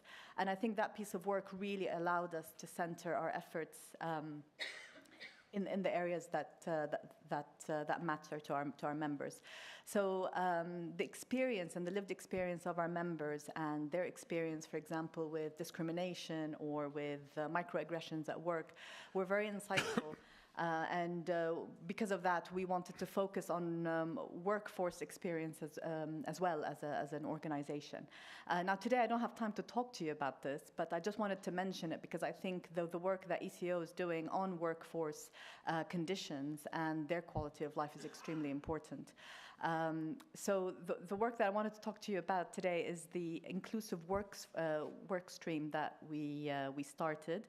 We wanted to research, so of course, because there's a lot of gaps in the literature, we wanted to research the experience of people from minority groups, such as ethnic minorities, neurodiversity, people living with neurodiversity, and also LGBTQ+ community, and to understand their experience with the cancer journey. And of course, I could speak for hours about this, but I really wanted to focus on a specific piece of work that came out of this, which we did in collaboration with a charity based in the UK called Outpatients. So they're the only charity that focus on supporting the LGBTQ+ community going through the cancer journey. They do some policy work. They establishing now a guidance, for example, on psychosexual care. So really a very active and strong. So we are very privileged to have the founder and the CEO on our EDI committee. And together, we decided to come up with a guide on the safe and effective prescribing practice for transgender individuals diagnosed with cancer. So we noticed there was a gap. So healthcare professionals, prescribers who are prescribing for people diagnosed with cancer lack the knowledge or have not been introduced to the concepts important for them that they need so that they can better care for transgender and non-binary individuals just diagnosed with cancer. So we came together as a multidisciplinary panel. And we assembled a guide. I don't want to call it a guideline because the evidence base is still growing. So we're calling it a live document, and we'll keep it up to date, but we're highlighting what we know so far. So it's a comprehensive document that first starts with definitions, terminology, so somebody who's never worked in this space or never even considered it, maybe to educate them what they need to think about, what they need to reflect on, recommendations for how to have an inclusive consultation with a transgender individual, how to ask respectful questions, but that are also important for the care that they're about to receive. We also touched upon clinical considerations. So, for example, if they are receiving gender-affirming hormonal treatment, how does that impact the treatment, the anti-cancer treatment they're about to receive? It also looks at pharmacokinetic and pharmacodynamic considerations that we need to look at. So are there any drug interactions with their treatment? What is the implication of, for example, reference ranges for lab results? So there are differences as well. So there is a growing body of evidence, but it's still really small. So something that so the document's ready. We've launched it last month. And we would really like to take it as far as it goes. We'd like to collaborate with other organizations so that we can adapt it to other languages, other healthcare systems, just to make sure that it has the impact it deserves. What we've managed to do in the UK is we've integrated it into the training and education of prescribers so that if they come across individuals who are transgender, who are diagnosed with cancer, they know what resources are out there, they know what support services are there as well. But I want to leave you with just one note. So since we've done this piece of work, we realized how many gaps there are. And so we need a big call for research into the unknown, research into, for example, the experience of transgender individuals, maybe the knowledge gaps and training needs of healthcare professionals, or the impact of care on maybe response rate or side effects. Are they different? Are there any differences in outcomes? So we truly need a deep dive and research funding and research activity into this field. And I hope I didn't go over. Thank you very much.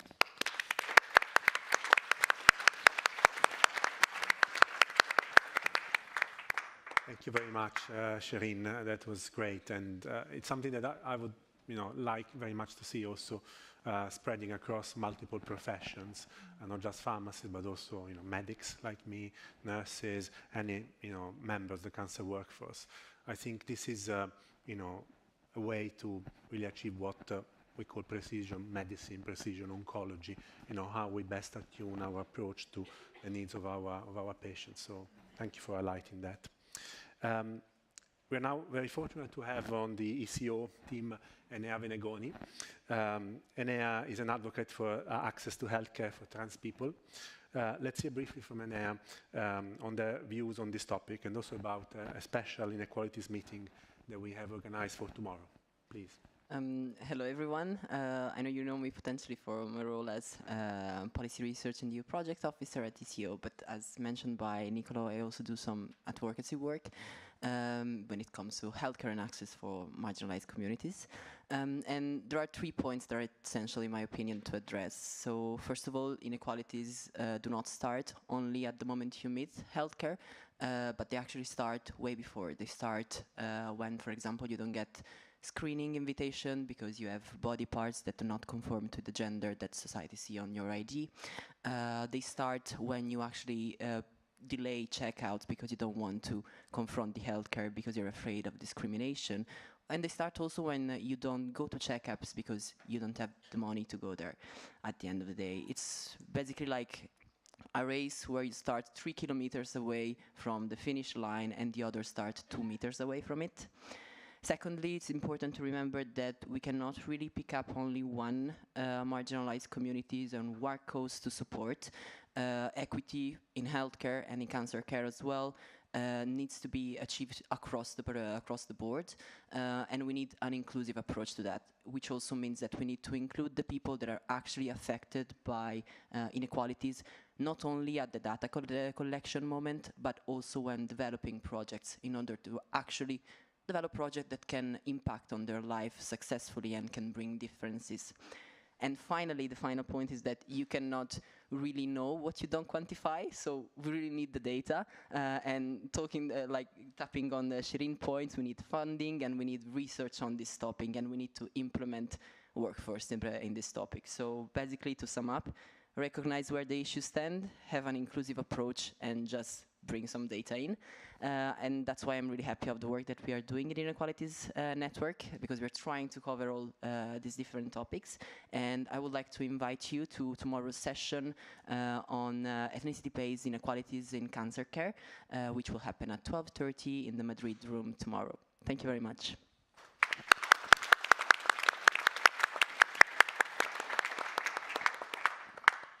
Thank you so much, Enea. And one of the people that will be helping to lead that Ethnicity Inequalities Network workshop tomorrow is with us on the stage. It's my real pleasure to welcome Tanimola Martins from the University of Exeter in the UK. And he is going to be talking to us about his research on ethnicity and cancer care. Over to you. Thank you. Thank you very much. It's so lovely to be here. I felt at home when I arrived yesterday when it was pouring heavily. Felt like, wow, this is England again. I got on the wrong plane. I'd like to start with the good news, which is the fact that the ECO has firmly put inequalities at the center of the agenda. This you won't find 10 years ago. So we're making solid progress. I'm very, very pleased to be sharing the stage with Her Excellency and everyone here. So, a note of caution. We're making progress. We're talking about it. We need to inform intervention with evidence. And evidence comes from data, as Enea just said. You cannot solve the problem you can't define. In the UK, we have ethnicity data, so you can track patient right from the time they present to their GP, to diagnosis, to treatment and beyond. It is my understanding that in many European countries, you can't even legally collect ethnicity data in healthcare. Now, if you're saying you're solving ethnic inequalities in cancer in Europe, how? What problem are you solving? You know, you can do a few qualitative work here and there and ask people what. It doesn't really tell you much. And I'll show you two examples of what we've managed to do in the UK that shows that, well, you might need some local data rather than taking evidence from America. America is ahead of the game, but the demography in America is slightly different. The problems are slightly different. And so we need European focus or Europe focus type evidence. The typical diagnostic pathway is, you can roughly define with what I've shown here. Patient presents to their GP. We know screening is one of the issues, and it goes on. Evidence prior to the time we analyze our data suggests ethnic minorities have poorer awareness of cancer. They are less likely to take up screening. They delay help seeking. And all that just sounds like patient blaming. We ignore what aspects might be, the system might be contributing to this. And this is where my research actually focuses on. And what we've seen shown is that actually after patients present to their GP with symptoms, that the guidance says, well, if patient present with these symptoms, please do refer them, consider referral, consider investigation. For 5 of 7 cancers that we've seen, that we've studied in this work, which have asterisk there, ethnic minorities experience longer delay to diagnosis compared to the white patient.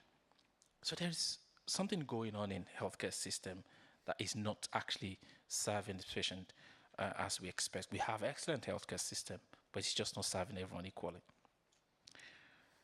Now, what we recently showed in a study that was published not too long ago is that when you look at this patient record, the minority group, especially the Asian and the black patient, they tend not to have a symptom recorded in their data.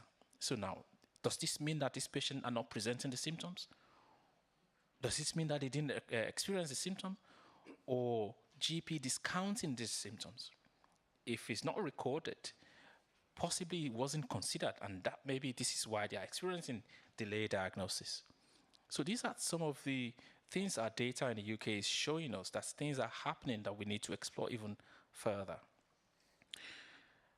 This is a case about prostate cancer. Some of the things you hear about prostate cancer is that black men are more likely to be diagnosed with prostate cancer. They're more likely to die from it. Well, the evidence we are seeing from the UK is beginning to suggest that maybe there is overdiagnosis going on in black men. That the survival data we're seeing looks like black men are even doing better. Maybe we are improving. Maybe the issue is that we're improving in terms of the way we diagnose prostate cancer in black men. But you can clearly see that this is looking different to what we see in America. So this is just showing the incidence of prostate cancer once patients have raised PSA. The blue line is the black group, the orange is the white group, and green is the Asian group. I think this graph is the one you want to see. This is showing that once patient had raised PSA, what is their risk of having advanced stage diagnosis? What we can see there is from the age of 40 up to the age of 59, 60, black men seems to have higher proportion or higher incidence of advanced stage diagnosis. But beyond that age, it's actually neck and neck with the white group. And when they get to the age of 70, for some reason, the risk or the incidence of advanced stage diagnosis in black men stays steady or start to fall very sharply. Whereas in white men, it continues to rise. So this is begging a question: are we finding prostate cancer in these black men because they have higher baseline PSA? Because they're not having advanced stage disease, and our data is suggesting they're not having worse survival. So you can clearly see that if we borrow evidence from the US and say we want to apply to the UK, we will be targeting black men. Give them PSA, find prostate cancer in them, and it will look like they are living longer, probably due to lead time bias. So we need UK-centric evidence, we need UK-centric data to inform our intervention. To round up, cancer affects us all, and as Our Excellency rightly say, we need cure for everyone, accessible care for everyone in Europe. Thank you for your attention. Thank you very much.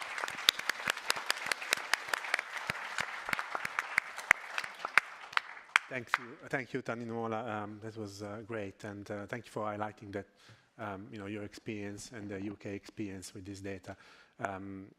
Obviously, having access to this data allows us to highlight what are the gaps, what are the directions to improve the care of our patients, which is our obviously main concern.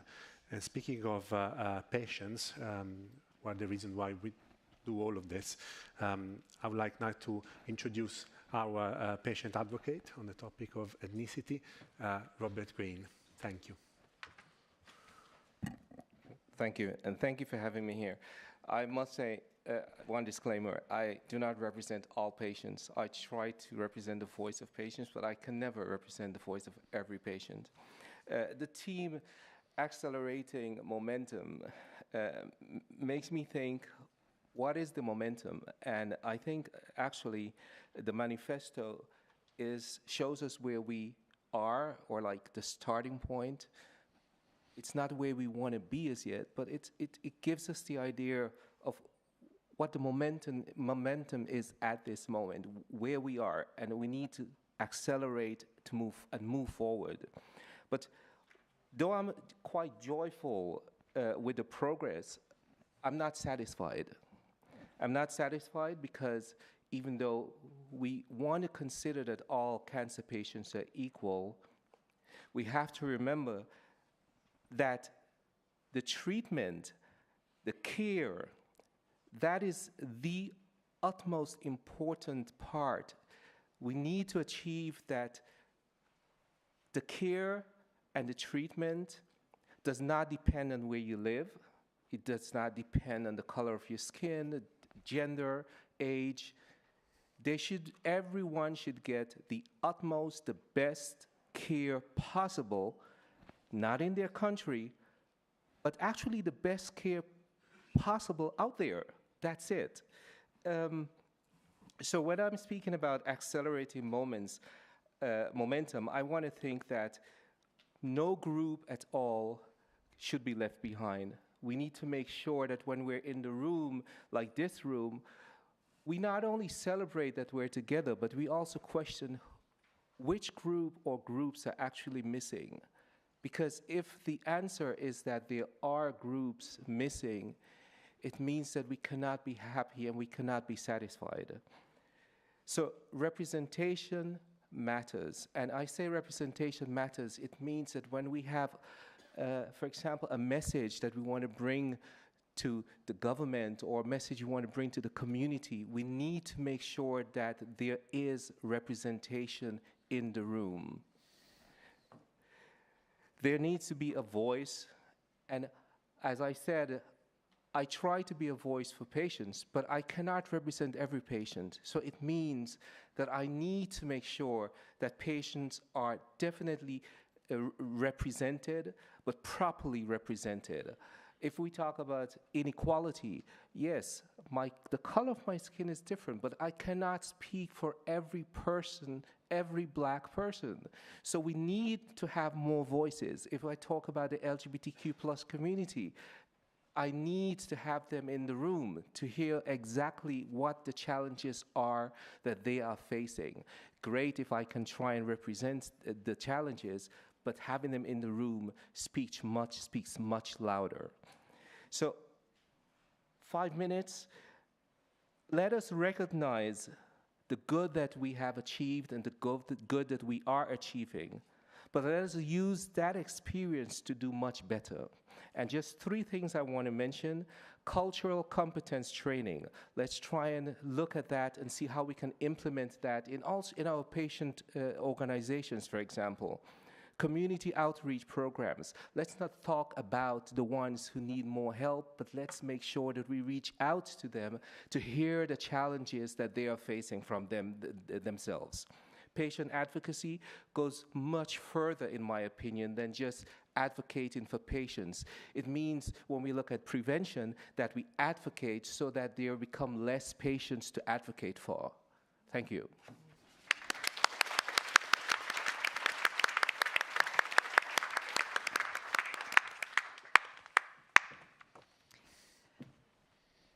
Thank you so much, Robert, for your excellent presentation and for that reminder that where we are in November 2023, we still have a way to go, and the power of representation and people being in the room. I'm really delighted now to hand over to Sandra Caldera, who's going to go to the podium too. That's excellent. She's joining us from the European Commission's Joint Research Centre, and you are going to be telling us about the work that you are doing on marginalised community. You're most welcome. Thank you. Thanks to you, Sarah, and thanks to everyone in the podium now and also in the room for all the learnings and the sharing that we've been experiencing today. So I will start by referring again, especially for those that were here this morning, to the Europe's Beating Cancer Plan. And you've heard about it. You've heard that there are some key action areas where the plan is investing on, and also that there are key targets. For example, targets related to cancer screening and targets related to HPV or HBV vaccination. And the Commission is enacting a series of initiatives and actions to really make these targets happen. For example, at the Joint Research Center where I'm working, we are developing guidelines for screening and diagnosis of breast, colorectal, and cervical cancer, and also quality assurance schemes for the cancer services that attend patients and citizens screening for these cancers. And the reason why I mentioned this here is that we actually just started the work on cervical cancer, so breast and colorectal is ongoing. Cervical is starting with IARC, and we have open call for experts. And by experts means patients, means advocacy, and means different types of representation. So if you're interested to work with us on this, please reach out to me after. Anyway, back to the targets. And back to the Beating Cancer plan. I mean, these maps make it very obvious. We don't all start from the same starting point. So the targets are for all of Europe and for our population, but the starting point is not the same for all. And this is why the Beating Cancer plan really has a strong focus on inequalities. One of its flagship is the European Cancer Inequalities Registry. You have also heard about it today. And if I can have the next slide. Yeah, great. So we have been running the Cancer Inequalities Registry for 3 years now. There's around 85 indicators on cancer-related topics within it, and you can look at it from many different inequality dimensions: country, sex, education, income, urbanization, age, of course, and we're introducing now also disability and labor status. Now, this is what is in the Inequalities Registry. What is not is all the communities that we are discussing here today and that the manifesto also highlights.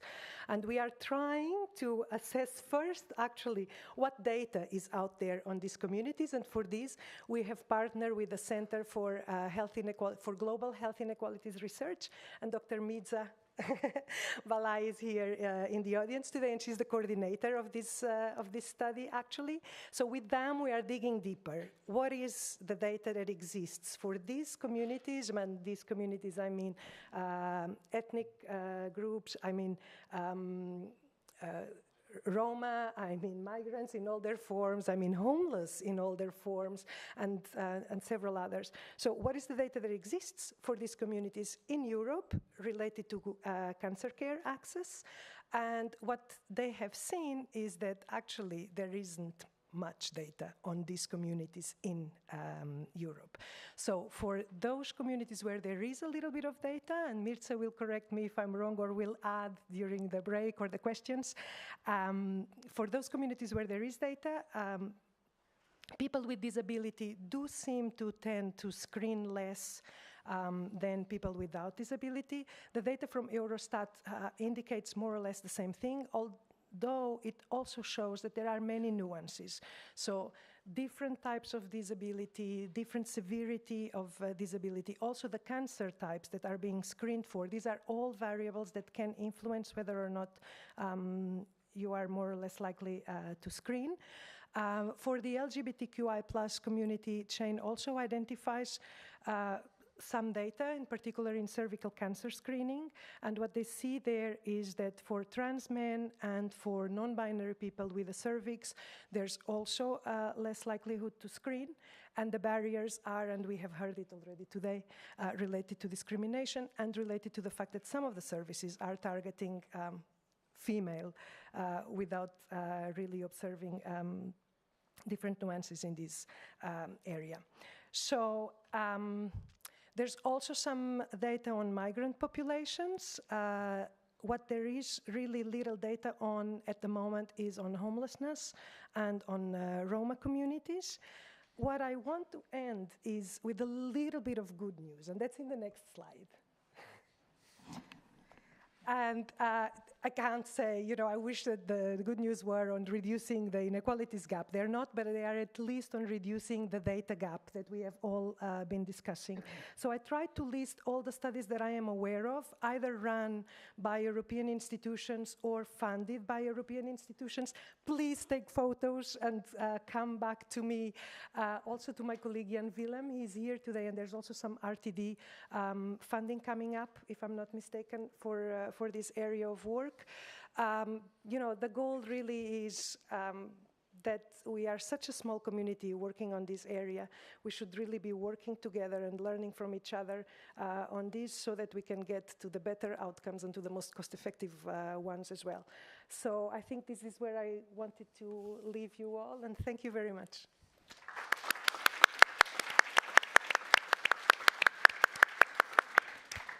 Thank you very much, Sandra, and we really look forward to hearing more about your findings from your group and so on, and all these beautiful studies are going to be so important to inform what we do within our European Cancer Community. Now we are absolutely delighted to be joined from the United States by Sybil Green, who is a Chief Equity, Diversity and Inclusion Officer at ASCO, the American Society of Clinical Oncology. Thank you very much for joining us, Sybil, to give us your perspective from across the pond. Thank you so much, and good afternoon, everyone. I really appreciate the opportunity to appear virtually. I think to present a perspective from across the pond that isn't much different from what's been shared today. And I love the theme, accelerating momentum, because I truly believe that in cancer care, we are where we are today because of what we did not do 10 years ago. And what that means is today we do not have the luxury of waiting another 10 years to meet the needs of so many marginalized patients.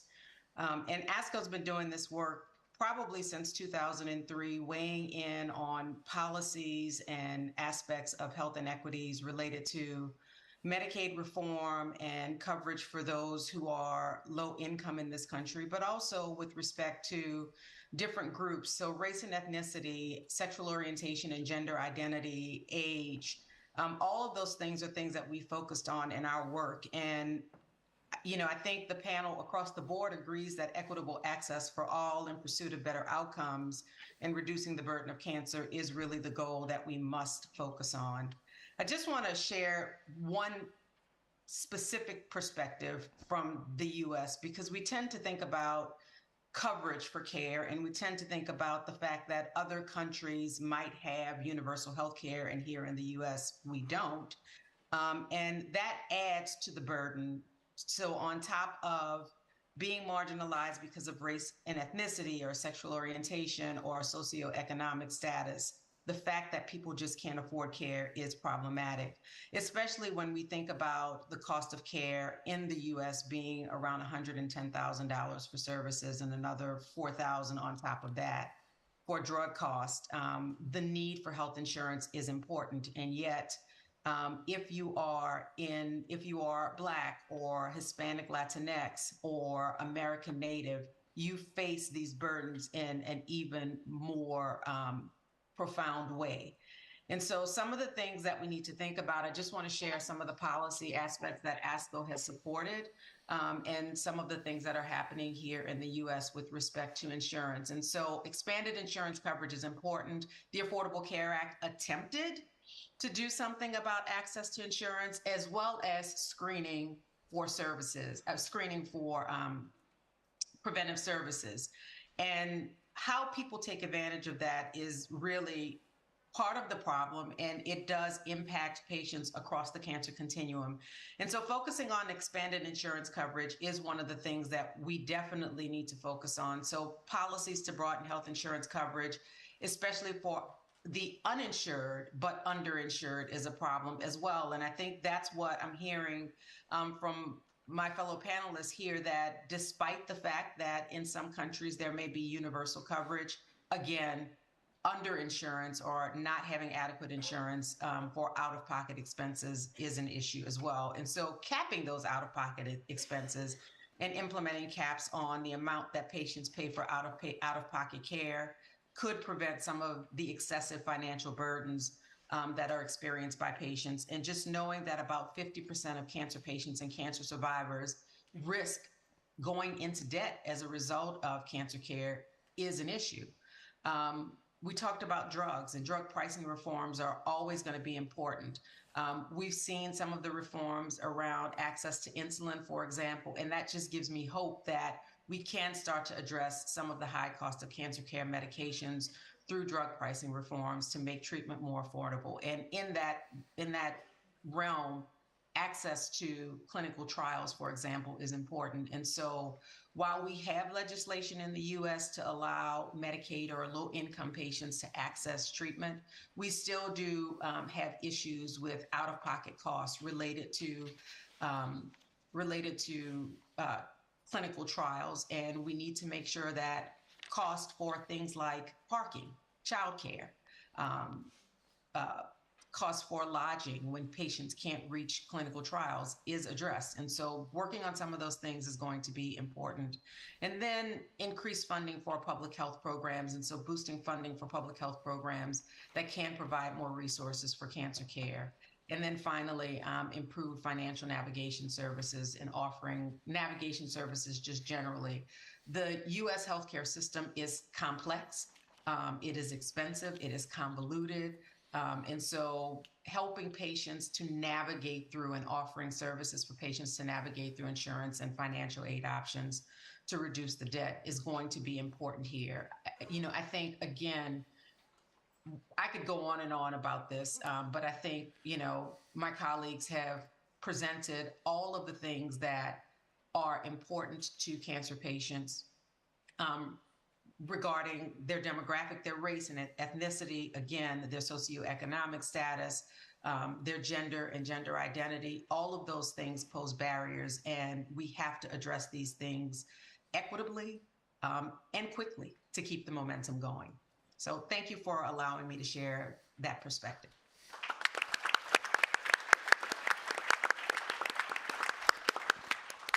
Thank you very much, Sybil, for joining us online. I've really enjoyed hearing from you today. And yeah, there's a lot that resonates with what we're experiencing here in Europe, and look forward to working with ASCO in the future. And last but not least, I would really love to introduce you to Manan Shah. Manan is going to be talking to us really continuing this theme on the global perspective.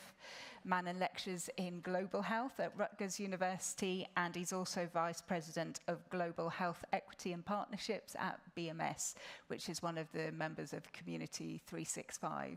Over to you. Thank you. Thank you. I'll stand up if for no other reason I can see this part of the audience. It's great to follow Sybil as I monitor the volcano in Iceland. I'm wondering if I should have joined virtually as well, and I won't be stuck here on the way home, but it's a pleasure to be here. And like many of you, I wear multiple hats, as mentioned, and it's given me an interesting perspective on how we have these conversations about inequalities. I think the first, as a professor and talking to my students, is one of education. I think that we can agree that the Deputy Prime Minister we had was an exception, not the norm when it comes to talking to legislators, policymakers, the broader media, and other stakeholders about the importance or even what are health inequities out there, why this is an area or an issue to focus on. And so for them, resources like the European Cancer Pulse in the United States, a group called the National Minority Quality Forum, has great local data. And if we're able to say that all politics are local, then surely all data can be local as well. And there's an importance to that. And using resources like that to even help lay a groundwork or baseline understanding is essential. And so for us at BMS, it's important to fund and support activities and work like that. And then for an audience like this and colleagues and partners like this that get it, that live it, that breathe it, that are engaged in this every single day, they want more than just talk. They want to know, what are you doing to really commit to it and show an effort and activity underway? And that's something that we take on as well. And so the way that we do that is both internally and externally. From an external perspective, partnerships like the one that we have working with the ECO, working with FPIA, the Industry Trade Association here in Europe, are examples of that. We were proud to be one of the first supporters of the data work and one of the first supporters of the Cancer Pulse. With FPIA and their oncology platform, we contributed to the development of a report commissioned by IAG to assist policymakers at a national level in comprehending and mitigating disparities in cancer care, both between and within EU member states. At a global level, which was also part of the request to talk about, we realize that more can be done in partnerships, collaboration, and fora and dialogue like this than we could ever hope to achieve just ourselves or individually. And it's because of that we have great collaboration with a variety of organizations. ALLCAN, for example, is a multi-stakeholder collaborative effort looking to improve cancer efficiencies. More recently, in one of the ALLCAN national initiatives in Sweden, there was a series of roundtables looking at disparities and inequalities based on geography within the country. We're proud to work with organizations like UICC, the Access to Oncology Medicines, ATOM, City Cancer Challenge, and the Global Breast Cancer Initiative, because what we realize and what we really want to emphasize is that notion of together we're able to do more. And I think it goes back to the point being made that if you want to talk about patients, you need to have patients in the room. If you want to talk about the perspective of other key stakeholders that are part of the oncology care infrastructure, you need to have them involved as well.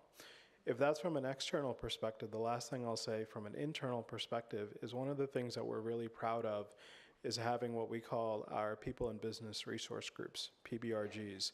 And this is where we have internal networks addressing different dimensions of diversity, whether it's the Pride Alliance, inviting employees focused on LGBTQI issues and priorities, women, veterans, those with disabilities, and others. Having them come and say that their voices matter and that they're able to help influence the direction of the work that we're doing, whether it is in cancer, hematology, or the other therapeutic areas we have, is a way that we're really trying to demonstrate that in action. So we know that the work continues, there's a momentum and a catalyst at hand, but we also know that there has to be more foundational work as well of even having these initial conversations, providing data and research to explain why this is something that should be focused on in the first place. Thank you very much.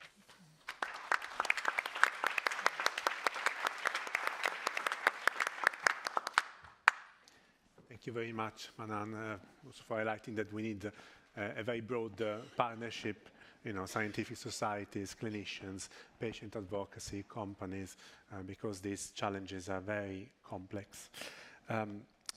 So I think now we have possibly 10 minutes, more or less, of Q&A.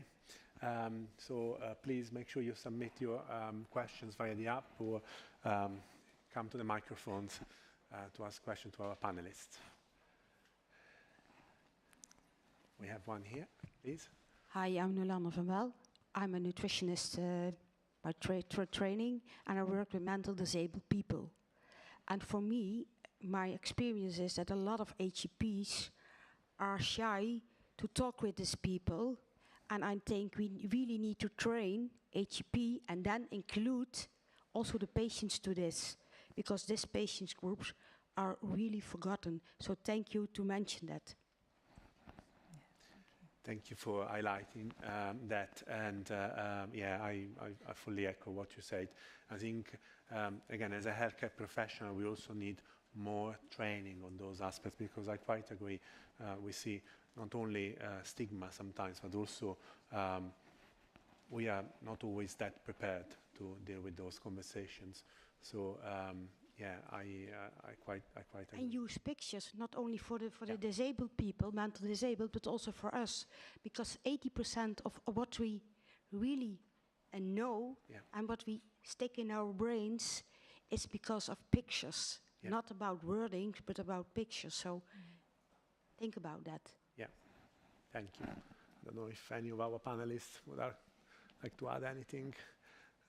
Shireen? Yeah, thank you for raising this. So at BOPA, we just started a new piece of work looking at counseling, how to counsel people living with a learning disability.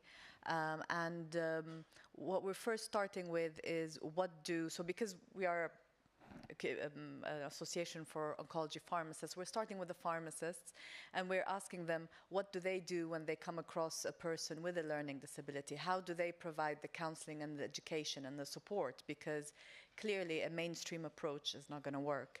And do they have any support within their organization? So we are aware some of the bigger trusts have learning disability support officers or services that can support healthcare professionals, but we want to see to what extent and what level of support, or is it up to the healthcare professional to go educate themselves, make these visual aids that are needed, and how sustainable is that? So thank you. Yes, that's something that we are certainly working on.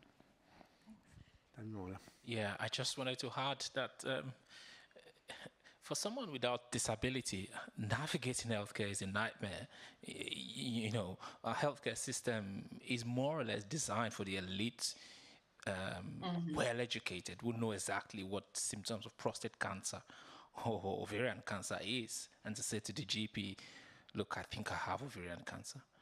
You know, if you can't do that in 10 minutes, you'll just be going in and out of the so it's really, really difficult, and I think doctors' training needs to change somehow to meet the modern patient.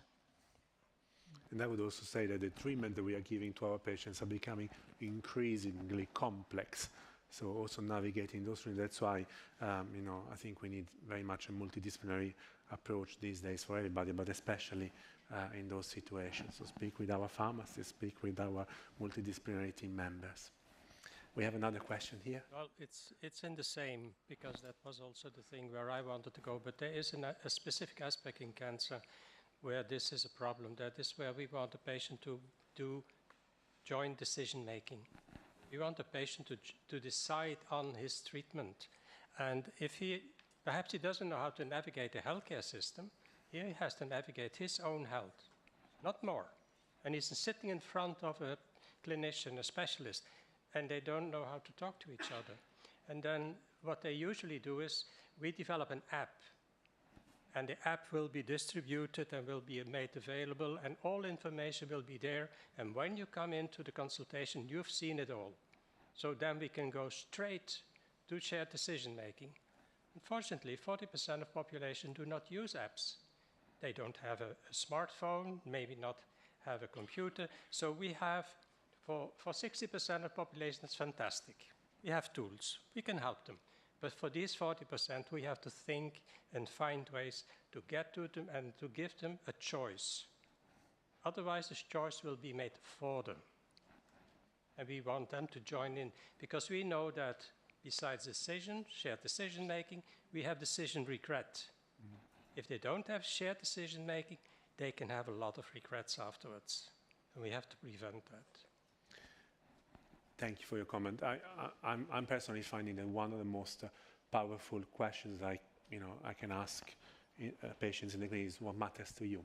It's typically the first question that I ask them in the clinic, and that really, as you said, allows us to be much better placed in achieving shared decision making and understanding, framing our discussions around care priorities. So absolutely, I fully agree. Any comments? Yes, Sandra, please. Yes. I would like to comment. Is it? Yes, it is working. No, I just wanted to add, and I thank both participants for the question. It reminded me, and I checked because I wasn't 100% sure. I mentioned briefly in my presentation that we are producing guidelines for screening and diagnosis of breast cancer, colorectal cancer, and cervical cancer. The breast cancer work is completed, actually. So we have guidelines for screening and for the diagnosis, and the quality assurance scheme also with a series of indicators that are done. And on the guidelines are divided by different areas, and there's one particular topic on invitation of women to breast cancer And there we have guidelines that are specific to, for example, women from socially disadvantaged groups, women with cognitive disability. So there's a series of, disaggregation, and I expect that if this happened, of course, for the breast cancer guidelines, this will happen for the other two as well. And for the three that are to come, and for those that were here this morning, you will know that the Commission is now proposing also recommendations for screening prostate, lung, and gastric. So, yeah, there's movement in this. Thank you. Taminola, I'll just add to, oh, sorry, Sybil, please. Sorry. I'll just add to that. Someone mentioned earlier cultural sensitivity. And that's important as you meet patients, just understanding what they need. I'd like to change the terminology to cultural humility. We have training on cultural sensitivity. The truth of the matter is you can never fully understand someone else's culture. But the sensitivity piece means that we're always willing to learn from patients what their needs are and how we can best meet them. And it's a continual cycle. It's not just learning one thing and then hoping to apply that, but it's real-time learning from the patients what their needs are. And so we've tried to use the term cultural sensitivity and cultural humility more than cultural sensitivity, just as a way to progress in understanding what the patient needs.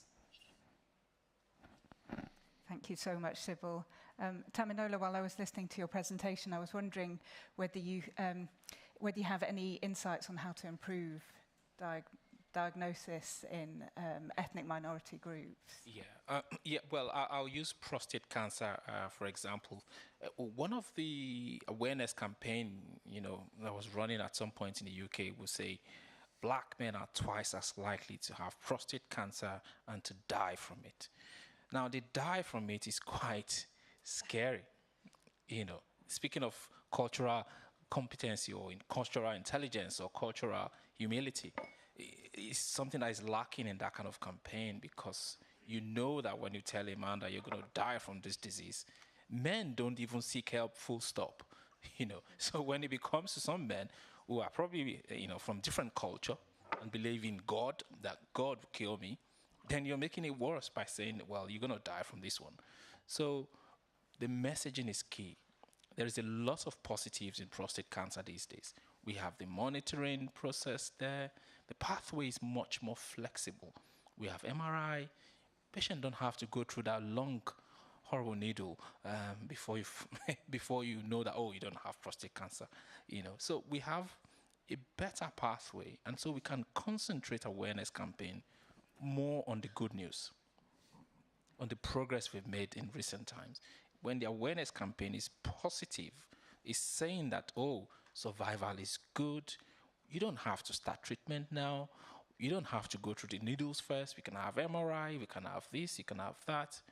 And it's entirely your decision. Somebody mentioned shared decision making. It's entirely when you're ready. I think that would make things a bit more subtle. It's doubtful, but that hopefully will help. Does that answer your question? Thank you. Yes. And Robert, yes. Yes, I just wanted to add that messaging is indeed so important. But often I think, in more cases than not, we assume that we know how to formulate that message without including the group that we're actually supposed to be talking to. So again, getting back to what I previously said, we need to have the representation. Without proper representation, we will not be able to give the correct message either. I think that's a really good point to end our conversation. But before we end our session, I want to hand over to Nella from the ECHO team, who's going to give us some updates from the Inequalities Network. Yeah, thanks, Sarah. Thanks. In 2 weeks from now, we are gonna have an important meeting from another workstream of Inequalities Network on men and cancer, addressing ways in which health and cancer policies can achieve better cancer outcomes for men across Europe. We are currently producing a charter for action for men and cancer that we aim to publish at the European Parliament event on 29th of November in the afternoon. So if you would like to register, please do so through our ECO event webpage. In addition, I'd like to remind you of an ethnicity workstream meeting taking place tomorrow at the same venue, Madrid room at 12:30, so everyone is welcome to join. And finally, if you'd like to join the Inequalities Network, please do contact me. You can see my details on a screen. Thanks.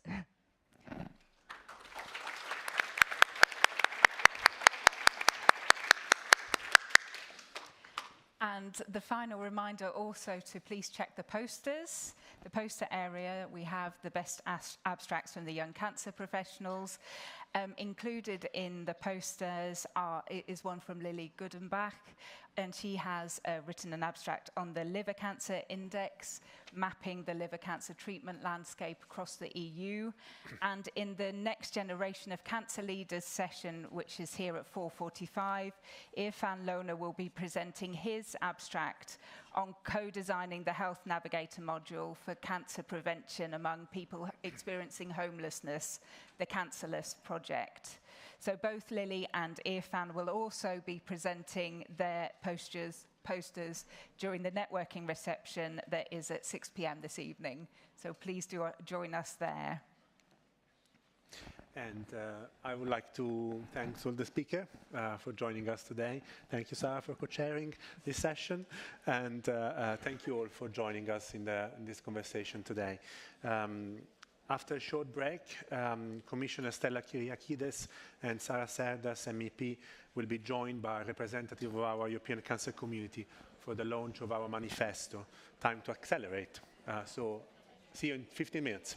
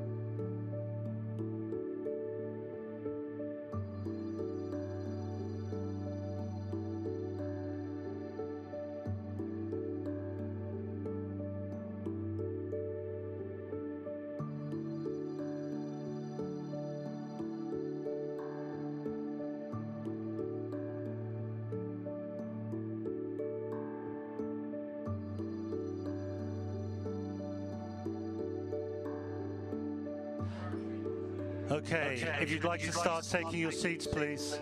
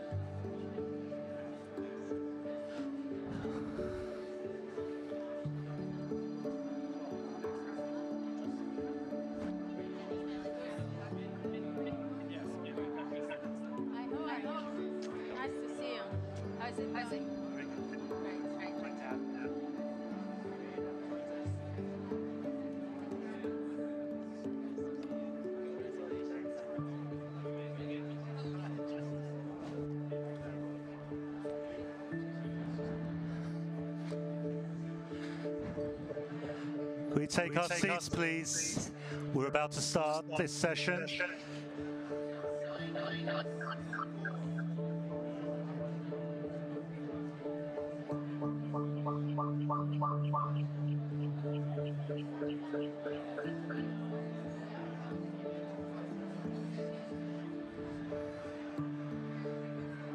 Seats quickly, please. Thank you.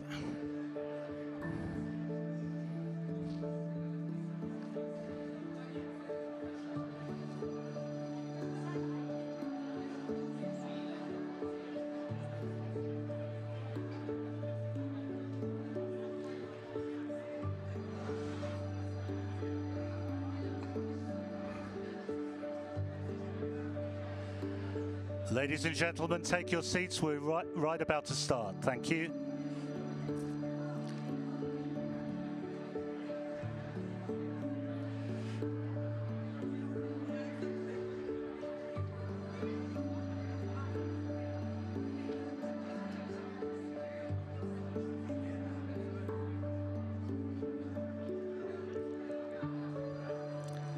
Okay, it's 3 o'clock. We're going to make a start.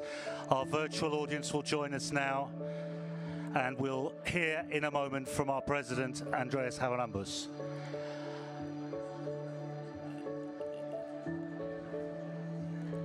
Okay, here we go.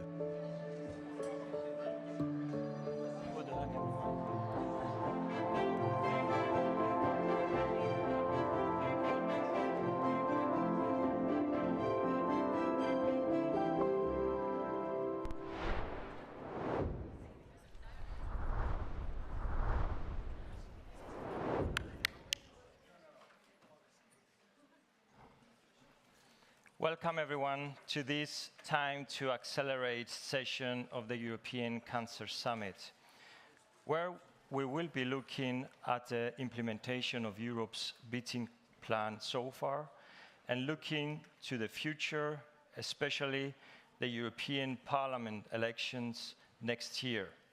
And of course, launching our manifesto, which has been put together after extensive consultations with the whole of the European cancer community. The theme of this summit is accelerating momentum. But why do we do such a big fuss about momentum? Because with momentum, you can literally do anything. Momentum is the energy that takes a few small steps and turns those small steps into results and into something you never saw coming. So the theme of this summit is accelerating momentum, as we believe that the Europe's Beating Cancer Plan is the opportunity of a lifetime. We are already implementing a variety of new projects to better care for cancer patients and survivors. But together, we need to do much more, and it needs to continue throughout the next Parliament. We will be taking this manifesto around countries in Europe next year, working with our national and European parliamentarians for Cancer Action Group, and asking MEPs and MEP candidates to endorse the manifesto. I am delighted to welcome a stellar panel of experts and speakers on today's session. Commissioner Stella Kyriakidis, MEP Sara Sertas, and a panel including presidents of oncology societies and co-chairs of the Patient Advisory Committee, which of course was Stella's role once upon a time. Before we get started, let's get an overview of the manifesto from the person who has been leading all the consultations with our community. Here's the ECO Head of Policy, Richard Price. Richard.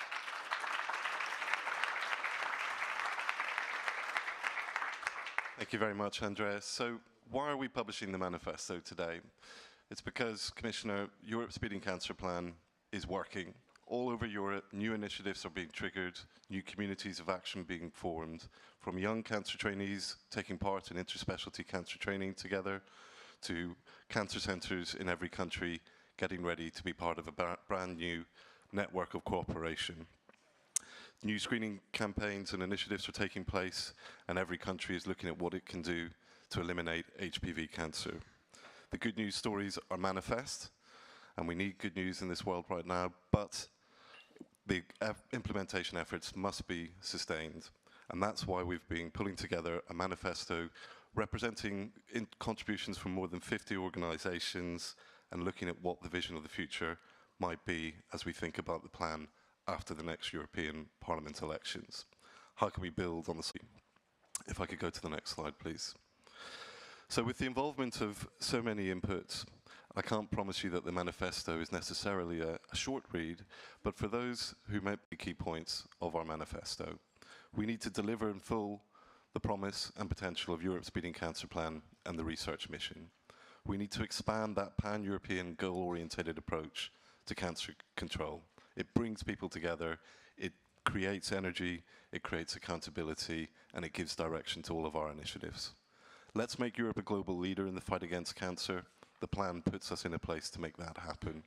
And let's not forget the oncology workforce crisis that we have, the people who make cancer care happen. Let's see some action at a European level in the next Commission period. If I could have the next slide, please. So it goes without saying, the manifesto launch today is not the end of the process, it's the start.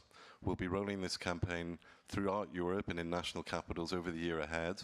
We'd like to involve as many people as possible in that, so if you would like to be part of our campaigns on things like workforce and screening, we'd love to hear from you. If you'd like to associate policy work that you're already undertaking yourself with the campaign, we'd love to hear from you as well. And if we could go to the next slide. Please do think of adding your endorsement to the manifesto. Many people already and many societies signed up to support, and please take some time to download the full version at europeancancer.org/manifesto. Thank you. Thank you so much, Richard. Well, as I mentioned earlier, we are honored to be joined by the EU Commissioner for Health and Food Safety, Stella Kyriakidis, a person we all feel is one of us as part of the European cancer community and who has led the whole process on the consultation and implementation of Europe's Beating Cancer Plan. Ladies and gentlemen, Commissioner Stella Kyriakidis.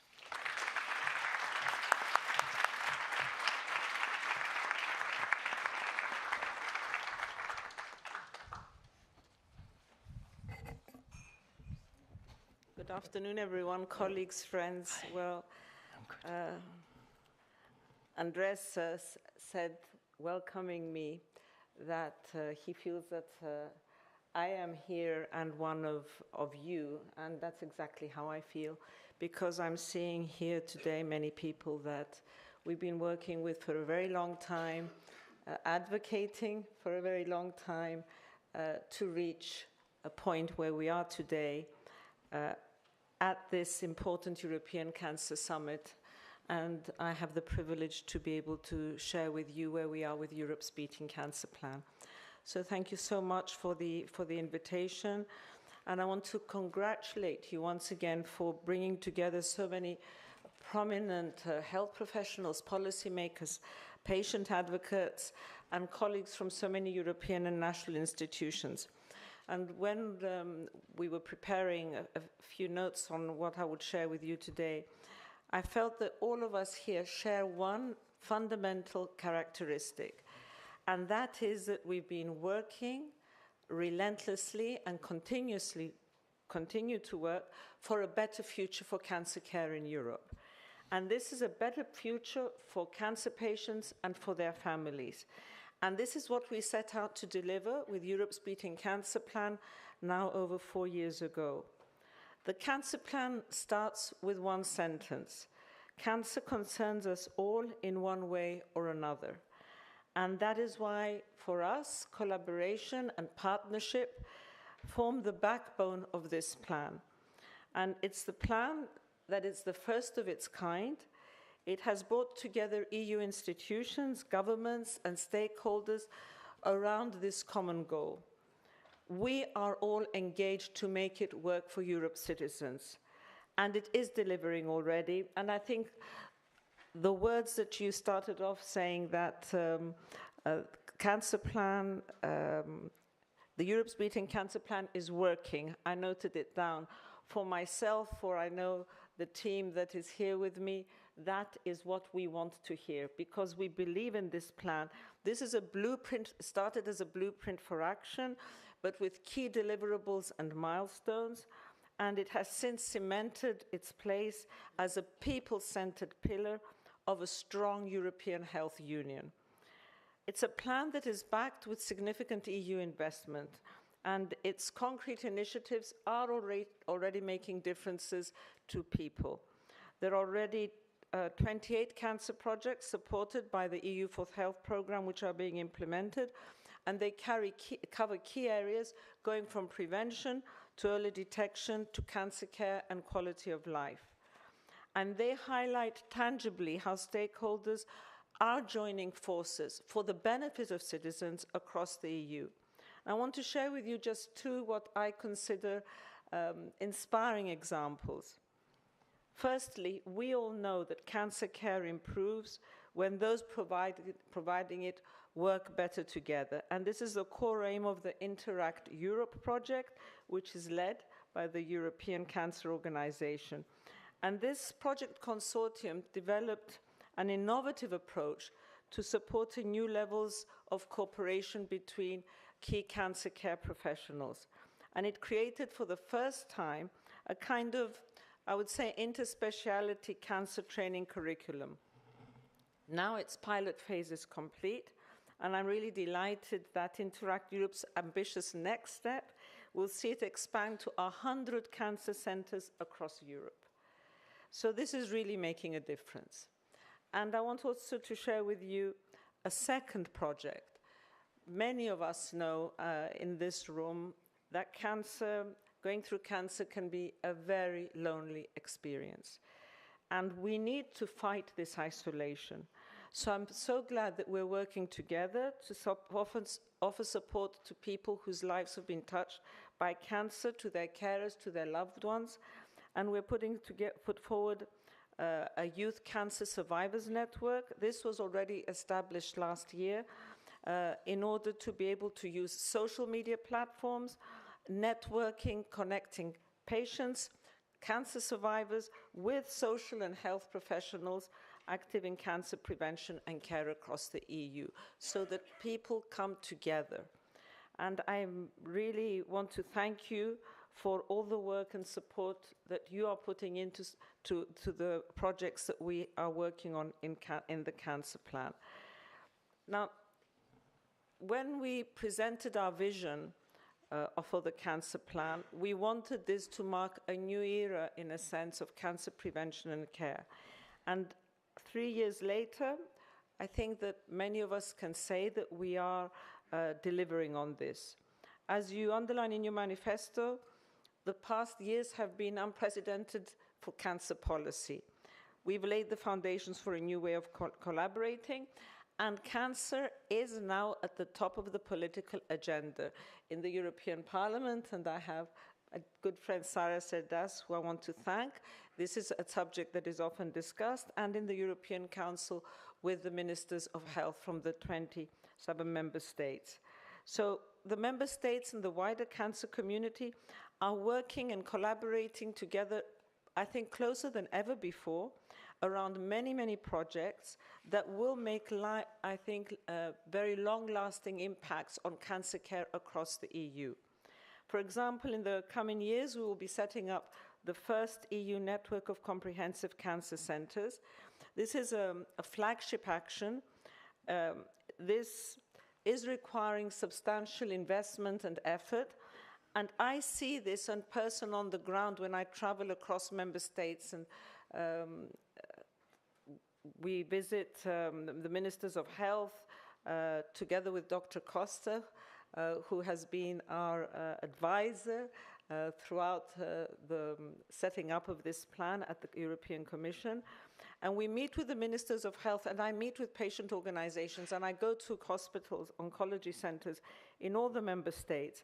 And I have seen that it has triggered a sort of momentum in itself in member states where such centers do not exist. So it is already creating this momentum for us to bring about change. We are seeing for the first time new screening recommendations being rolled out across the EU with ambitious targets for screening to improve early detection.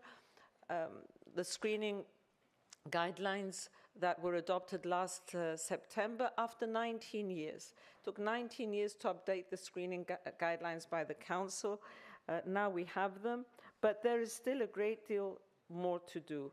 And because I want to also look at what is coming, I want to say to you that next year, very early next year, we will be presenting a new prevention package with recommendations on smoke-free environments and on vaccine-preventable cancers.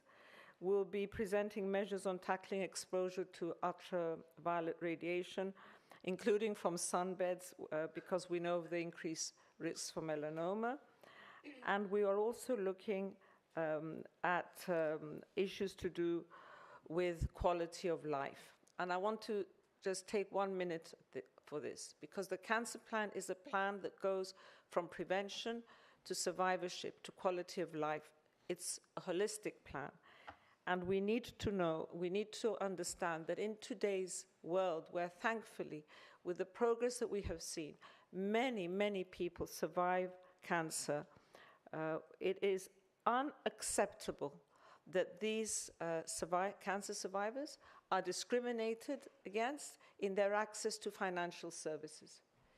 And we will be presenting early next year a code of conduct on the fair access of cancer survivors to financial services. This is currently being developed together with patients, consumers, healthcare professionals, and financial services. And it is for myself, the right to be forgotten, as it has been called, for myself is a personal priority, because at a time where we are in the EU, we cannot have people who have survived many years after their cancer experience have such open discrimination against their access they have to financial services. And we already have 7, I think, member states that have legislated, and more are working on this. So this plan looks at the journey of the cancer patient in its entirety. We're already seeing that this plan is becoming the backbone of countries adopting their own cancer plans. And because accountability is important, we are going to be able to better assess the plan's impact from a study of its implementation in mid-2024. It's not enough to just assume that it's rolling forward and being implemented. We need to also look and be able to assess this. And I hope that this plan will form really a model for future work in other areas of health and conditions in the EU. So, in ending, the cancer plan is one of the pillars of a strong European health union, a European health union that we have put together and which is now showing results. It's a tangible plan. It's Europe's plan, and it has patients and citizens at its core. And I believe that in a health union that should be there to better protect the health of citizens, to fight inequality, to address future threats, we need to all work together to make sure that this plan really does deliver. And I want to thank you again for the opportunity to be here today. I look forward to our discussion. And once again, thank you for all the support that you have been providing.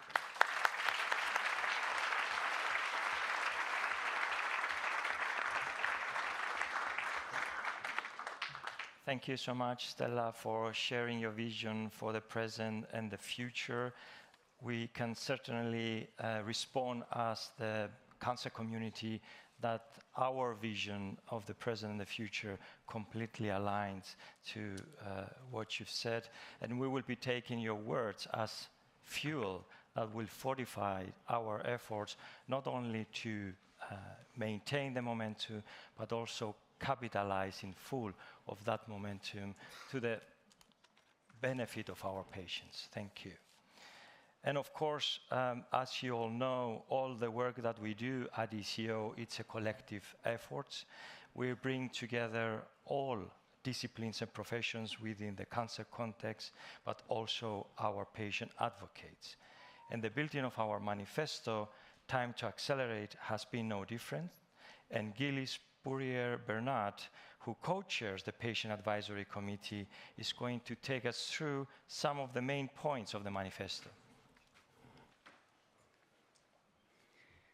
Hi, everyone. Thanks. It's very hard to follow Stella, but I will give an attempt. I am firstly the carer of a stage 4 cancer patient who was diagnosed metastatic at a time when there were no standard treatments for melanoma. And he's followed, luckily, along the trajectory of new staging and risk stratification, treatment strategies getting earlier, improved surgery, imaging, and redefined trial endpoints, and some great research in the development of first-in-class innovations for advanced melanoma. I founded Melanoma France, and I'm Vice President of Melanoma Patient Network Europe. And as ECO Advocacy Committee member and co-chair, with the possibility of learning from some amazing patient advocates, I was happy to contribute in a small way to building this ECO manifesto. I just want to pick out a few elements that are really important for me and my cancer community. As a patient organization whose first principles is patients first, our focus in MP&E is more on helping patients with secondary prevention than with primary prevention. But we absolutely support the efforts of the EADV and others to provide strong evidence and activism against the recreational abuse of artificial and natural UV, and to integrate prevention into the workplace and community protection and into our sustainable cities. But we recognize that the biggest hurdle is to change the beauty ideal that drives people to think that to look healthy and beautiful, you must burn yourself. The best cancer is the one you don't get, so prevention is vital. But we also know that only 40% of cancers are preventable, right now at least. So we also have to have strategies for patients. Our acral, mucosal, and uveal melanomas are not preventable. We must avoid an artificial divide of either or. We need both prevention and options for those who are unlucky enough to get cancer. There's nothing more important in a disease where we still lose half of our stage 4s than early diagnosis. It's something we still struggle with in many countries in Europe. So we need methodologies and the will to evaluate it properly. Early diagnosis has consequences. It needs to be tied to treatment strategies which need optimization. We have countries and regions who are too afraid to take on early diagnosis strategies, screening and testing, because of the short-term capacity and budget impact. But we can save many lives this way if we can show its global benefit. Workforce shortages in dermatology in some areas in France are so dire that early diagnosis is really threatened. I have to say something about the digital and data space, as I love the secure and more level playing field created by the GDPR. First, we must have free and easy access to our own health records and, as citizens, have a say in how and where our data is used. As we develop a more effective and valuable European health data space, we must ensure privacy by design, but not get so frightened that we prevent the vital data sharing that saves patients' lives and improves cancer management. This is a developing field. We are all learning, and it will not be perfect overnight. And so we will need flexibility, but with clear privacy and usage guardrails, and tough punishment for those who abuse, and not rely on trust or count on altruism. Don't count on trust and altruism. Patient agency and patient engagement is vital for our health systems now, and we all need to get used to it and rise to the challenge. With all the issues in workforce and capacity shortages, the challenge of our aging populations, the impact of climate change, pandemics and wars, means this has to be a partnership. We have to learn to be engaged cancer patients, and researchers, healthcare professionals and other stakeholders have to learn to deal with engaged cancer patients. This will be better for all of us. More relevant research, joint decision-making, and an educated opinion from cancer patients and advocates on topics that impact us. With agency and education, and hopefully an appreciation of the value of safely collecting and sharing quality data, we will have the return on engagement that we look for as a top quality, secure, sustainable, well-used, fair data set that all European cancer patients can benefit from. I have one area of the manifesto that I would like to see enriched. It is metastatic cancer strategies. I know our colleagues in breast cancer are doing amazing work to build support for all metastatic cancers. And hopefully we will get to a place where there are no more metastatic cancers. But for now, we need good research and effective therapeutic strategies for these metastatic patients. And we need some kind of personalized medicine structure that works for all our patients who are out of options, wherever they are in Europe. I love that the manifesto is a living document and that it needs all of us to keep it real and fight for it through the upcoming political changeovers and whatever crisis hits us next. And I know my colleagues will have much more to add, so I'll leave it to them. Thank you.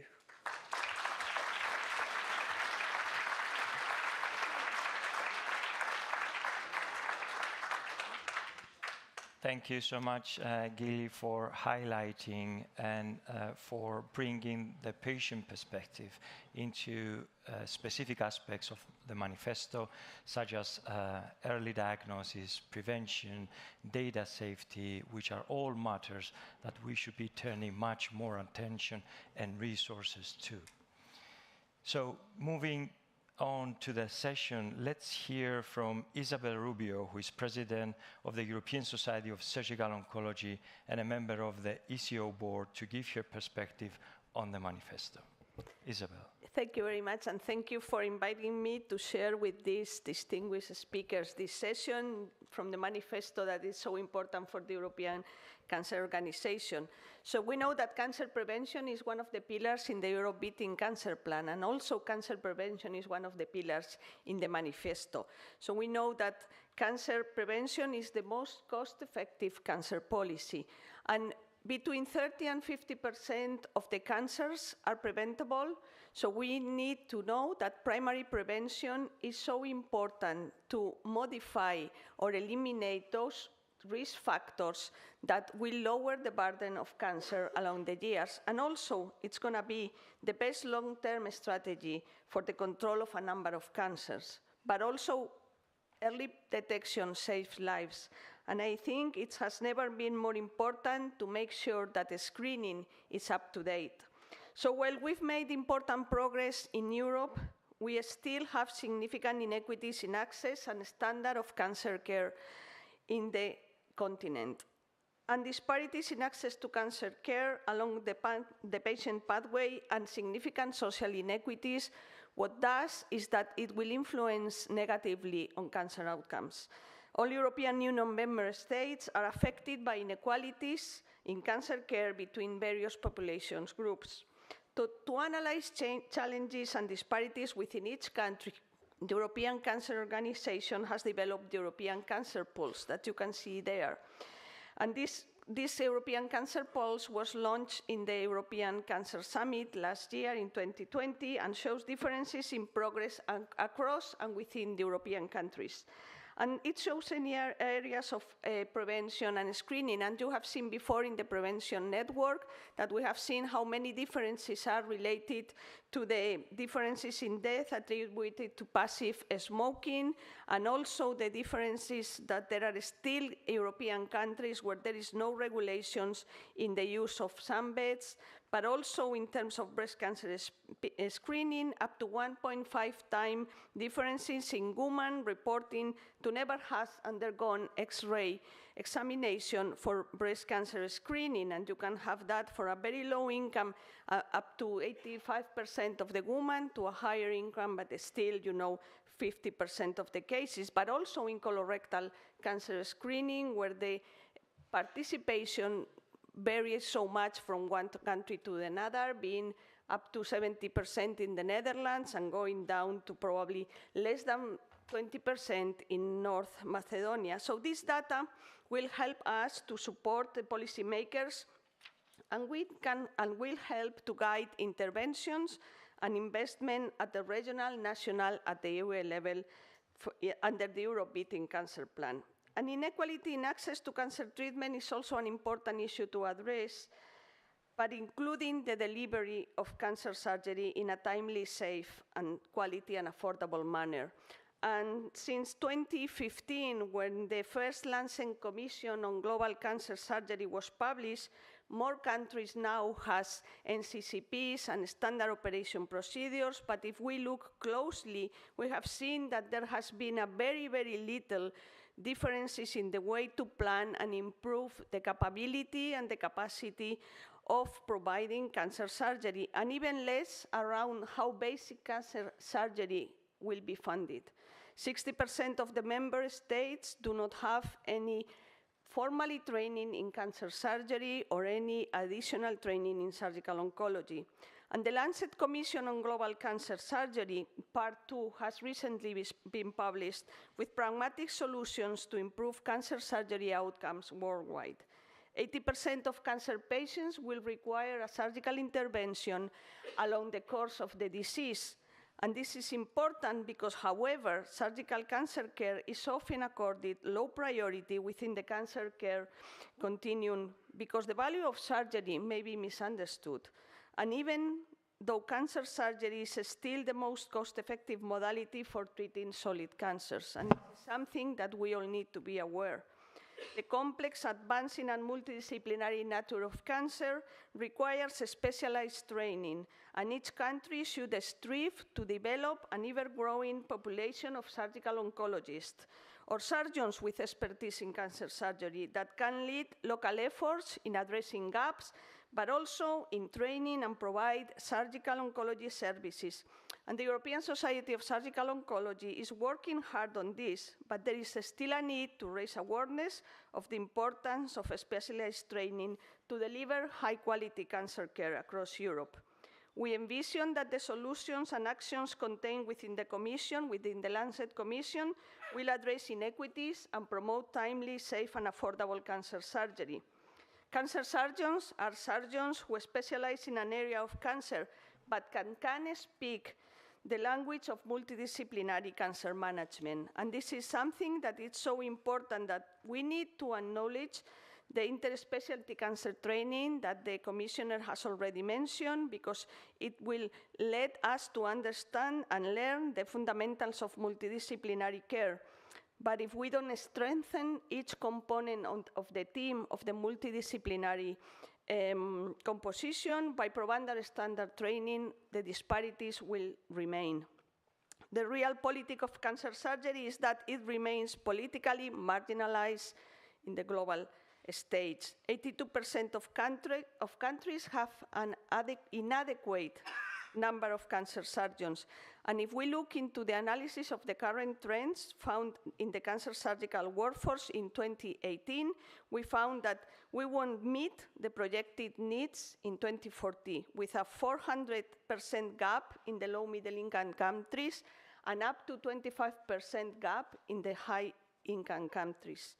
So there is no one-fits-all solution to address European access disparities in cancer care. However, it's essential to acknowledge the causes and act now to address them. The European Union plays a crucial role in addressing inequalities in cancer care by planning joint actions in all the European countries and by implementing effective measures to minimize inequalities in cancer outcomes.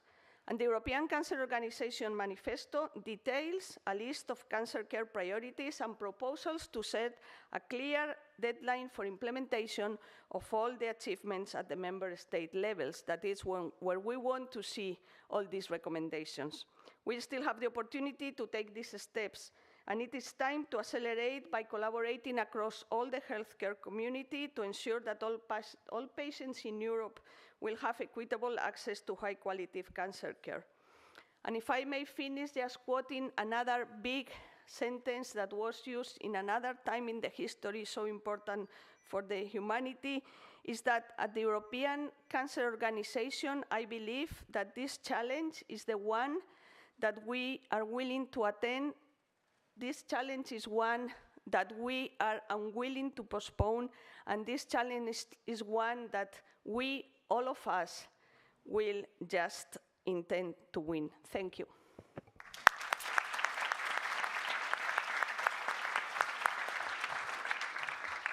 Thank you, Isabel, and thank you for showcasing how inequalities and inequities can jeopardize the successful implementation of the EU Beating Cancer Plan or any plan that is being put in place in order to change something. We need to be devising intelligent strategies in order to tackle inequalities.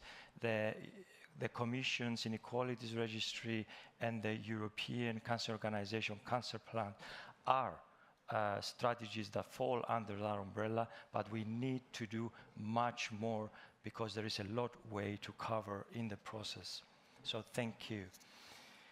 Now let's hear from Kathy Oliver, who is co-chair of the Patient Advisory Committee, and she's also co-chairing this summit.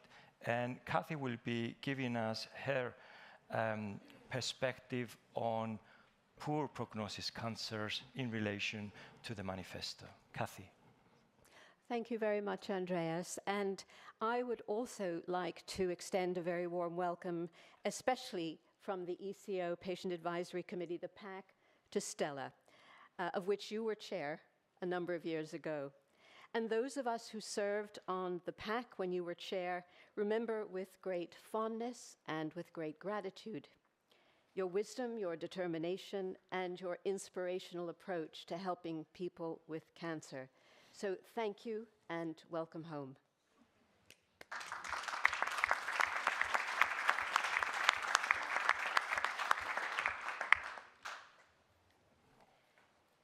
How much time do I have left?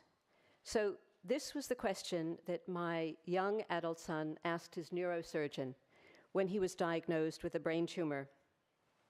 And the shocking response from the doctor changed our lives forever.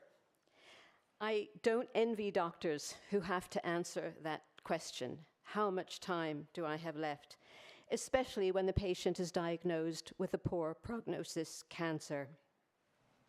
Cancers defined as having a poor prognosis are those where the 5-year patient survival rate is below 33%. And while we know that ultimately a prognosis may also depend on a range of other factors such as fitness, age, comorbidities, newer treatments, and better delivery of care, we also know that there is a range of specific cancers which are stubbornly resistant to treatment, highly aggressive, and relentlessly destructive.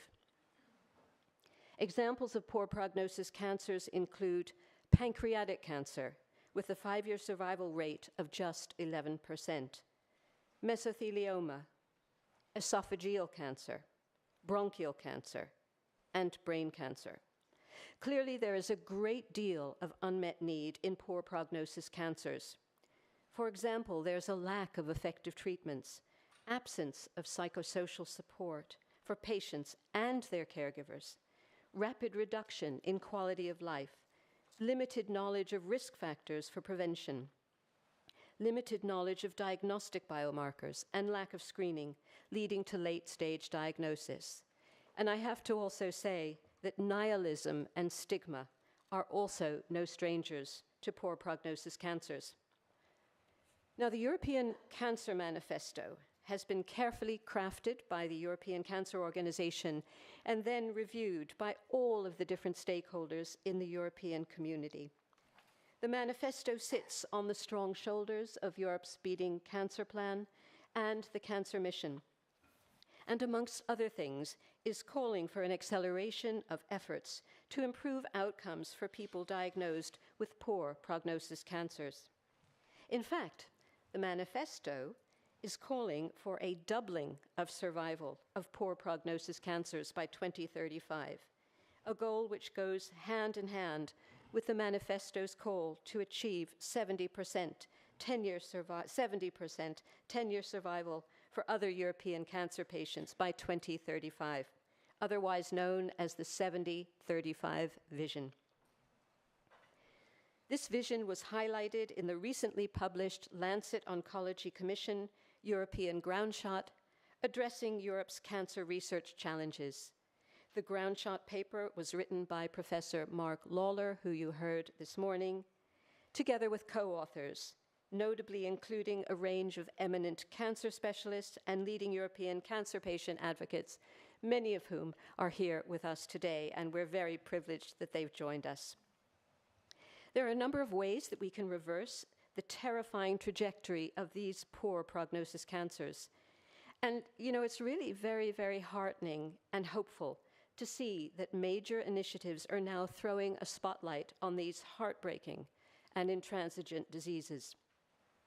During the French EU presidency in 2022, the French National Cancer Institute, together with experts from across Europe, identified poor prognosis cancers as being in pressing need of attention. They recommended 3 specific actions to address this. First of all, switch research proposals towards high risk, high gain, and set up research programs with a high translational agenda. Secondly, provide a framework of tools to enable data sharing in advance of projects. And thirdly, ensure the best available care is provided by increasing the quality and the speed of delivery, such as relating to time of diagnosis and time to treatment, as well as implementation of those all-important guidelines and early access, of course, to novel therapies.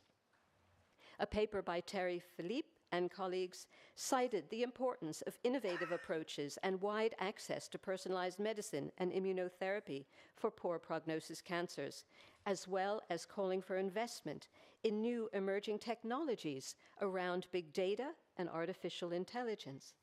They also described new concepts, new mechanistic concepts in chemistry, physics, mathematics, single-cell studies, epigenetics, immunology, and biology as having a very important role to play in achieving greater understanding of poor prognosis cancers.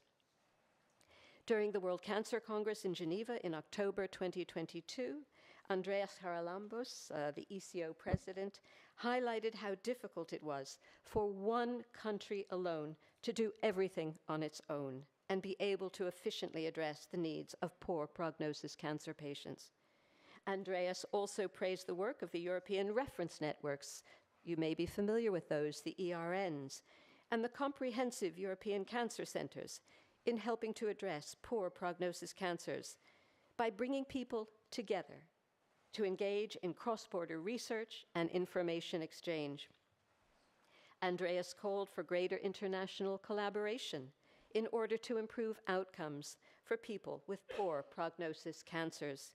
But to do this, he explained, also requires political will. The words spoken by my son when he was diagnosed with a brain tumor, "How much time do I have left?" really will haunt me for the rest of my life. No parent should have ever to hear their child ask a question like this.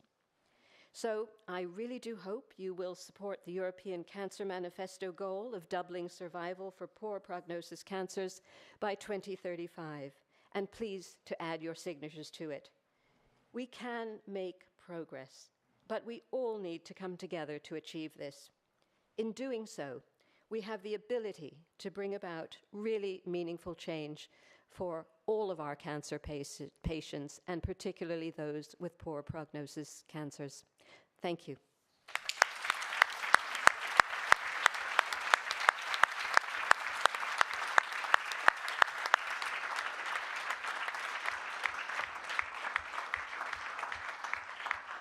Thank you. Thank you so much, Kathy. Poor cancer prognosis has been considered a lost cause for far too long. We should engage in a mind-shifting approach and not emphasize on the things that we can't do, rather on the things that we can do. And there's many that we can do. Thank you. Now, let's ask Anna Kirby, President of ESTRO, the European Society of Radiotherapy and Oncology, to present also some points from the manifesto. Thank you, Andreas. An oncology workforce in crisis. It is not a time bomb, it is already here. Imagine you have symptoms, a lump in the neck, a sore throat, both persistent for weeks, but you can't get a medical appointment, so you wait to see if it's going to go. Eventually, you see a doctor who confirms there's a problem. You wait for news of a hospital appointment, then for a scan, then for a biopsy, finally for a result, and then you find out it is indeed cancer. That it needs treating urgently to stand a chance of being cured, but it could be weeks before you can start a course of treatment because despite this being cancer, there are only so many cancer doctors, only so many surgeons, only so many physicists, so many radiation technologists, and only so much kit. Eventually, you start your treatment, relieved that something is finally working against your cancer, but you can sense a system under strain, healthcare professionals under stress, working against the odds to get your treatment right, whilst the infrastructure around them creaks under the strain of more and more patients and a workforce on the edge. Unfortunately, this is not a worst-case scenario. This is reality for many patients accessing cancer care in many parts of many nations within Europe, let alone beyond, and the time to address it is now. Our cancer workforce is the engine of cancer care. Without it, there can be no cancer prevention, no diagnosis, no treatment, no care, and no survivorship. And yet we have a healthcare workforce crisis. It's estimated that in Europe alone, we will have a shortage of more than 4 million healthcare workers by 2030. That's just 7 years away. And with an aging population and therefore more demand on oncology services and an aging workforce, these figures left unaddressed will only go in one direction. The European Code of Cancer Practice states that every cancer patient has the right to receive care from a specialised multidisciplinary team, but the reality is that very few European nations are equipped to have this in place for every single patient, and this exacerbates the inequalities in cancer care that we all desire to reduce. The Time to Accelerate manifesto builds on the Beating Cancer Plan by highlighting workforce as a critical rate-limiting step in being able to provide the highest quality cancer care to all. So what does the manifesto recommend? Well, firstly, that we understand and articulate the scale of the problem by pulling together precise and comparable data via Eurostat, the World Health Organization, and our Oncology Society databases, and publishing this as a common resource to aid policymaking and cross-border health workforce planning. By doing so, we can see where the shortages are, in which specialties, in which regions, anticipate them, and develop strategies to address shortages. And visible efforts to describe this problem are also crucial to retaining healthcare professionals on the edge of burnout or who are making retirement choices that may be attractive to them as individuals, but unfortunately further exacerbate our crisis. Secondly, the manifesto calls for an EU action plan on addressing health workforce shortages. The pandemic highlighted acute problems in medicine and healthcare product supply, which were really swiftly and efficiently dealt with at EU level. But the workforce crisis, another problem exacerbated by the pandemic, remains almost completely unaddressed. So an action plan would include engaging stakeholders across the EU to co-create EU Council recommendations on addressing this crisis. Alongside this, an EU-level analysis of the extent, the causes, and the short, mid, and long-term policy solutions to the health workforce, solutions which are likely to include optimizing healthcare systems, cultivating clinical leadership, minimizing bureaucracy, facilitating skills mix, implementing digital solutions, embracing artificial intelligence, etc., etc. The manifesto also asks the European Cancer Inequalities Register to collect data not just on the number of cancer healthcare professionals, but on the well-being and resilience of those individuals. It asks the EU Health Emergency and Preparedness Department to conduct health workforce mapping and planning. It links to the EU's Mental Health Action Plan for healthcare professional mental well-being needs, and it asks to accelerate the EU Digital Health Programme's capacity to deliver fully digitised healthcare in all European countries. But what is it that we're asking all these bodies to do to address the workforce crisis? Curation of an oncology workforce, our engine, cannot be undertaken without cultivation of an agile, constructive, and efficient healthcare system. You can have the slickest, best-oiled engine in the world, but if you put it inside a clapped-out old van, it can only do so much. Only by addressing problems in both the engine and the vehicle can we ensure the safe and timely delivery of high-quality cancer care to all who need it.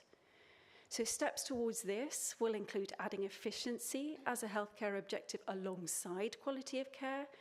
Unless we do so, some are going to have high-quality care, but the majority won't, because we just simply don't have the staff resource to deliver it, and inequalities will grow. Secondly, we need to ensure funding is available for innovations that drive both quality and efficiency, with a long-term goal of fully reimbursing innovations that have proven benefit in the real-world setting.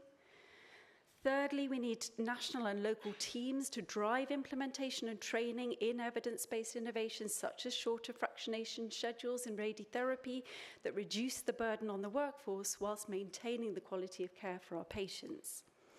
Then we need national efficiency metrics to quantify the impact of innovations. And finally, we need to adopt efficiencies at scale and speed via international guidelines and learning networks. In summary, we need to maintain and upgrade the engine, but also optimize the vehicle. Only by addressing both now can we use the human resource that we have wisely and efficiently in order to be able to offer the highest quality care to the greatest number of patients. So to end, an oncology workforce in crisis, it is not a time bomb, it is already here. The EU is a global leader in cancer care, and by leading the way in diffusing this workforce crisis in Europe, the impact for cancer patients worldwide will be truly extraordinary. Thank you.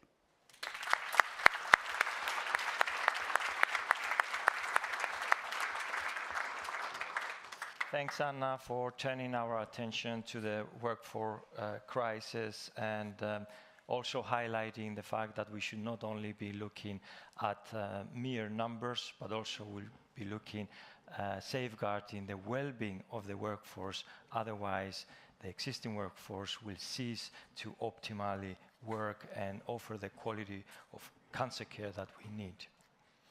Now let's ask Winnet van der Graaf, President of EOTC, the European Organization for Research and Treatment of Cancer, and also co-chair of the summit, to give her own perspective when it comes to the manifesto. Winnet. Thank you very much. And thank you for giving me the opportunity to speak here in the highly respected group of almost all women, by the way, which...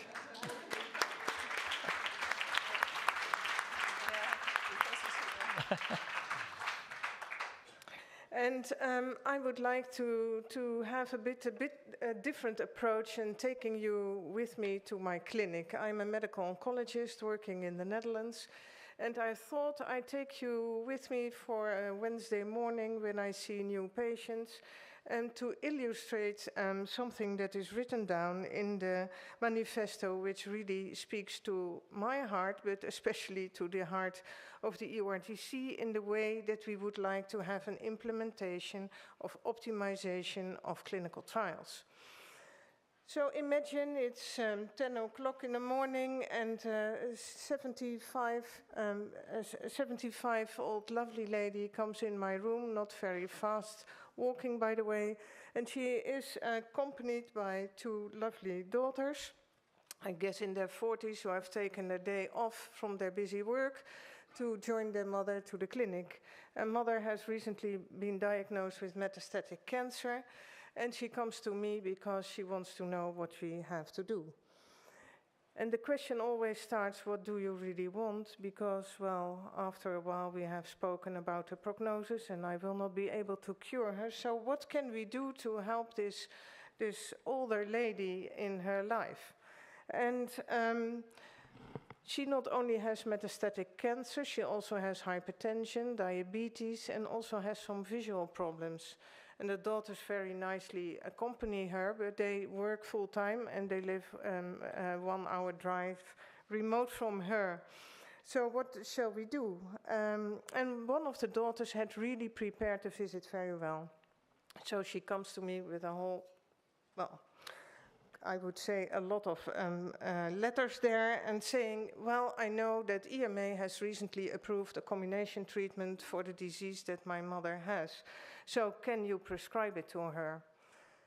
That's always interesting because it's not that easy. We are not in a shop. But I also understand her love for her mother and why she is asking this question. So, of course, I expected this question and prepared the conversation, and I said to her, well, let's go through it. Last year, I was at the European conference, and there this study that has been published in New England, meanwhile, great, was there presented by one of my European colleagues, and we were really very, very excited about the results. It was 8 months progression-free survival. We don't have the overall survival data yet, and the quality of life data will still, well, we wait for them. We don't know them yet.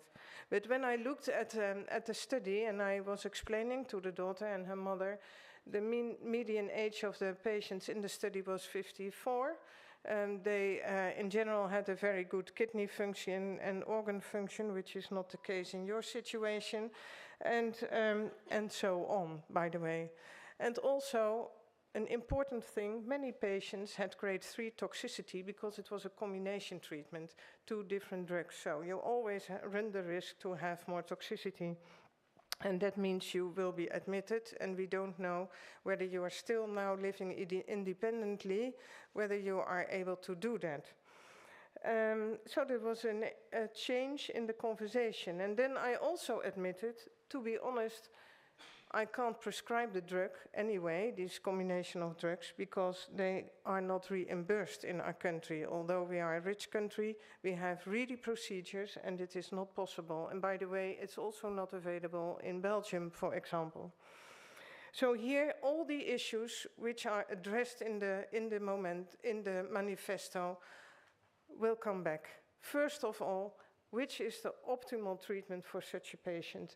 We always count on the new treatments, and they are highlighted in a lot of publicity. That's fine, and I'm really very happy that we make progress.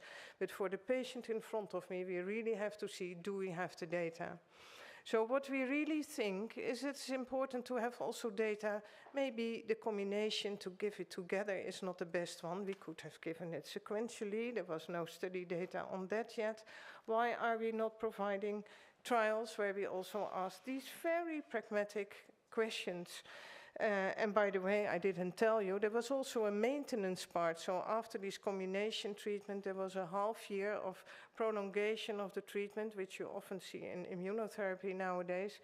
and we don't know whether that's really necessary. So it gives a lot of cost to the health system.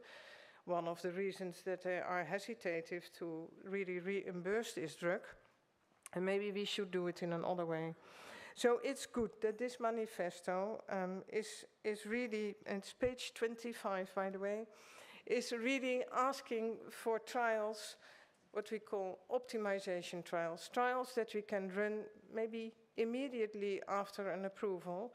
And this requires a conversation between EMA and other organizations like EORTC and others to see how we can improve this, how we can make the trials really, I would say, applicable to the situation that I really see every week.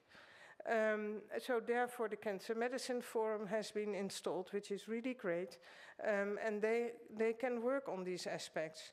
We can also work on pragmatic trials, so trials that really ask very pragmatic questions from the clinical practice in daily life. It's not only on elderly, and it's not only on drugs, it's also on radiotherapy, it's also on surgery, whether a surgical intervention should be done or not, or in resection mode to A or B, sorry, it's not my job, but you know what I mean. Or should we have combination treatments with different disciplines involved? All these questions should also have, well, how can we afford to do these trials? And that's really a problem, and that's why we are so happy with the EU, with the cancer plan, that we have been able to get a budget to run these trials, but it should really be, I would say, a continuum to run these trials for the future. So that's where also the manifesto is talking about, also about health systems. So if we have a concerted action with H2A bodies, which are really looking at the prices of medication and other interventions across Europe, that will speed up the reimbursement of these drugs, which are often also very helpful. Lastly, I would say something we talked about inequalities today, a lot about patients, elderly, ethnicity, etc. But I would also make a plea for patients with rare cancers. They are also lag behind. Often their prognosis is poorer than of the common cancers, and we need to have system in place, also here pragmatic clinical trials, to see how we can answer the question so that even of the primary cancers we can have better prognosis of for these patients than we have at the moment. So all this is embedded in these 2 pages of the manifesto, and I hope that you will join me in saying that it's really very important. Thank you very much.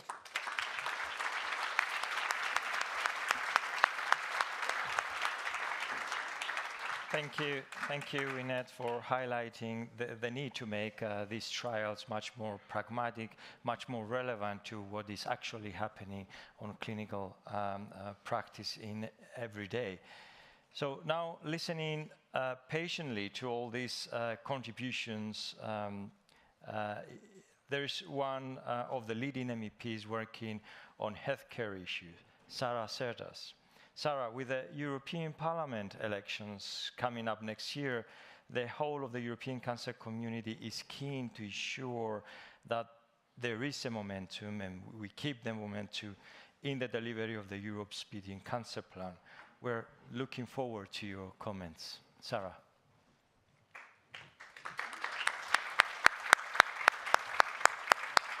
Thank you very much. Thank you again for having me here. It's always a pleasure to be here in this summit. And indeed, I'll bring you a bit of what we are doing now at the Parliament and what is the expectations for next year elections, indeed. And it was really interesting to see the different perspectives here. And obviously, as a member of the European Parliament, I'm bringing a more political one, but not a less important one, I hope. And I'm proud to share a bit of my thoughts on the European Beating Cancer Plan and its implementation. As some of you know, I was Vice President for this Special Committee on Beating Cancer at the European Parliament. And this committee on the leadership of our dear rapporteur, Véronique Trillet-Lenoir, was responsible for drafting a resolution concerning Parliament's position on this plan. And in the EU, we are totally committed to this initiative. We know that the figures are not good. It's the second leading cause of death. Even though we have 10% of the population, we have 25% of the cases worldwide. And if we don't take any action by 2035, it will be the leading cause of death by the EU. And in this regard, the European Beating Cancer Plan by the Commission and also position of the Parliament has been groundbreaking in this regard, with its 4 billion in funding and also political effort. It's important in order to prevent not only the impact that cancer has directly on individual health, but also indirectly on social economics. And in this regard, the Parliament recognized the importance of the four pillars: prevention, early detection, accessibility to quality of treatment, and life quality, not only for survivors, but also for their carers and their families. And these serve as cornerstones for our battle against cancer. However, today I would like to shed a light into one of these priorities that we can tackle directly as legislators in the EU, which is prevention. And lately, prevention, and I think it's because the momentum for the elections is it's increasing the temperature in the Parliament. Prevention has become a battleground between political groups, and to combat not only this devastating disease, but also other non-communicable diseases. In order for our pursuit to build a true European health union, we must recognize the importance that prevention has, and specifically primordial prevention, meaning legislating on the known risk factors for a given disease, in this case, cancer. That's what we can do as MEPs, as legislators, and I cannot emphasize enough how vital it is to lay ground for a healthy society, tackling the root causes of diseases before they even can take hold. But allow me to draw your attention and give you an example of what's going on. To the report of the Subcommittee on Public Health in the European Parliament, the report on non-communicable diseases. This report underscores the integral role of legislation when preventing cancer. However, it watered down what action the EU can make in regards to non-risk factors, such as alcohol consumption and tobacco use. WHO is very unequivocal in this stance that there is no safe amount of alcohol consumption, particularly in regards to cancer. However, even though we already had a position from the Beating Cancer Plan resolution, our position was watered down. And even though we tried our best, a majority supported a terminology that goes against the most updated scientific knowledge.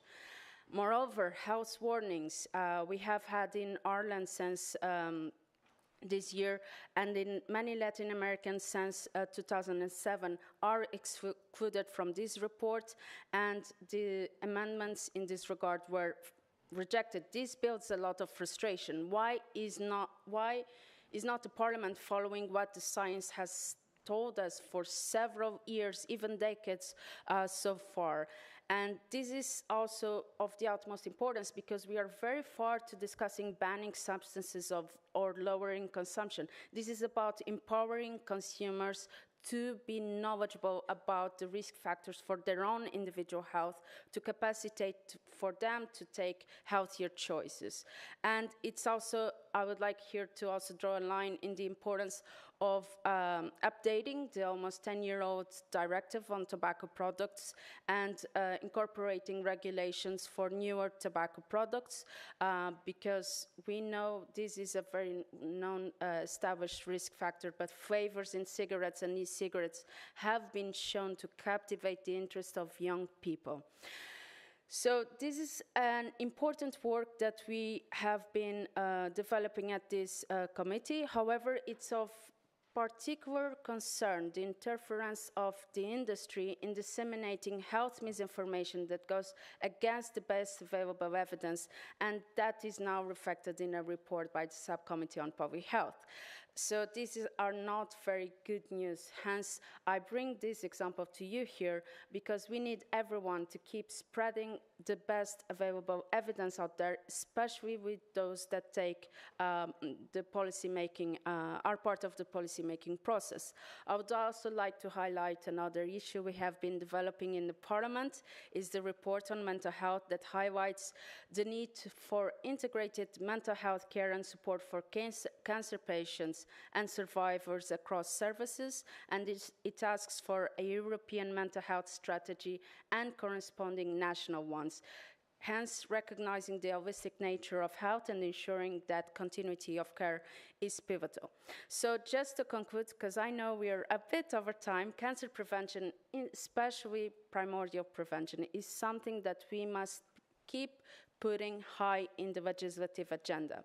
We have the power to shape a healthier and more resilient European Health Union if we, for instance, tackle the exposure to known risk factors. And I call you to participate, given that we are now finishing a legislature. Engage with your parliamentarians, engage with the future candidates to hold them accountable for the choices that they make in this legislature or what they commit to do in the next legislature.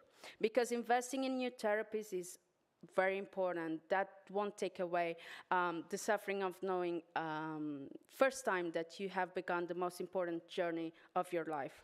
And also, just to conclude, you can count on me to endorse this very nice manifesto that I hope that many more of my colleagues can endorse. So thank you very much again for the work that you put in this manifesto.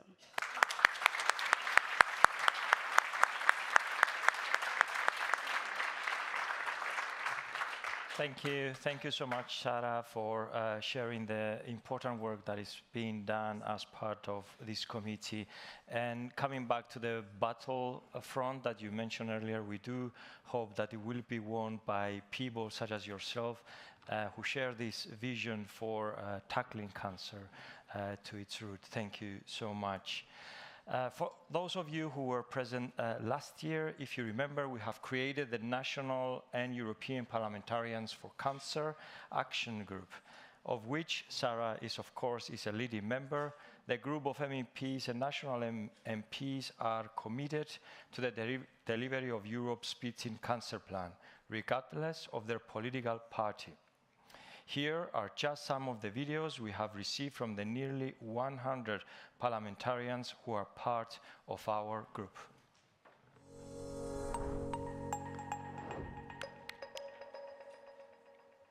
I fully support the European Cancer Organisation's manifesto titled Time to Accelerate Together Against Cancer. We, the politicians of Europe, must also work beyond domestic boundaries and borders to ensure that our war against cancer is a collective and a collaborative one. È ora di spingere sull'acceleratore per un'Europa unita contro il cancro. Time to accelerate. Europe together against cancer. The time is now to accelerate our work together against cancer. Time to accelerate now. Together against cancer. Absolutely, I support manifesto. Time to accelerate. Europe together against cancer. We can do it together. Time to accelerate. Europe together against cancer. Together, we can make significant strides in the battle against cancer, offering hope and brighter future to countless individuals and families affected by this devastating disease. Time to accelerate. Europe together against cancer. Time to accelerate. Europe together against cancer. Aș dori să-i prezint doamnei comisar Kyriakides acest simbol al Zilei supraviețuitorilor de cancer din România și să rog pe toată lumea din Europa să susțină sărbătoarea supraviețuirii.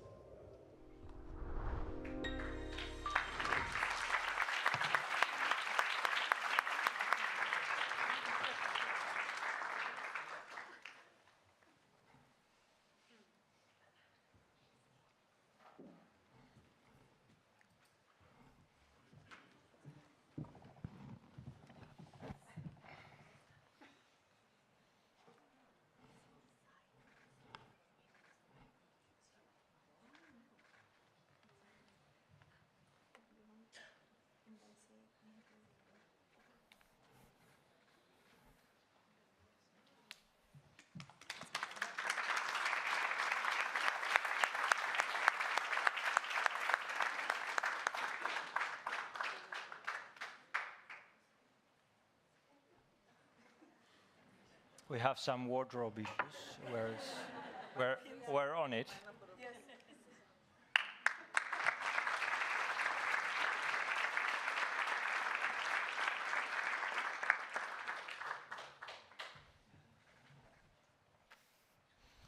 Well, thank you, Senator, for coming all the way from Romania to our summit, and we really look forward to your contributions on tomorrow's survivorship session at 9 a.m.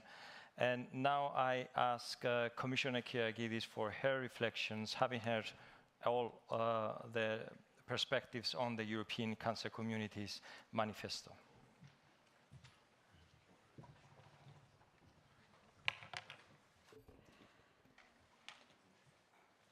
Thank you so much. I think this is possibly the most challenging part for myself, listening to everyone here from so many different perspectives. Admittedly, I found myself moved by many of the stories I heard. But I've become even more convinced sitting here that I know that we all share exactly the same vision. And I'm going to try and wrap up in as briefly as possible. And sometimes when I speak, I realize that what I'm saying may sound over-enthusiastic, over-ambitious, over-optimistic, but we need to set the bar high when we're trying to change the realities of cancer, and I will never stop doing that. So,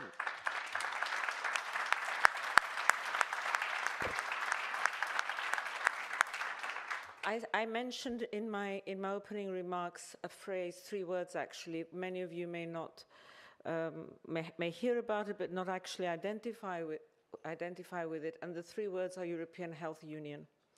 And I want to touch on that because a great deal of what you have shared with us today comes back to that for me. We were able to, in the COVID-19 pandemic, show what we can do at European level, despite the fact that health, of course, is a member state's competence, that we can, through collaboration, solidarity, really work in a way that will make health policy different. We were able to have COVID-19 vaccines available for all citizens at the same time, whether they lived in big member states or small member states. And we were able to invest in the development of vaccines when we all worked together with industry. So I think that out of every crisis comes a silver lining, and with the COVID-19 pandemic, that silver lining is the European Health Union. The European Health Union has several pillars, many of which you touched on today. Europe's Beating Cancer Plan is one of these pillars, a central pillar, but it cannot bring about the change on its own unless the other pillars also come into effect. We spoke about Gilly spoke about metastatic disease. That is, we put that in the cancer plan. We spoke about prevention, and you spoke about digitalization and the importance of that, and the importance of patients, of citizens having access to their own health data. But it is also important that this data is interoperable across member states. And you also spoke here, I think it was. Winnet spoke about access and medicines and research, and for that we have a pillar that we have put forward as part of the European Health Union, the European Health Data Space, which exactly aims 2 things. My Health at EU, to give citizens access to their own health data in a safe way, but also to pool so much data that is available in Europe so we can have stronger clinical trials and really be able to use the health data we have. So that is another pillar of the European Health Union that needs to come into, it's being discussed now in the European Parliament, Sarah nods, that needs to come into effect in order to enhance what the European Beta Cancer Plan delivers. Isabel spoke about inequities. We have a cancer inequalities registry as part of the plan, because what we really need to understand is what the inequalities are, so we can know through the European Cancer Plan what we need to focus on. But one of the biggest inequalities that we have, and we saw it during COVID, we knew it was there, and is access to medicines. And I come to rare diseases, I come to innovation, I come to access to medicines for every single citizen in Europe, every patient in Europe, whether they live in a big or small member state. And I come to another pillar of the European Health Union, the pharmaceutical reform that we have put forward, which is, after 19 years, is looking to address the issues to do with innovation, with access, affordability, and availability of medicines. So again, unless we build on a European Health Union and bring all these pillars together, we are not going to be able to get the maximum that we can out of, I believe, Europe's Beating Cancer Plan, which is, of course, a central pillar. You mentioned unmet medical needs. Kathy, I was listening. I didn't take in what you said because I must say my emotions got the best of me there because I've known you for so many years. But again, here it's the importance of comprehensive cancer centers because expertise needs to be shared without the patients having to travel. We need to pool knowledge together, and of course of the European reference networks. We spoke, and I heard Sarah mention it, Anna mention it as well, and the importance of mental health, and we do have a comprehensive approach of mental health for the first time in the EU, another pillar of the European Health Union, because we really need to address the issues to do with mental health and mental health of the workforce as well. And I'll end with just 2 words on the workforce. Crucial because you cannot have cancer care without a workforce and a specialized workforce. You heard that it's part of our plan, but we also have a pact for skills at the level of the European Commission, and there's an initiative called the Be Well initiative, which is for the upskilling of the European health workforce.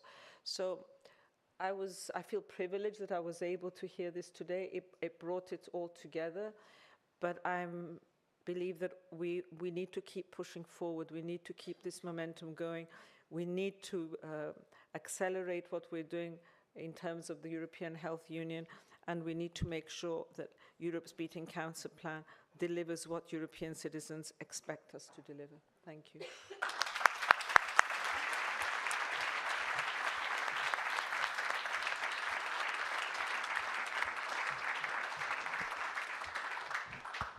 Thank you, Stella. We hope that all of you will support the manifesto by signing the charter board over there with me now, or by email, manifesto@europeancancer.org. You can set your organization's logo, and this will be added to our website. Coming up after a short networking break, we will be joined by Commissioner Iliana Ivanova, the ASCO president, and a group of young cancer professionals to discuss the next generation of cancer leaders. But for now, I would like to thank all of our speakers for being part of this important session.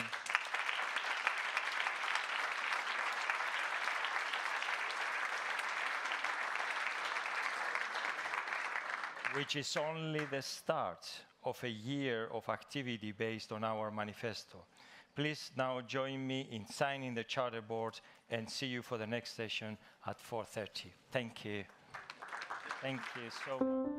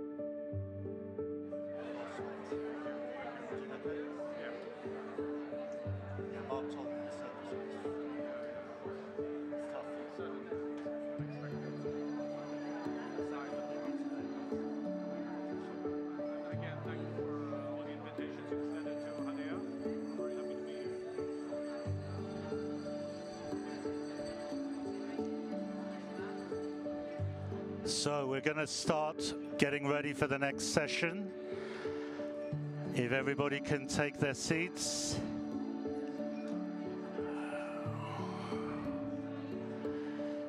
Seats quickly, please.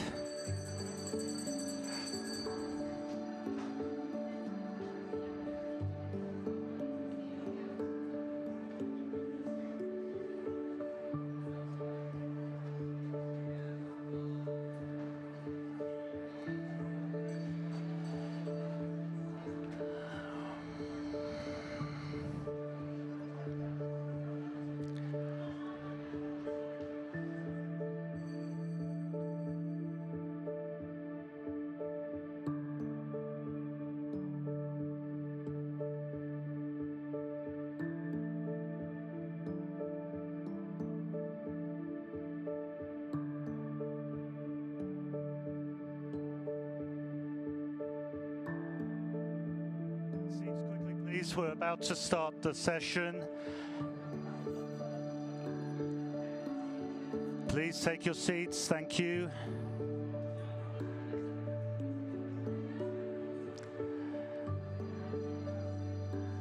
It's 4:30. Here we go.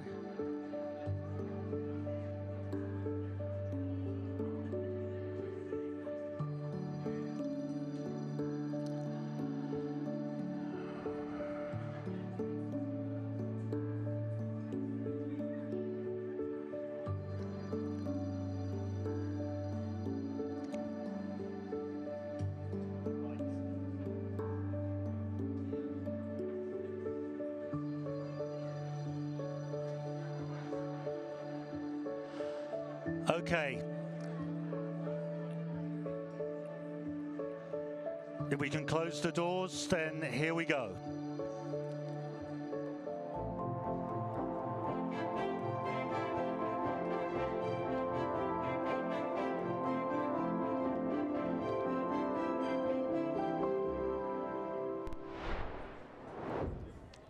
Okay, so I think we have liftoff. Next generation of cancer leaders, here we come. We're the session between your drinks. So the more applause, Mike's going to give us more drinks, which I think is really important. But I think, first of all, I'm Ajay Agarwal. I'm an oncologist and academic based in London, an ECHO board member. Was delighted to be co-chair last year. And we just have to reflect why we're here, because these manifestos, they take time.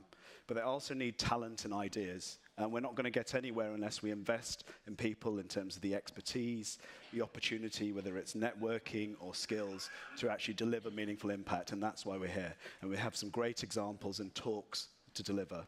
The other factor, and what I've been supporting Andreas over the last year, is the development of the Young Cancer Professionals Group at ECO, which has finally kicked off. And for those who are 40 or younger and are health professionals working with cancer, please do sign up. And I don't know if Elisa and Daniel and Nicolina and Anna could stand up just quickly. These are the people that you have to go to, and they'll sign you up. We've got our poster session afterwards, so that'll be fantastic. I think, Andreas, it's over to you. Thank you so much, Ajay. As Ajay already mentioned, this is the Young Cancer Professional Group. It's something we hold dear to our hearts, and it was an initiative that started back 1 year, and in that short period of time, we managed to cover so much ground in allowing and giving the platform to these young cancer professionals to do their work in a better way. So for the second year, we opened a call for abstracts for the summit based on the subjects covered by the 10 focus topic networks. We received a great response, as we did last year, and the best 15 abstracts were chosen by the co-chairs of the networks, Ajay and myself. Immediately after this session, during the networking reception, the authors of those abstracts will be presenting their posters in the Brussels Copenhagen room outside this room on your right-hand side. You will also find there the Young Cancer Professionals area, where our member societies are displaying opportunities they are providing for leadership and education. So let's congratulate all of those selected abstract authors and thank everyone who participated in the process.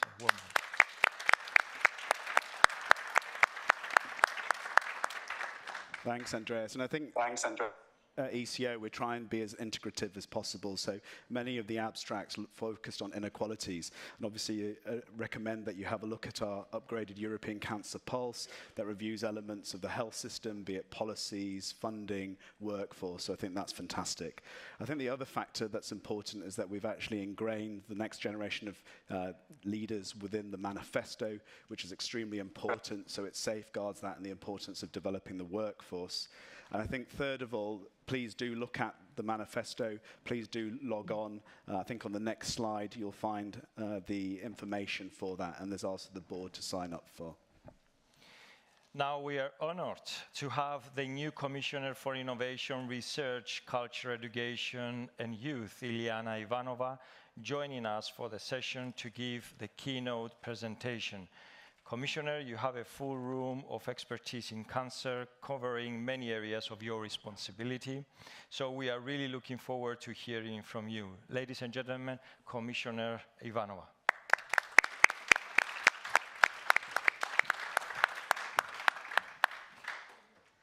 Thank you very much, dear Dr. Charalambous, dear Dr. Agarwal. Ladies and gentlemen, I would like to thank sincerely the European Cancer Organization for the opportunity to address you today. Every year, around 2.7 million people living in the EU are diagnosed with cancer, with 1.3 million people dying from the disease annually, including over 2,000 young people. Unless we all take a decisive action, cancer cases are set to increase by 24% by 2035, making it the leading cause of death in the EU.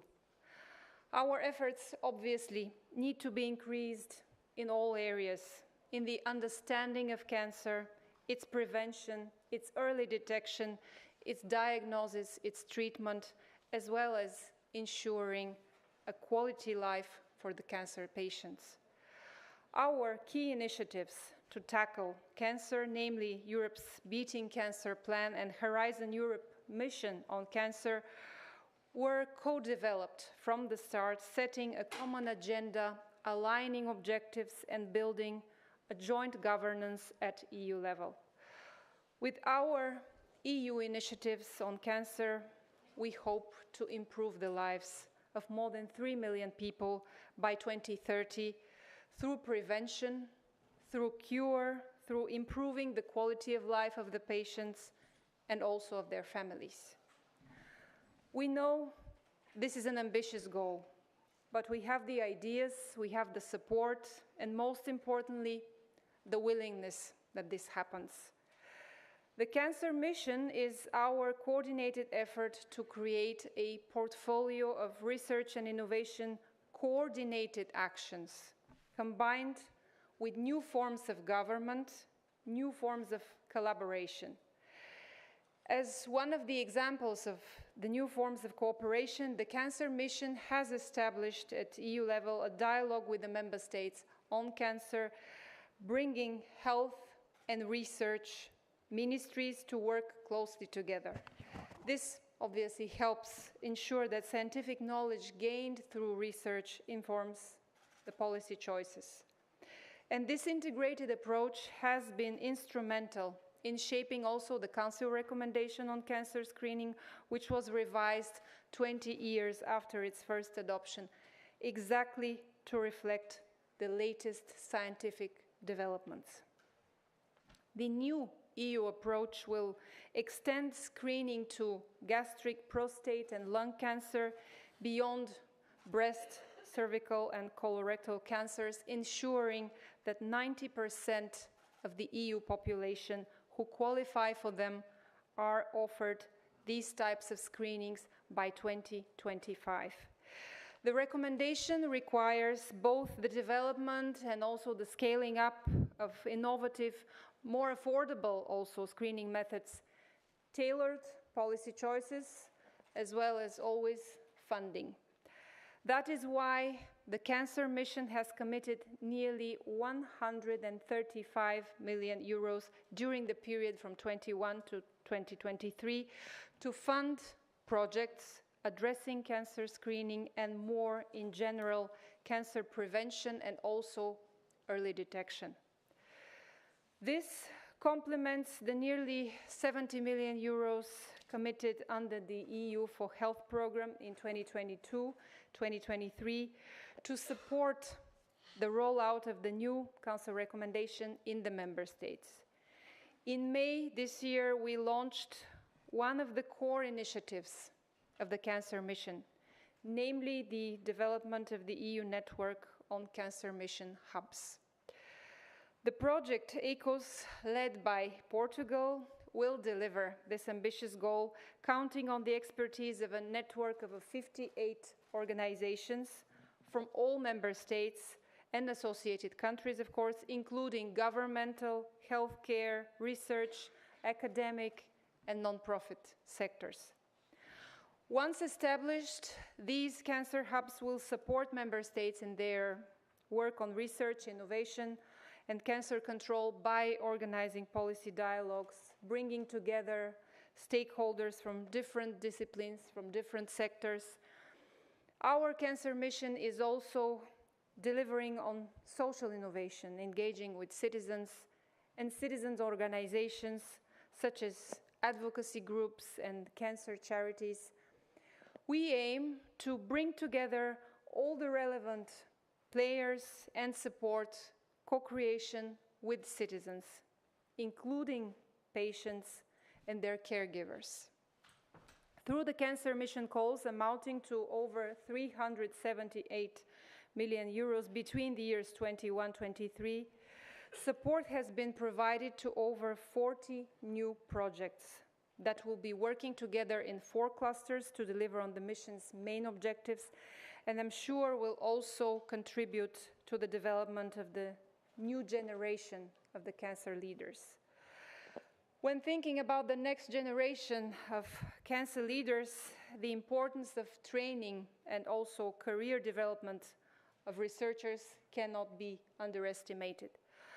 Our programs, such as the Maria Sklodowska-Curie Actions, are truly essential to shape the next generation of leaders, nurturing their expertise and passion, and guaranteeing a little bit brighter tomorrow in the fight against cancer.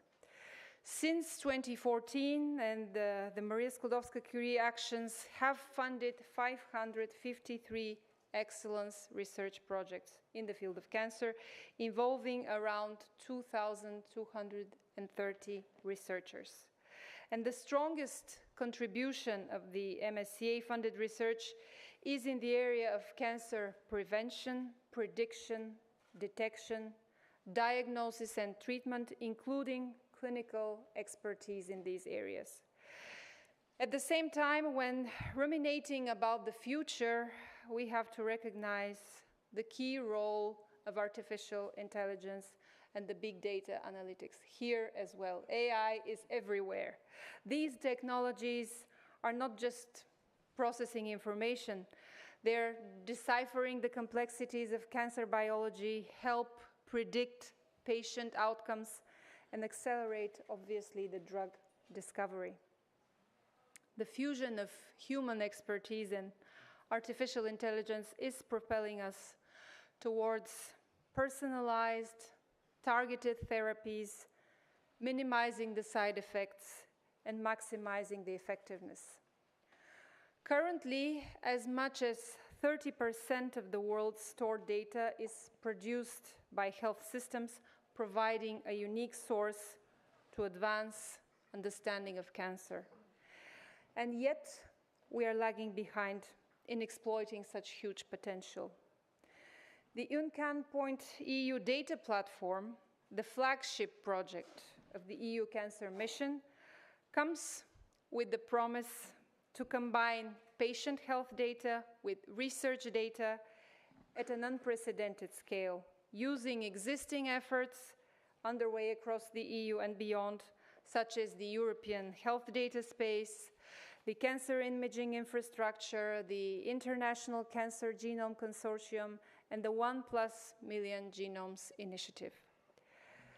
UNCAN-Point EU should lead to breakthroughs in cancer prevention, also in cancer treatment, that will contribute to saving and improving cancer patient lives. On the other hand, the European Cancer Patients Digital Center, also supported by our cancer mission, will facilitate the provision of personalized care for cancer patients and survivors, enabling them to easily deposit, access, and share their own clinical data. It will become a unique resource to provide quality of life information at the individual level to monitor treatment side effects and other outcome measures. The next cancer mission calls for proposals start in 2024. They will include topics to support the operationalization of both YouNcan.EU and the European Cancer Patient Digital Center. Also in 2024, the Cancer Mission will be launching a pilot bus roadshow in Poland, Lithuania, Romania, a significant step to bring cancer prevention and screening closer to the communities. It will not only spread crucial knowledge through interactive sessions and expert discussions, but also empower individuals to take charge of their health. All the actions and the initiative that I have mentioned to you today have the very same objective: to help us better understand and tackle cancer in order to improve the lives of patients, their families, their careers. And we must not forget that behind the figures, these are real experiences of cancer patients, cancer survivors, family members, caregivers. And among those, I would like to mention young people, bringing to your attention a very special initiative fostered by the EU Cancer Mission, a dialogue of young cancer survivors. With this dialogue, we aim to carve out a safe space where young survivors, along with their families and caregivers, can openly share unique challenges, unique aspirations. This endeavor so far was an uncharted territory, and the outcomes have surpassed expectations. The dialogue, launched 10 months ago, has not only given voice to heart-wrenching stories of courage, hope, and fear, but also allowed to engage with brilliant minds eager to illuminate the path forward. Excellent ideas have been put forward, which will be translated into the new research and innovation topics for the next Cancer Mission work program in 2024.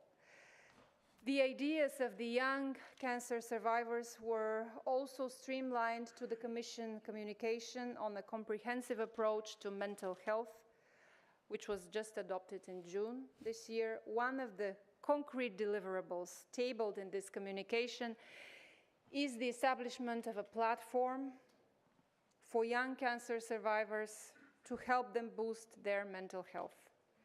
In December, the mission will host a workshop with representatives of European networks of young cancer survivors, patient organizations, other relevant stakeholders, to discuss how we can join efforts to make this platform a reality. Altogether, all these actions will allow collaboration, coordination between cancer stakeholders and initiatives, ensuring that there is truly a concerted effort to improve the lives of our cancer patients. It is very clear to me that only working together we can beat cancer. I wish you all very good discussions. Thank you. Thank you. Thank you, Commissioner Ivanova. And we do know you have a very busy schedule and you need to be on another important meeting. But before you leave, if I may, to give a comment on behalf of the cancer community, is that we are committed to work together in implementing the EUBD cancer plan together with the young cancer professionals. Thanks, Andreas. So let's hear our first abstract. We've got Irfan Lone, who is the policy advisor for the European networks working with the homeless. Thank you, Ajay, and thank you, Dr. Andreas. Thank you, ECO, for giving me this honor to present one of the unique projects here in front of you. It's my great privilege that I am voicing the voices which usually go unheard, and therefore I'm here to present my findings of this abstract. Cancer is really hard, and it's really challenging for all of us. It's challenging the global communities, healthcare systems, and societies. And once we add another layer to this, for example, homelessness, the results are only detrimental and they can be terrifying. Now consider the backdrop that our life expectancy is determined by our postal code. This is because the cancer screening letters are dropped in our letterboxes at home. So, dear colleagues, dear family, and dear cancer community here present today, cancer is the second leading cause of death among people experiencing homelessness. And it's more than double among people who do not have access to primary prevention, screening, and care in cancer. 1 out of 3 deaths could be prevented if we could minimize and mitigate those barriers while accessing prevention and care in cancer.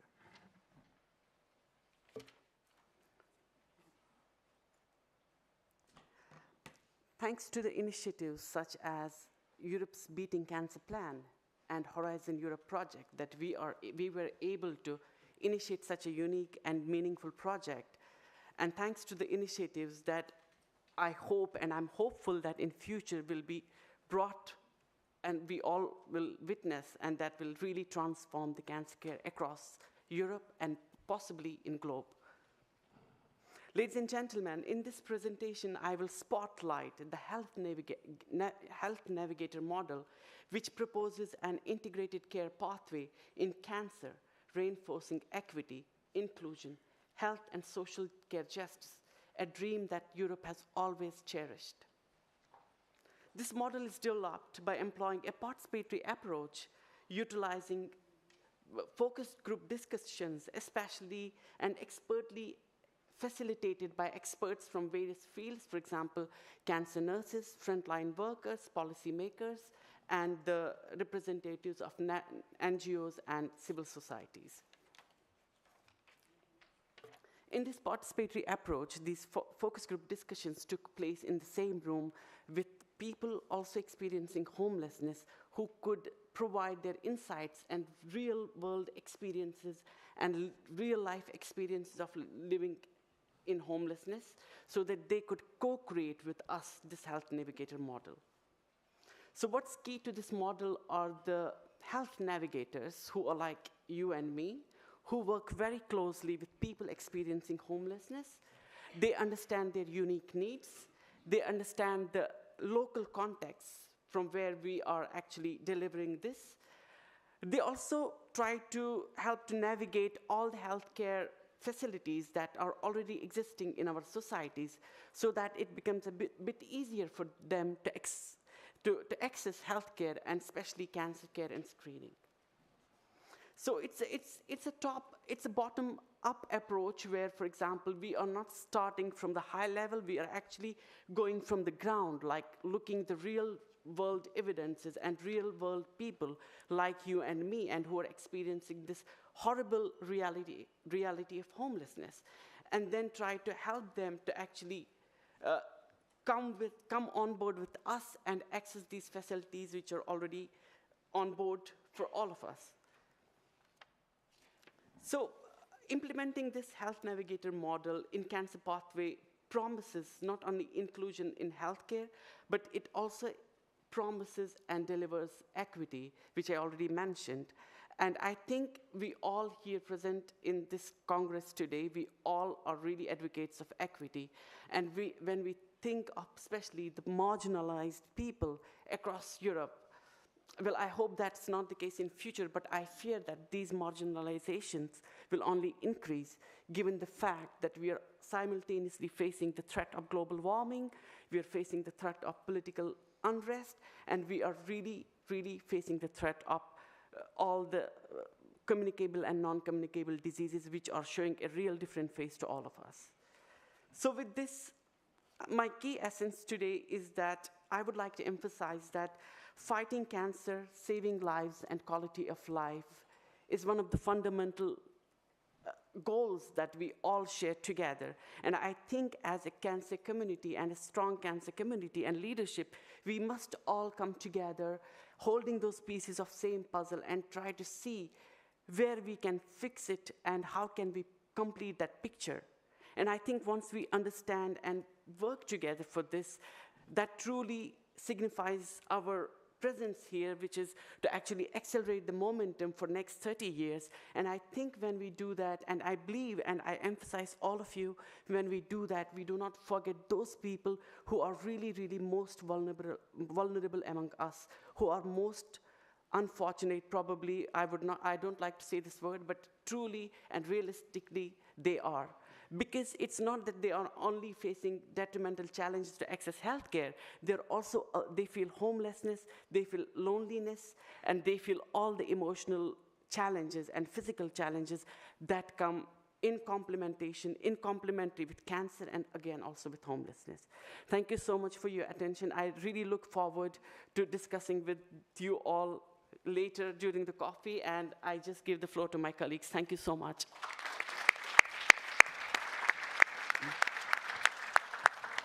Thank you, Irfan. I think you hit upon it there. There's the issue, marginalised population. You co-design the solution, and then you've had European backing to try and implement it. So that's a fantastic example of what one can do.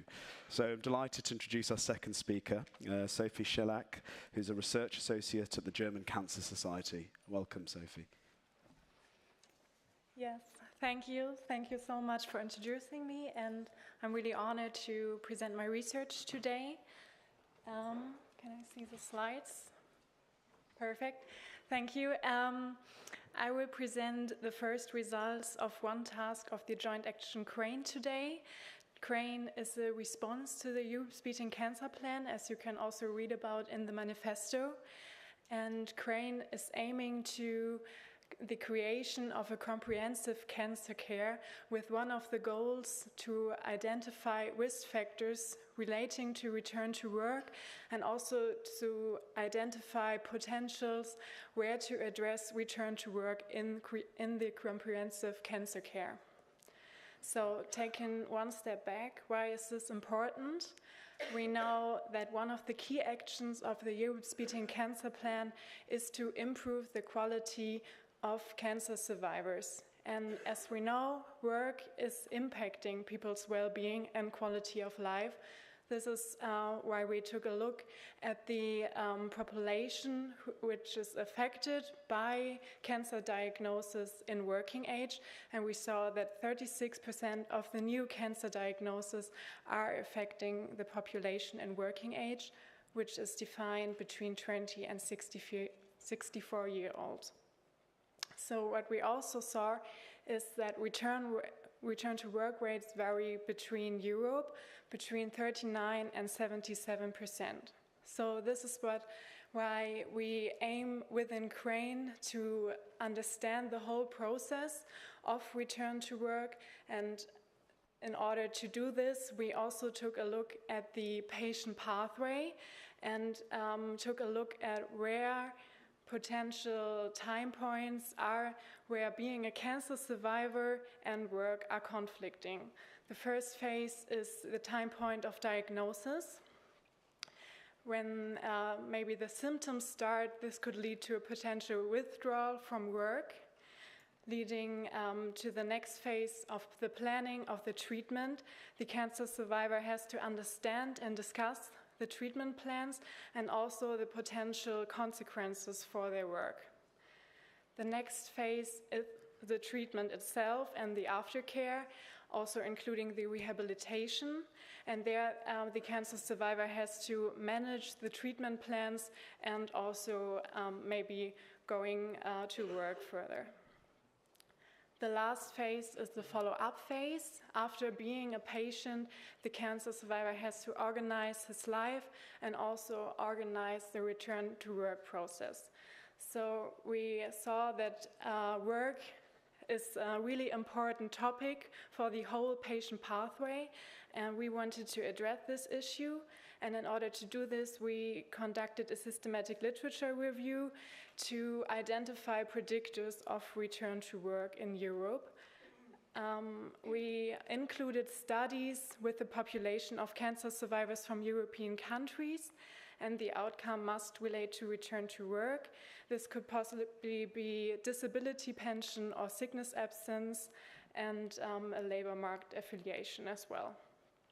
In total, we included 76 studies in the review, and I brought some results for you. We were able to classify the predictors of return to work into 6 categories. The first category are the social demographic predictors like age. Then we have work-related predictors like the workplace characteristics, disease-related predictors like the prognosis, psychosocial predictors like the mindset regarding return to work, treatment-related predictors like side effects of the treatment, and social welfare system-related predictors as well. So because we saw a lot of heterogeneous results between the associations with return to work, I just want to give 2 examples of predictors. The first one is family status. We saw studies which reported positive associations with return to work, but also studies with negative associations with return to work. And one explanation could be that having a partner or having children could be a support in the return to work process, but otherwise having a partner with sufficient income could hinder the cancer survivors to return to work. The next example is rehabilitation. Again, we saw positive and negative associations with return to work. The explanation could possibly be that rehabilitation measures are helpful for supporting the return to work process, but otherwise could be prescribed to cancer survivors with more side effects who are not able to return to work afterwards. So a lot of heterogeneous results, and all of these predictors have to be considered in different contexts for the interpretation of these predictors. For example, the cancer entity, we saw a difference in the cancer entities in the countries and the social systems behind these countries, also between the time point of measurements and also the definition of return to work, which is not unified yet. But to conclude, we want return to work to be considered in the whole patient pathway for cancer survivors, and these predictors can be used to develop cancer survivorship programs according to the goal of the Europe's Beating Cancer Plan and also to the goal of the manifesto. I'm really happy that return to work is the topic there. But last and not least, we saw a lack of knowledge when and by whom these predictors need to be addressed. And this is what we aim for the second part of CRANE, where we want to take a look at the different social welfare systems and how they are addressing return to work in the patient pathway. With that, I want to thank you for your attention.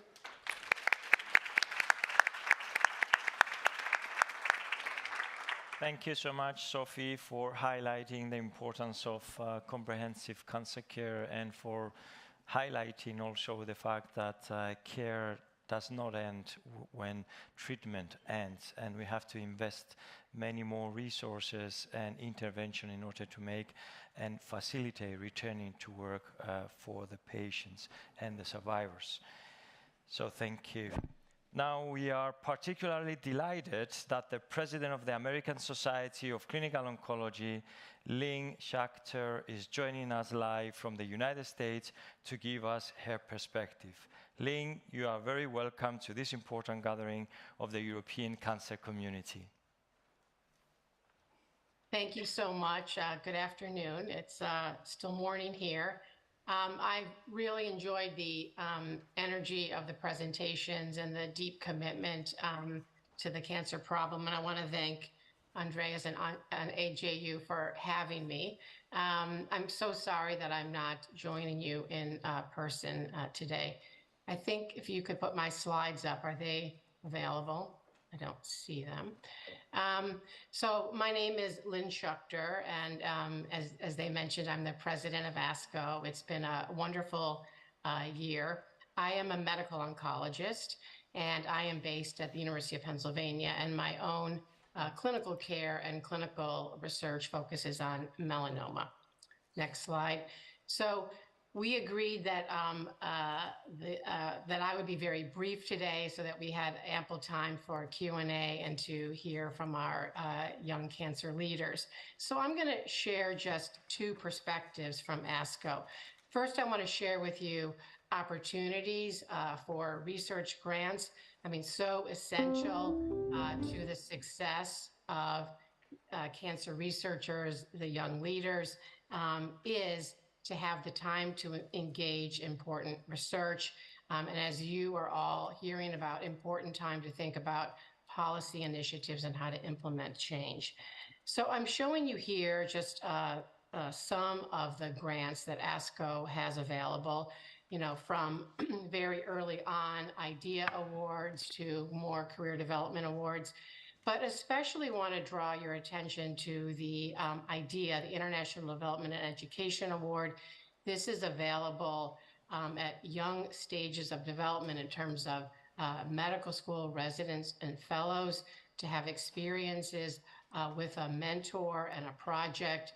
And it's a great way to get started on the research career. But you can see on this slide many different opportunities. And over the years, almost 90 members from the EU have received Conquer Cancer grants from ASCO, and you see the stage there from last year where we awarded all these grants. And also includes often travel awards and merit awards and opportunities to attend our annual meeting. Next slide. And just to mention one other really important opportunity for clinical research training. So this is related to therapeutic clinical trials or epidemiological studies. But we do a joint symposium with AACR every year, and this allows for a really in-depth 1-week intensive course with mentors. You come with a project, and hopefully you leave with a project that you would be able to implement.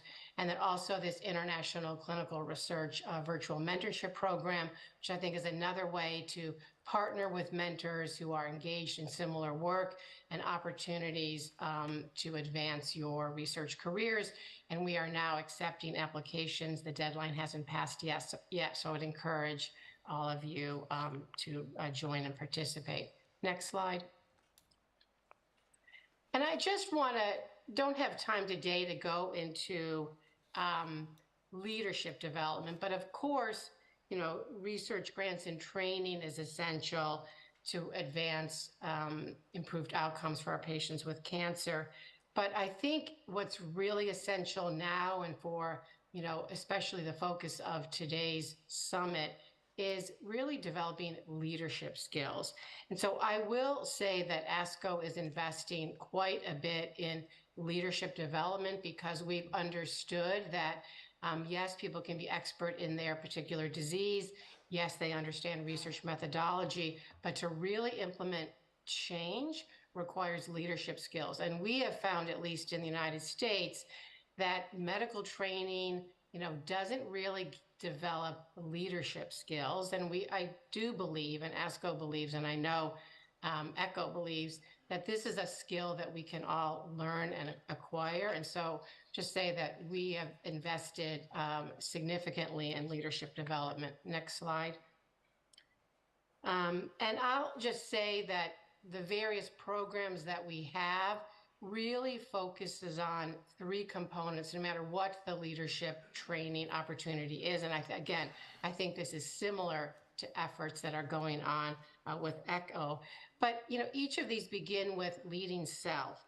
That is understanding your own emotional intelligence as you're trying to inform change, or you're trying to get locally at your institution or at a country level or policy levels. understanding your own style. And then importantly, this next step of leading others. And so particularly paying attention to, particular skills of how do you build effective teams? What are the communication skills that are necessary for you to drive change? How do you understand conflict management? How do you work through negotiations? Not everybody, may prioritize your particular topic. And then the ultimate goal of changing your organization, the foundation you may be working with. How do you influence others? How do you influence the policymakers in your country? So I'll just say that we've developed very specific coursework around these leadership skills. Next slide. And I think I've already said, why is this essential? And, hearing the two projects that have been presented so far, you can see these elements that are necessary to move to the next phase to make sure that their vision and their goal for that particular project actually occurs. So I just applaud ECHO on what you're doing in this space. And as I said, it's been really a core area of knowledge and professional development at ASCO. And so with my last slide, I just want to show you the examples of some of the leadership programs that we've developed. And just briefly, I want to say that what emerged was an issue statement at ASCO and at our board of directors, and that was that communities across the globe face numerous barriers to access high quality, equitable cancer care, and would benefit from oncology professionals with leadership skills and training. And that's what led us 14 years ago to develop these leadership programs. The main one is our leadership development program. And this is available to not just oncologists in the United States. This is available to ASCO members around the world. And we have had international participants. And, the current class spans, yes, academic environments, but also community centers, community practices, where, again, you're trying to implement change. We also have a new program called Education Scholars Program, and this is really emphasizing how to improve medical education, often including leadership development. And then we've launched specifically LDP programs across Asia Pacific members and an ASCO leadership program for Latin America. And I would just say that this investment in our young leaders, in young oncology professionals, in research and leadership development, I think has been essential. And when I look now at the current ASCO board, when I look at the current election slate, when I look at leaders across the world, so many of them have participated in these we call them LDP programs. So I will conclude there. I want to also say that our relationship with ECHO is so valuable and so important. We share so many important priorities around workforce, around education, supporting research. And so this partnership is really important. And I'm just so disappointed that I couldn't join you in person today. So thank you so much for including me, and I look forward to hearing the rest of the exciting presentations.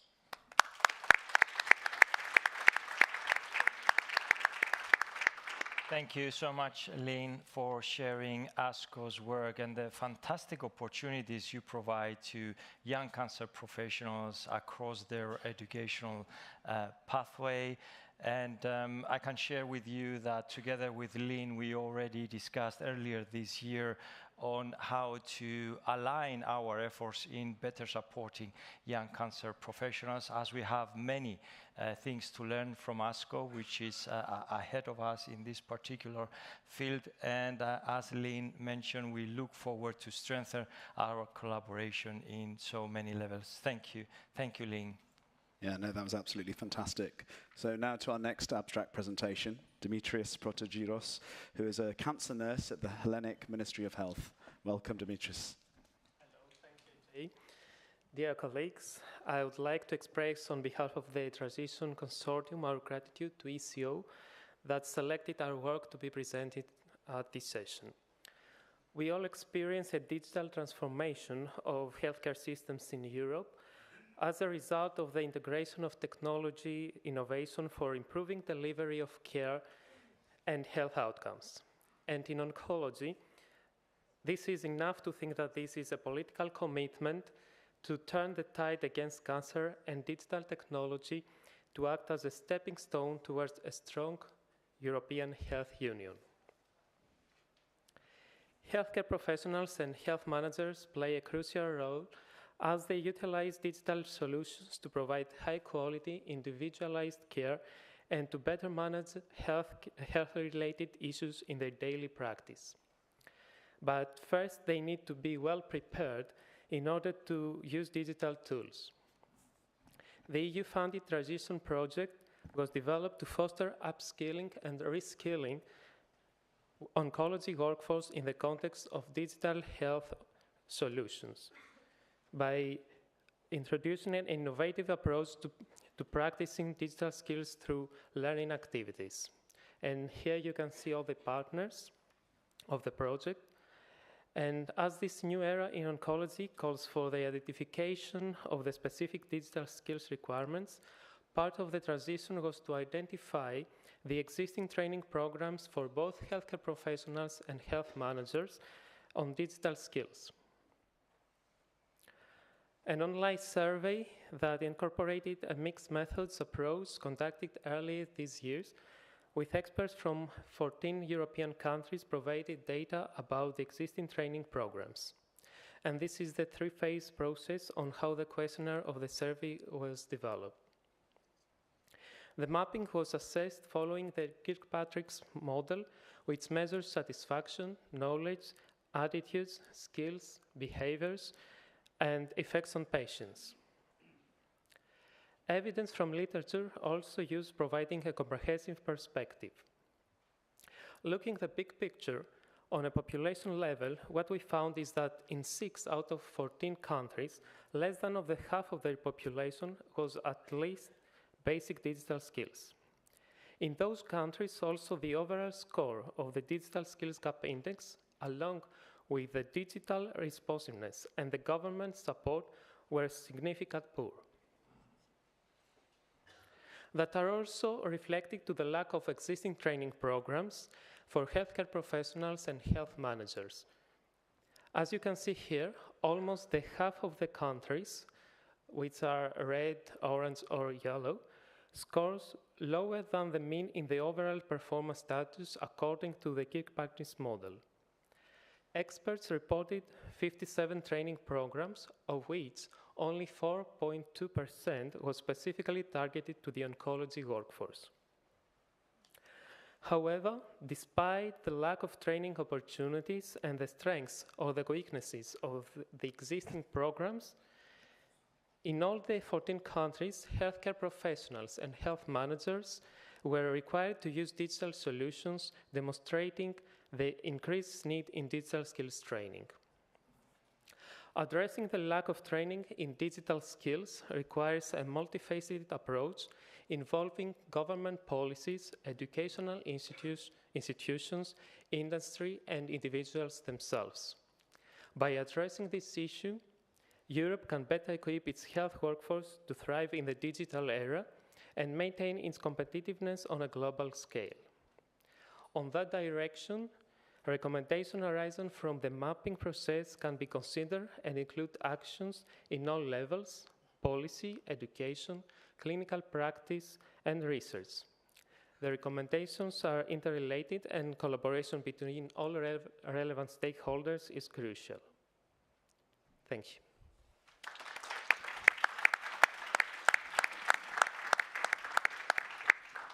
Thank you so much, Dimitris, for sharing the preliminary results of this mapping exercise across Europe when it comes to digital skills training. And it is a surprising percentage. Just 4.2 is only relevant to the oncology workforce. So there is a lot for us to do. And now our final abstract presentation in this session comes from Joanna Dontkins, who is a National Prostate Cancer Audit Clinical Research Fellow at the Royal College of Surgeons of England. Thank you very much for the opportunity to speak today, and it is an honour to share the stage with the other young cancer professionals. I've really enjoyed seeing your work today. As per my introduction, I am the National Prostate Cancer Research Fellow.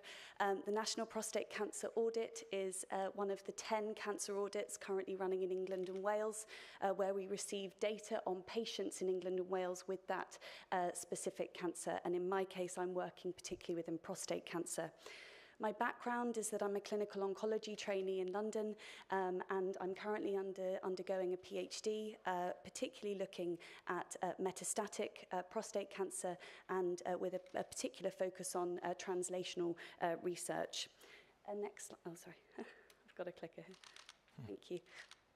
So I just wanted to use the metastatic hormone-sensitive prostate cancer cohort of patients as an example of the work that I've done. So the scheme that you can see on the slide there is an example of how drastically the landscape of treatments in metastatic hormone-sensitive has changed over the last 8 years. Now, prior to that point in 2015, the mainstay of treatment was hormone therapy with androgen deprivation therapy alone. I hope that diagram demonstrates how drastically the treatment landscape has changed for patients, with a particular example in 2021 where we're now seeing evidence that there is improved overall survival for patients who receive docetaxel and abiraterone, and that was part of the PEACE-1 trial. All of these treatments are to be given in conjunction with ADT, and they have all shown an improvement in overall survival for patients with metastatic hormone-sensitive prostate cancer. However, there is evidence that these treatments are not being utilised in the real world. I think that's been a theme that's been throughout today's sessions. And for that reason, I decided to conduct a systematic review as part of my PhD to look at this in more detail. I wanted to do a systematic search of international literature regarding the metastatic hormone-sensitive cohort with regards to these treatments that are on the slide: docetaxel, abiraterone, enzalutamide, and apalutamide. And I wanted to look at the utilisation of these treatments in the real world using regional or national data sets. And the final search criteria I had was that I wanted to look at determinants of variation. Are there reasons why certain patients are not receiving these treatments if we do find that there is underutilisation of these treatments? And unfortunately, when I looked at the data, it was 13 papers in the end that were included in the analysis. And the utilisation rates of these treatments, anything above and beyond ADT or hormone therapy alone, sometimes referred to as treatment intensification, the utilisation of these treatments was very low. These are for the patients who would be eligible for these treatments. Only between 9 and 38% of patients were actually receiving the treatment. Now, when I went further and tried to explore the determinants of variation to try and unpick and understand why this might be happening, obviously it's multifactorial. There could be a whole host of reasons why this is happening, but I particularly looked at some determinants, and the examples, I've just put a few on this slide here, but more are identified on my poster, which I'd be happy to share later on. But age, for example, younger patients more likely to receive treatment intensification. Patients who have more comorbidities are less likely to receive treatment intensification. Those ones we may expect. The ones that I want to come on to, patients of white ethnicity, more likely to receive treatment intensification. Patients who are treated by an oncologist rather than a urologist, more likely to receive treatment intensification. Those ones are more surprising in the results that I found. I think what I wanted to really get out of this is that this is just one example of where fantastic work is being conducted in the clinical trial field, and we have so many excellent scientists proving these new and novel therapies for our patients with, in this example, hormone-sensitive prostate cancer. But that is not going to be enough if the patients who we treat every day in the real world are not having access to those treatments. And the international evaluation of the literature that I've presented in very brief terms today demonstrate that there is a low utilization despite evidence of these treatments being effective and improving overall survival. And I propose to you all that we need three things. One, we need good quality data. We need that to understand epidemiological trends in metastatic prostate cancer. We need qualitative research to understand the reasons as to why this is happening. And finally, we need implementation science to understand and ensure that there is equitable access to these new treatments, particularly as the landscape of treatments is developing all the time. I don't pretend that I know all of the answers as to why this is happening or the reasons for this underutilization. I believe it is multifactorial, both patient and system level reasons as to why this may be happening. But I think that implementation science needs to have a very considered approach. We need to understand the impact of service structure, education, reimbursement, to be able to truly understand why this is happening. And my final point is really that the budget that we spend on research and development, I feel should be equal to the spend on implementation research to ensure that these treatments that we know have proved efficacy in this setting are reaching the patients that need it the most. Thank you very much.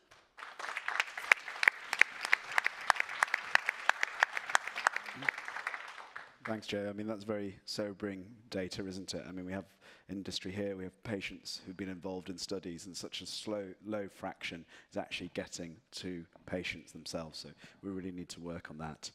So before we have our Q&A session coming up, we've got another fantastic presentation. I'm delighted to introduce Alex Filichavis.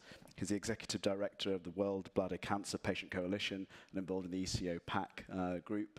In addition, he's going to talk about trying to create equal partnerships between patients and the next generation of cancer leaders. Welcome. Thank you so much, AJ. What a pressure to be one of the last speakers in between our session and the drinks that await you afterwards. But I'll try to offer something, and it's something insightful from the patient community perspective. And I'm so grateful as well to be part of this discussion here today and returning to the European Cancer Summit. So thank you so much, ECHO, for this opportunity as well. So I'd like to start with saying that cancer patients and cancer survivors are our future cancer leaders as well.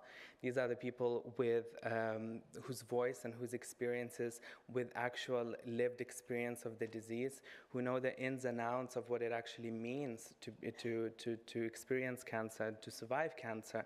And so their voice is the most important one when we look to the future of cancer care, when we look at changing cancer policies. So their voice is central here.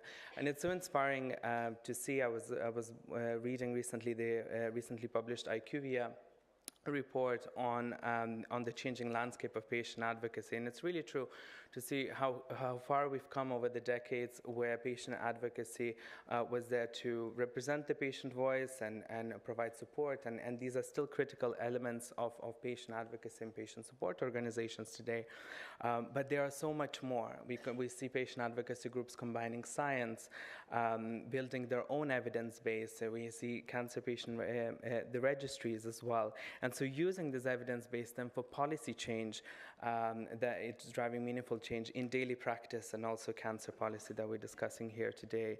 And there are many initiatives to strengthen and develop cancer patient advocacy and our future leaders. And I wanted to mention EU PATI training, which is a fantastic resource, which I had the pleasure of benefiting from myself, and I know some of the people here as well.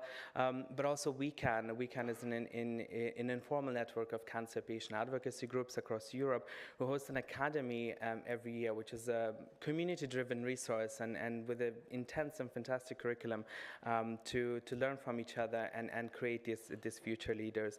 And at the World Bladder Cancer Patient Coalition, we also focused on helping the establishment of bladder cancer patient support groups in Europe and around the world, and really providing them with the resources and opportunities to interact with others as well throughout this. So I think it goes without saying that patient advocacy organizations, patients themselves, are an essential part of our healthcare ecosystem. And as such, I think most people will agree in this room that patients are partners, and they're valuable partners in patient organizations themselves, are valuable partners, but I think it needs to be repeated every time still when we do this.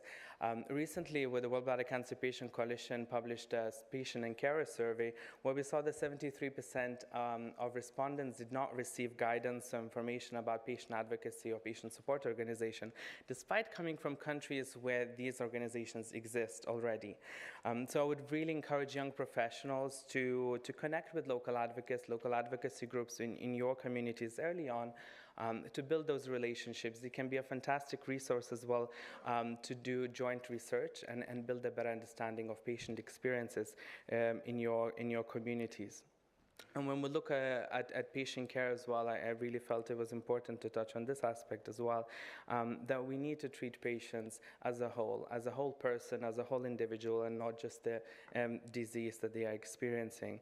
And every patient has unique needs, every patient has unique wants, and also have unique preferences to the expectation of what a treatment outcome that is preferred by them looks like. And we touched also on aspects of inequalities earlier on, which are also so important. I would encourage healthcare professionals as well, have those difficult conversations with patients and do not and challenge yourself in those space. In our survey that I've just mentioned, we had 45% of patients who were not counseled on sexual health prior to surgery, radical cystectomy surgery, which is removal of the bladder, which has an enormous impact on quality of life of patients and sexual health as well. But we see and we hear from patients every day that this is often dismissed or not addressed in an appropriate way. And there are many other difficult conversations that we need to challenge ourselves to address. And of course, different aspects of supportive care overall, holistically looking at emotional support and mental health has been touched on so much, I think is really important. Another element was workforce shortage, which is a crisis. I do agree, and it's a crisis in Europe and across the world. And there are different ways, many different ways to challenge this. But what I wanted to bring is that by working together, I think we can find unique ways of collaborating with patient advocacy groups as well to make this difference. And initiatives such as Young Cancer Professionals Network of ECHO, or European Association of Urology also runs young urologist groups, are so critical here. And by working together, we can then really bring about better care for our patients, and having advocates as well from different, from both sides, from every angle, advocates for incorporating patient-reported experience measures and patient-reported outcomes measures, which would lead to better outcomes for our cancer patient community, but also better patient experience overall and greater, more efficient cancer care for patients and society as well. And so we need leadership, I think, in every aspect, and it's wonderful to hear so many leaders on this panel, but also throughout the day. And I see leadership as leadership is all about vision, and I think seeing where we need to go and being able to bring others on your journey and to gather people together for those common challenges. And I think in cancer space, we do have many common challenges, but there's many unique perspectives as well. So we have patients experiencing different types of cancers. We have pediatric patients who will have different needs and experiences from those from geriatric patients as well. So we really need to look at all these different unique perspectives, and no one person can speak on behalf of all cancer patients, and no, I can't either. So that's why it's so important to rely. We have a big community of patient advocates, many of whom are here in this room today, with expertise, with lived experiences, who are leaders in their field, who drive research as well, and who create that evidence base for us to make that difference. And lastly, I think since it's a policy discussion as well a lot, and we've been talking about accelerating momentum, I think for policymakers, I would just say let's not lose that momentum, let's accelerate the momentum, as the tagline is today, that we've built not only in the past few years, but I think the past few decades, that we've seen advocacy change so much and strengthen the cancer patient advocates role in collaboration in cancer policy development as well, and working not for, but with cancer patients and with cancer survivors as well. So we can help them not just to become the next generation of cancer leaders, because I think they already are, but to empower them really to become the best possible versions of possible leaders that make a difference for cancer patients every day. So thank you so much for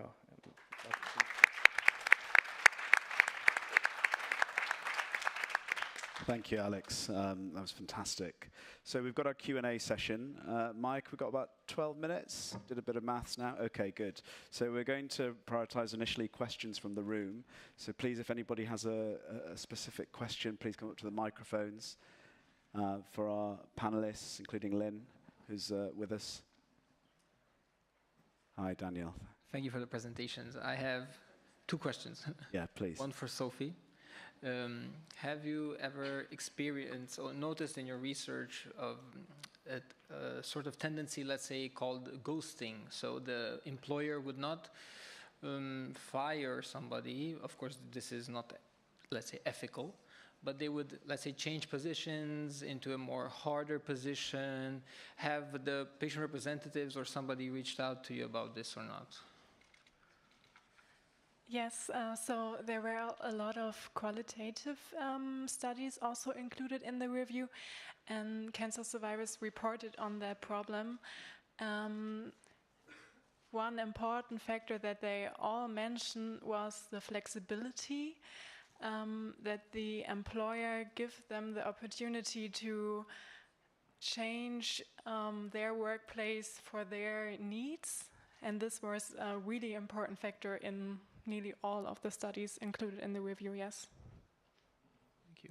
Yeah, I had another question, I think. Yeah, my other question was to another speaker, to Joanna, about something very similar was published by Professor Hoskin. I think that we produce all this evidence, but it's not implemented, especially in radiotherapy, especially because we have problems concerning different reimbursement, like do we do per case, do we do per fraction?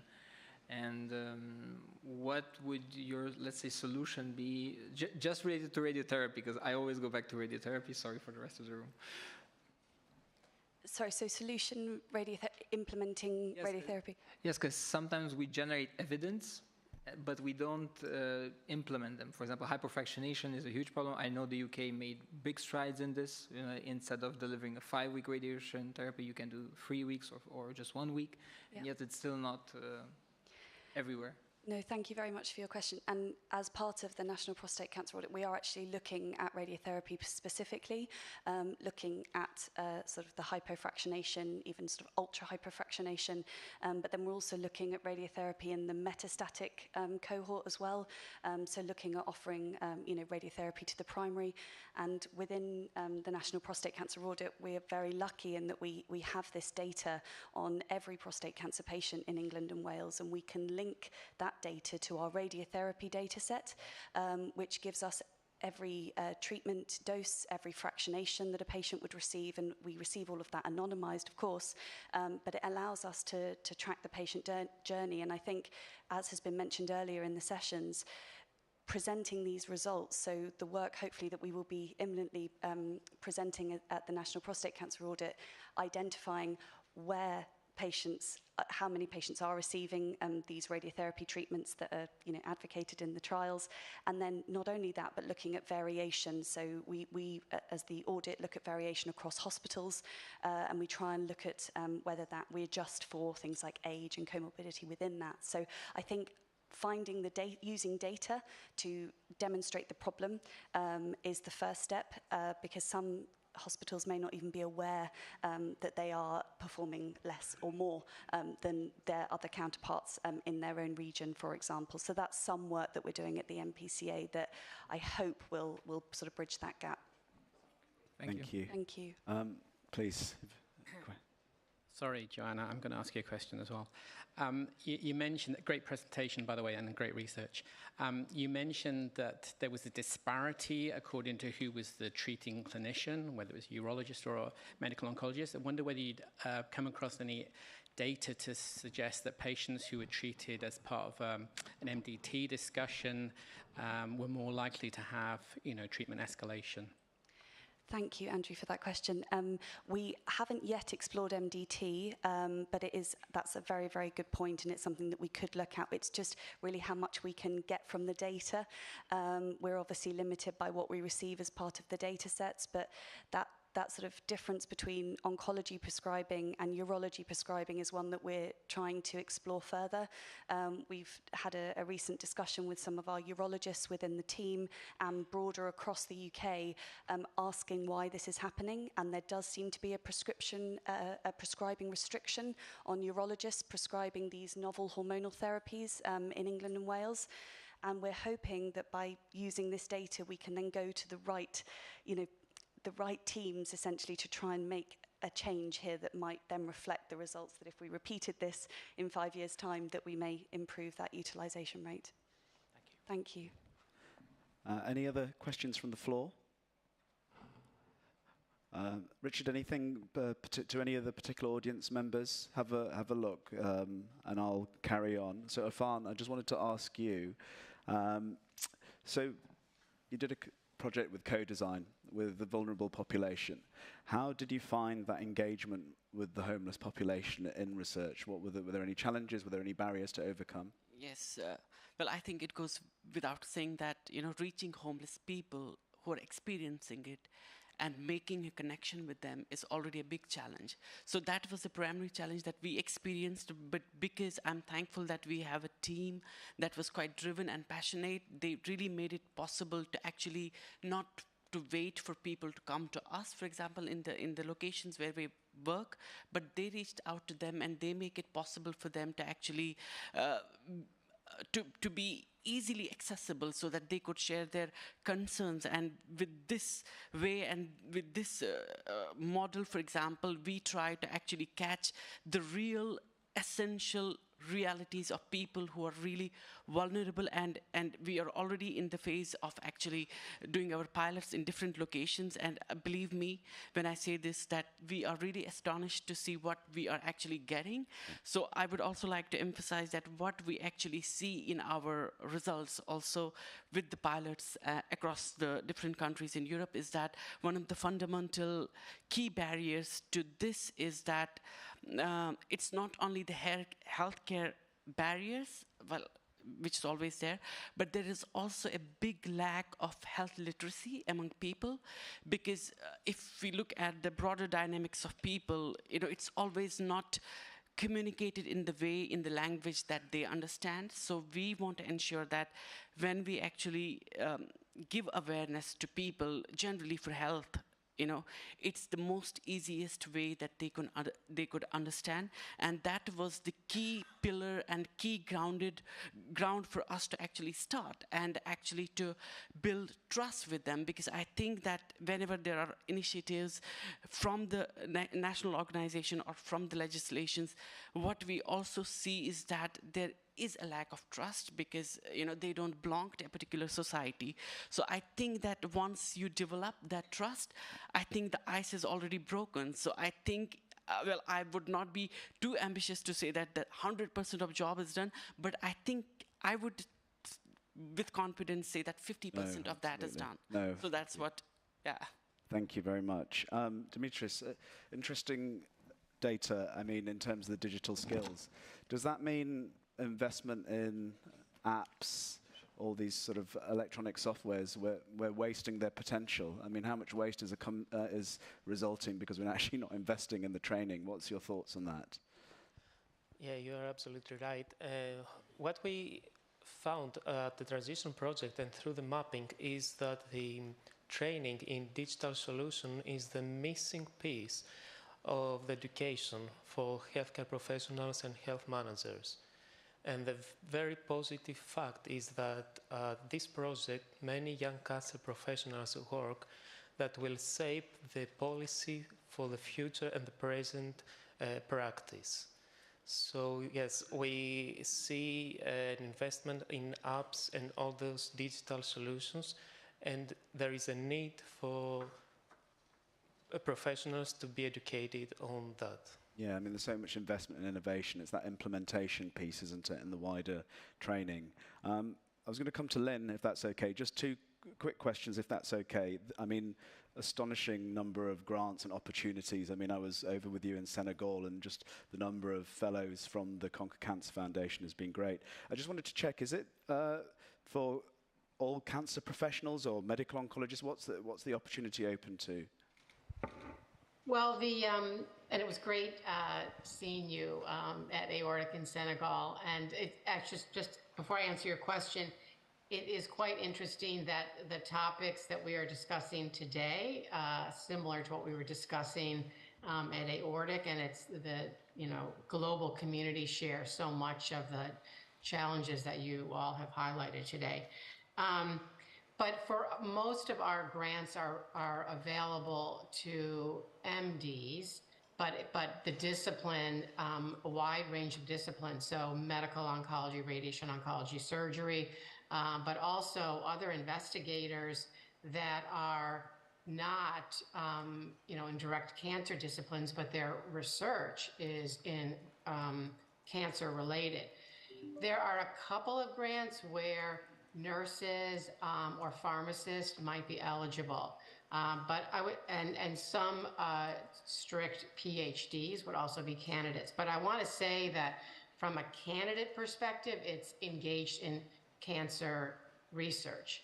And I think having, it's great to hear Dimitri, but the partnership with our nurses, with our patient advocates, and to Alex's point, we do have patient advocates on all of our grant reviews and all of our programs, and I cannot tell you how much that has informed decisions about sort of priorities of a particular project, or also potential flaws in a particular project. And so this multidisciplinary approach and making sure that we have our patient advocates alongside of us is really essential. No, fantastic. Thank you, Lynn. I was just going to come to Alex. I mean, I was impressed how many resources are available. So the question, I suppose, is how do we pool that resource, or what do you think, how can, someone wants to do a piece of research or a quality improvement project, and actually patients need to be at the heart of that. What are the steps? Is there resources easily available for this? What would you recommend? That's a very good question. I would probably, there are two ways to do this. So we have obviously national advocacy organization, national advocacy patient groups. In some countries, they are much more advanced in their work, and in some, for example, they are striving towards that, and that's where the training tools are so important. But when you're looking to develop research, again, some insight into your research from the patient community, I would say WeCan is probably a good starting point. So WeCan, as I mentioned, it's a European informal network of cancer patient advocacy organizations, and you can learn which organizations are part of it. They have tens, if not hundreds now, we have of organizations across Europe who can connect you with the right person who will be able to contribute specific to the disease that you are looking to do more research. So there is a lot of it, and it's growing, and I think support both from all aspects towards the sustainability of initiatives such as WeCan is really important as well. No, thanks so much, Alex. I'll lead on to Andreas now, I think. Thanks to all of our speakers in this session for their excellent presentations and insights. Thank you.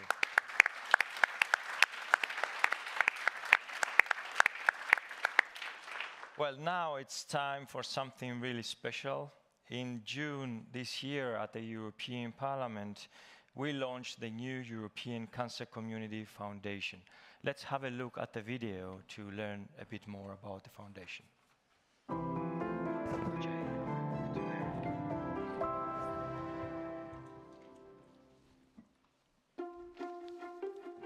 Cancer care is improving dramatically on so many different levels.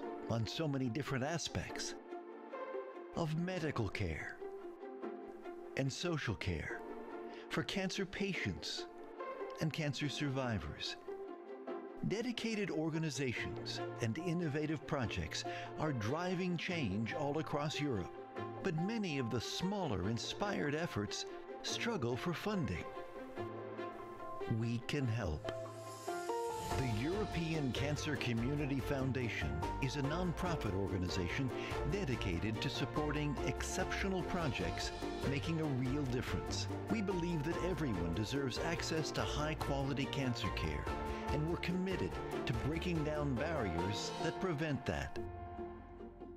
What is different about this foundation is that it transcends national borders and medical boundaries. It can provide grants to all types of organizations and across Europe and across all the cancer types. The European Cancer Community Foundation is all about saving lives and certainly improving lives of everyone touched by cancer. Creative projects make a real difference in cancer care. The foundation can help many of them survive and thrive.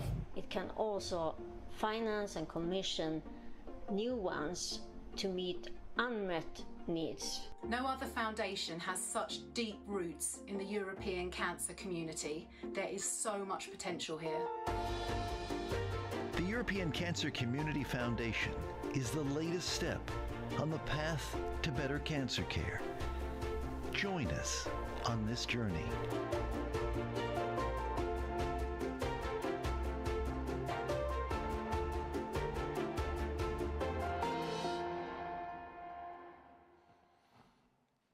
I want to thank everyone who has donated to the foundation so far.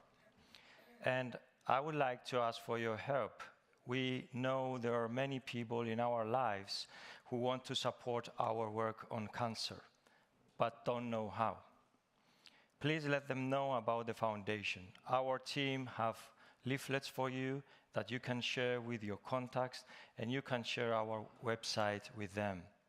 EuropeanCancerFoundation.org. Any help you can give us in reaching donors will help this foundation succeed. Thank you in advance. So now the foundation board decided we should get started as early as possible in giving grants. So in September, we announced a call for the Rising Star grants for future research projects, with the winners receiving a grant of 3,000 euros. The board of the foundation decided to allocate these Rising Star grants in the memory of Véronique Trillier-Lenoir, MEP and an oncologist who sadly passed away recently, and which was a leading voice at the European cancer community. We have received many applications, making the selection committee's job extremely difficult. Thank you to everyone who spent time making an application, and we wish all of you every success in your future research projects. I am pleased to say that we have decided to award 3 grants, so please join me in congratulating the winners. First, let's congratulate Andrada Turcas from the Oncology Institute of Cluj in Romania for receiving a grant for the project Impact of Radiotherapy and Repetitive Anesthesia on Neurocognitive Outcomes in Pediatric Cancer Patients. Andrada.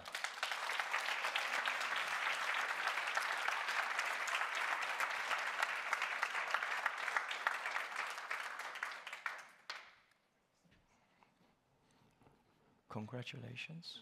Thank you.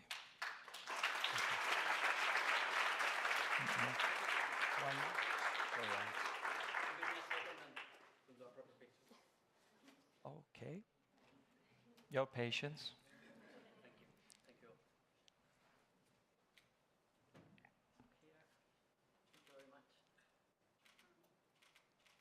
Thank you. Congratulations. Next, let's congratulate together Amy Taylor from Our Ladies Hospital and Care Services in Ireland for receiving this grant for her future project on new evidence on the role of palliative care in cancer survivorship to enable unmet needs to be supported.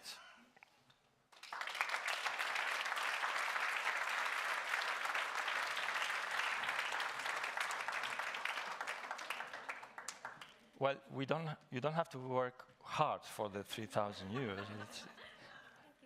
Well, thank you.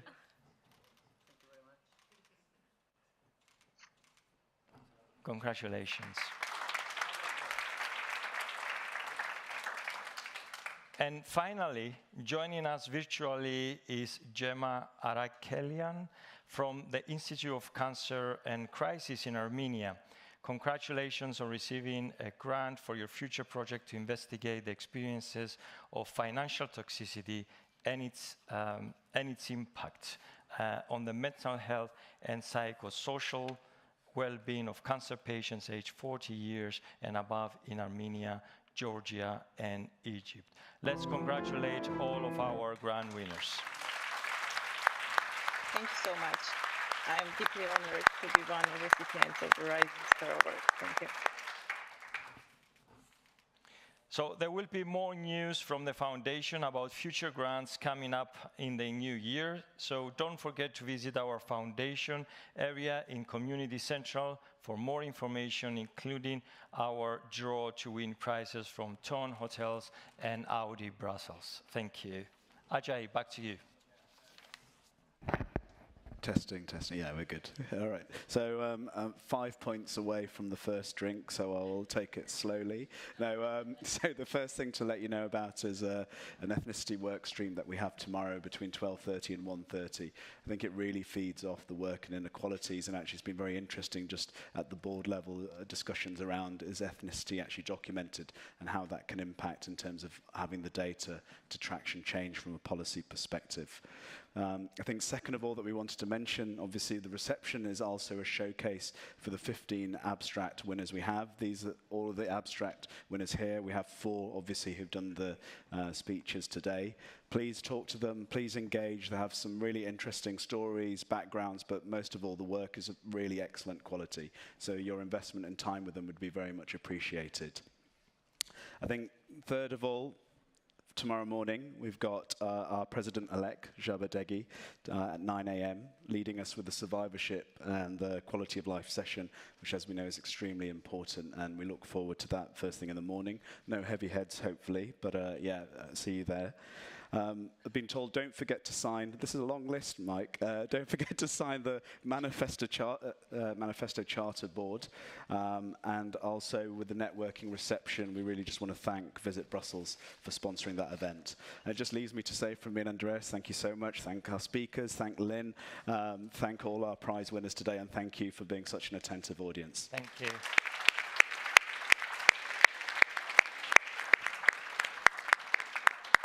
Congratulations, everyone. Congratulations. Great work.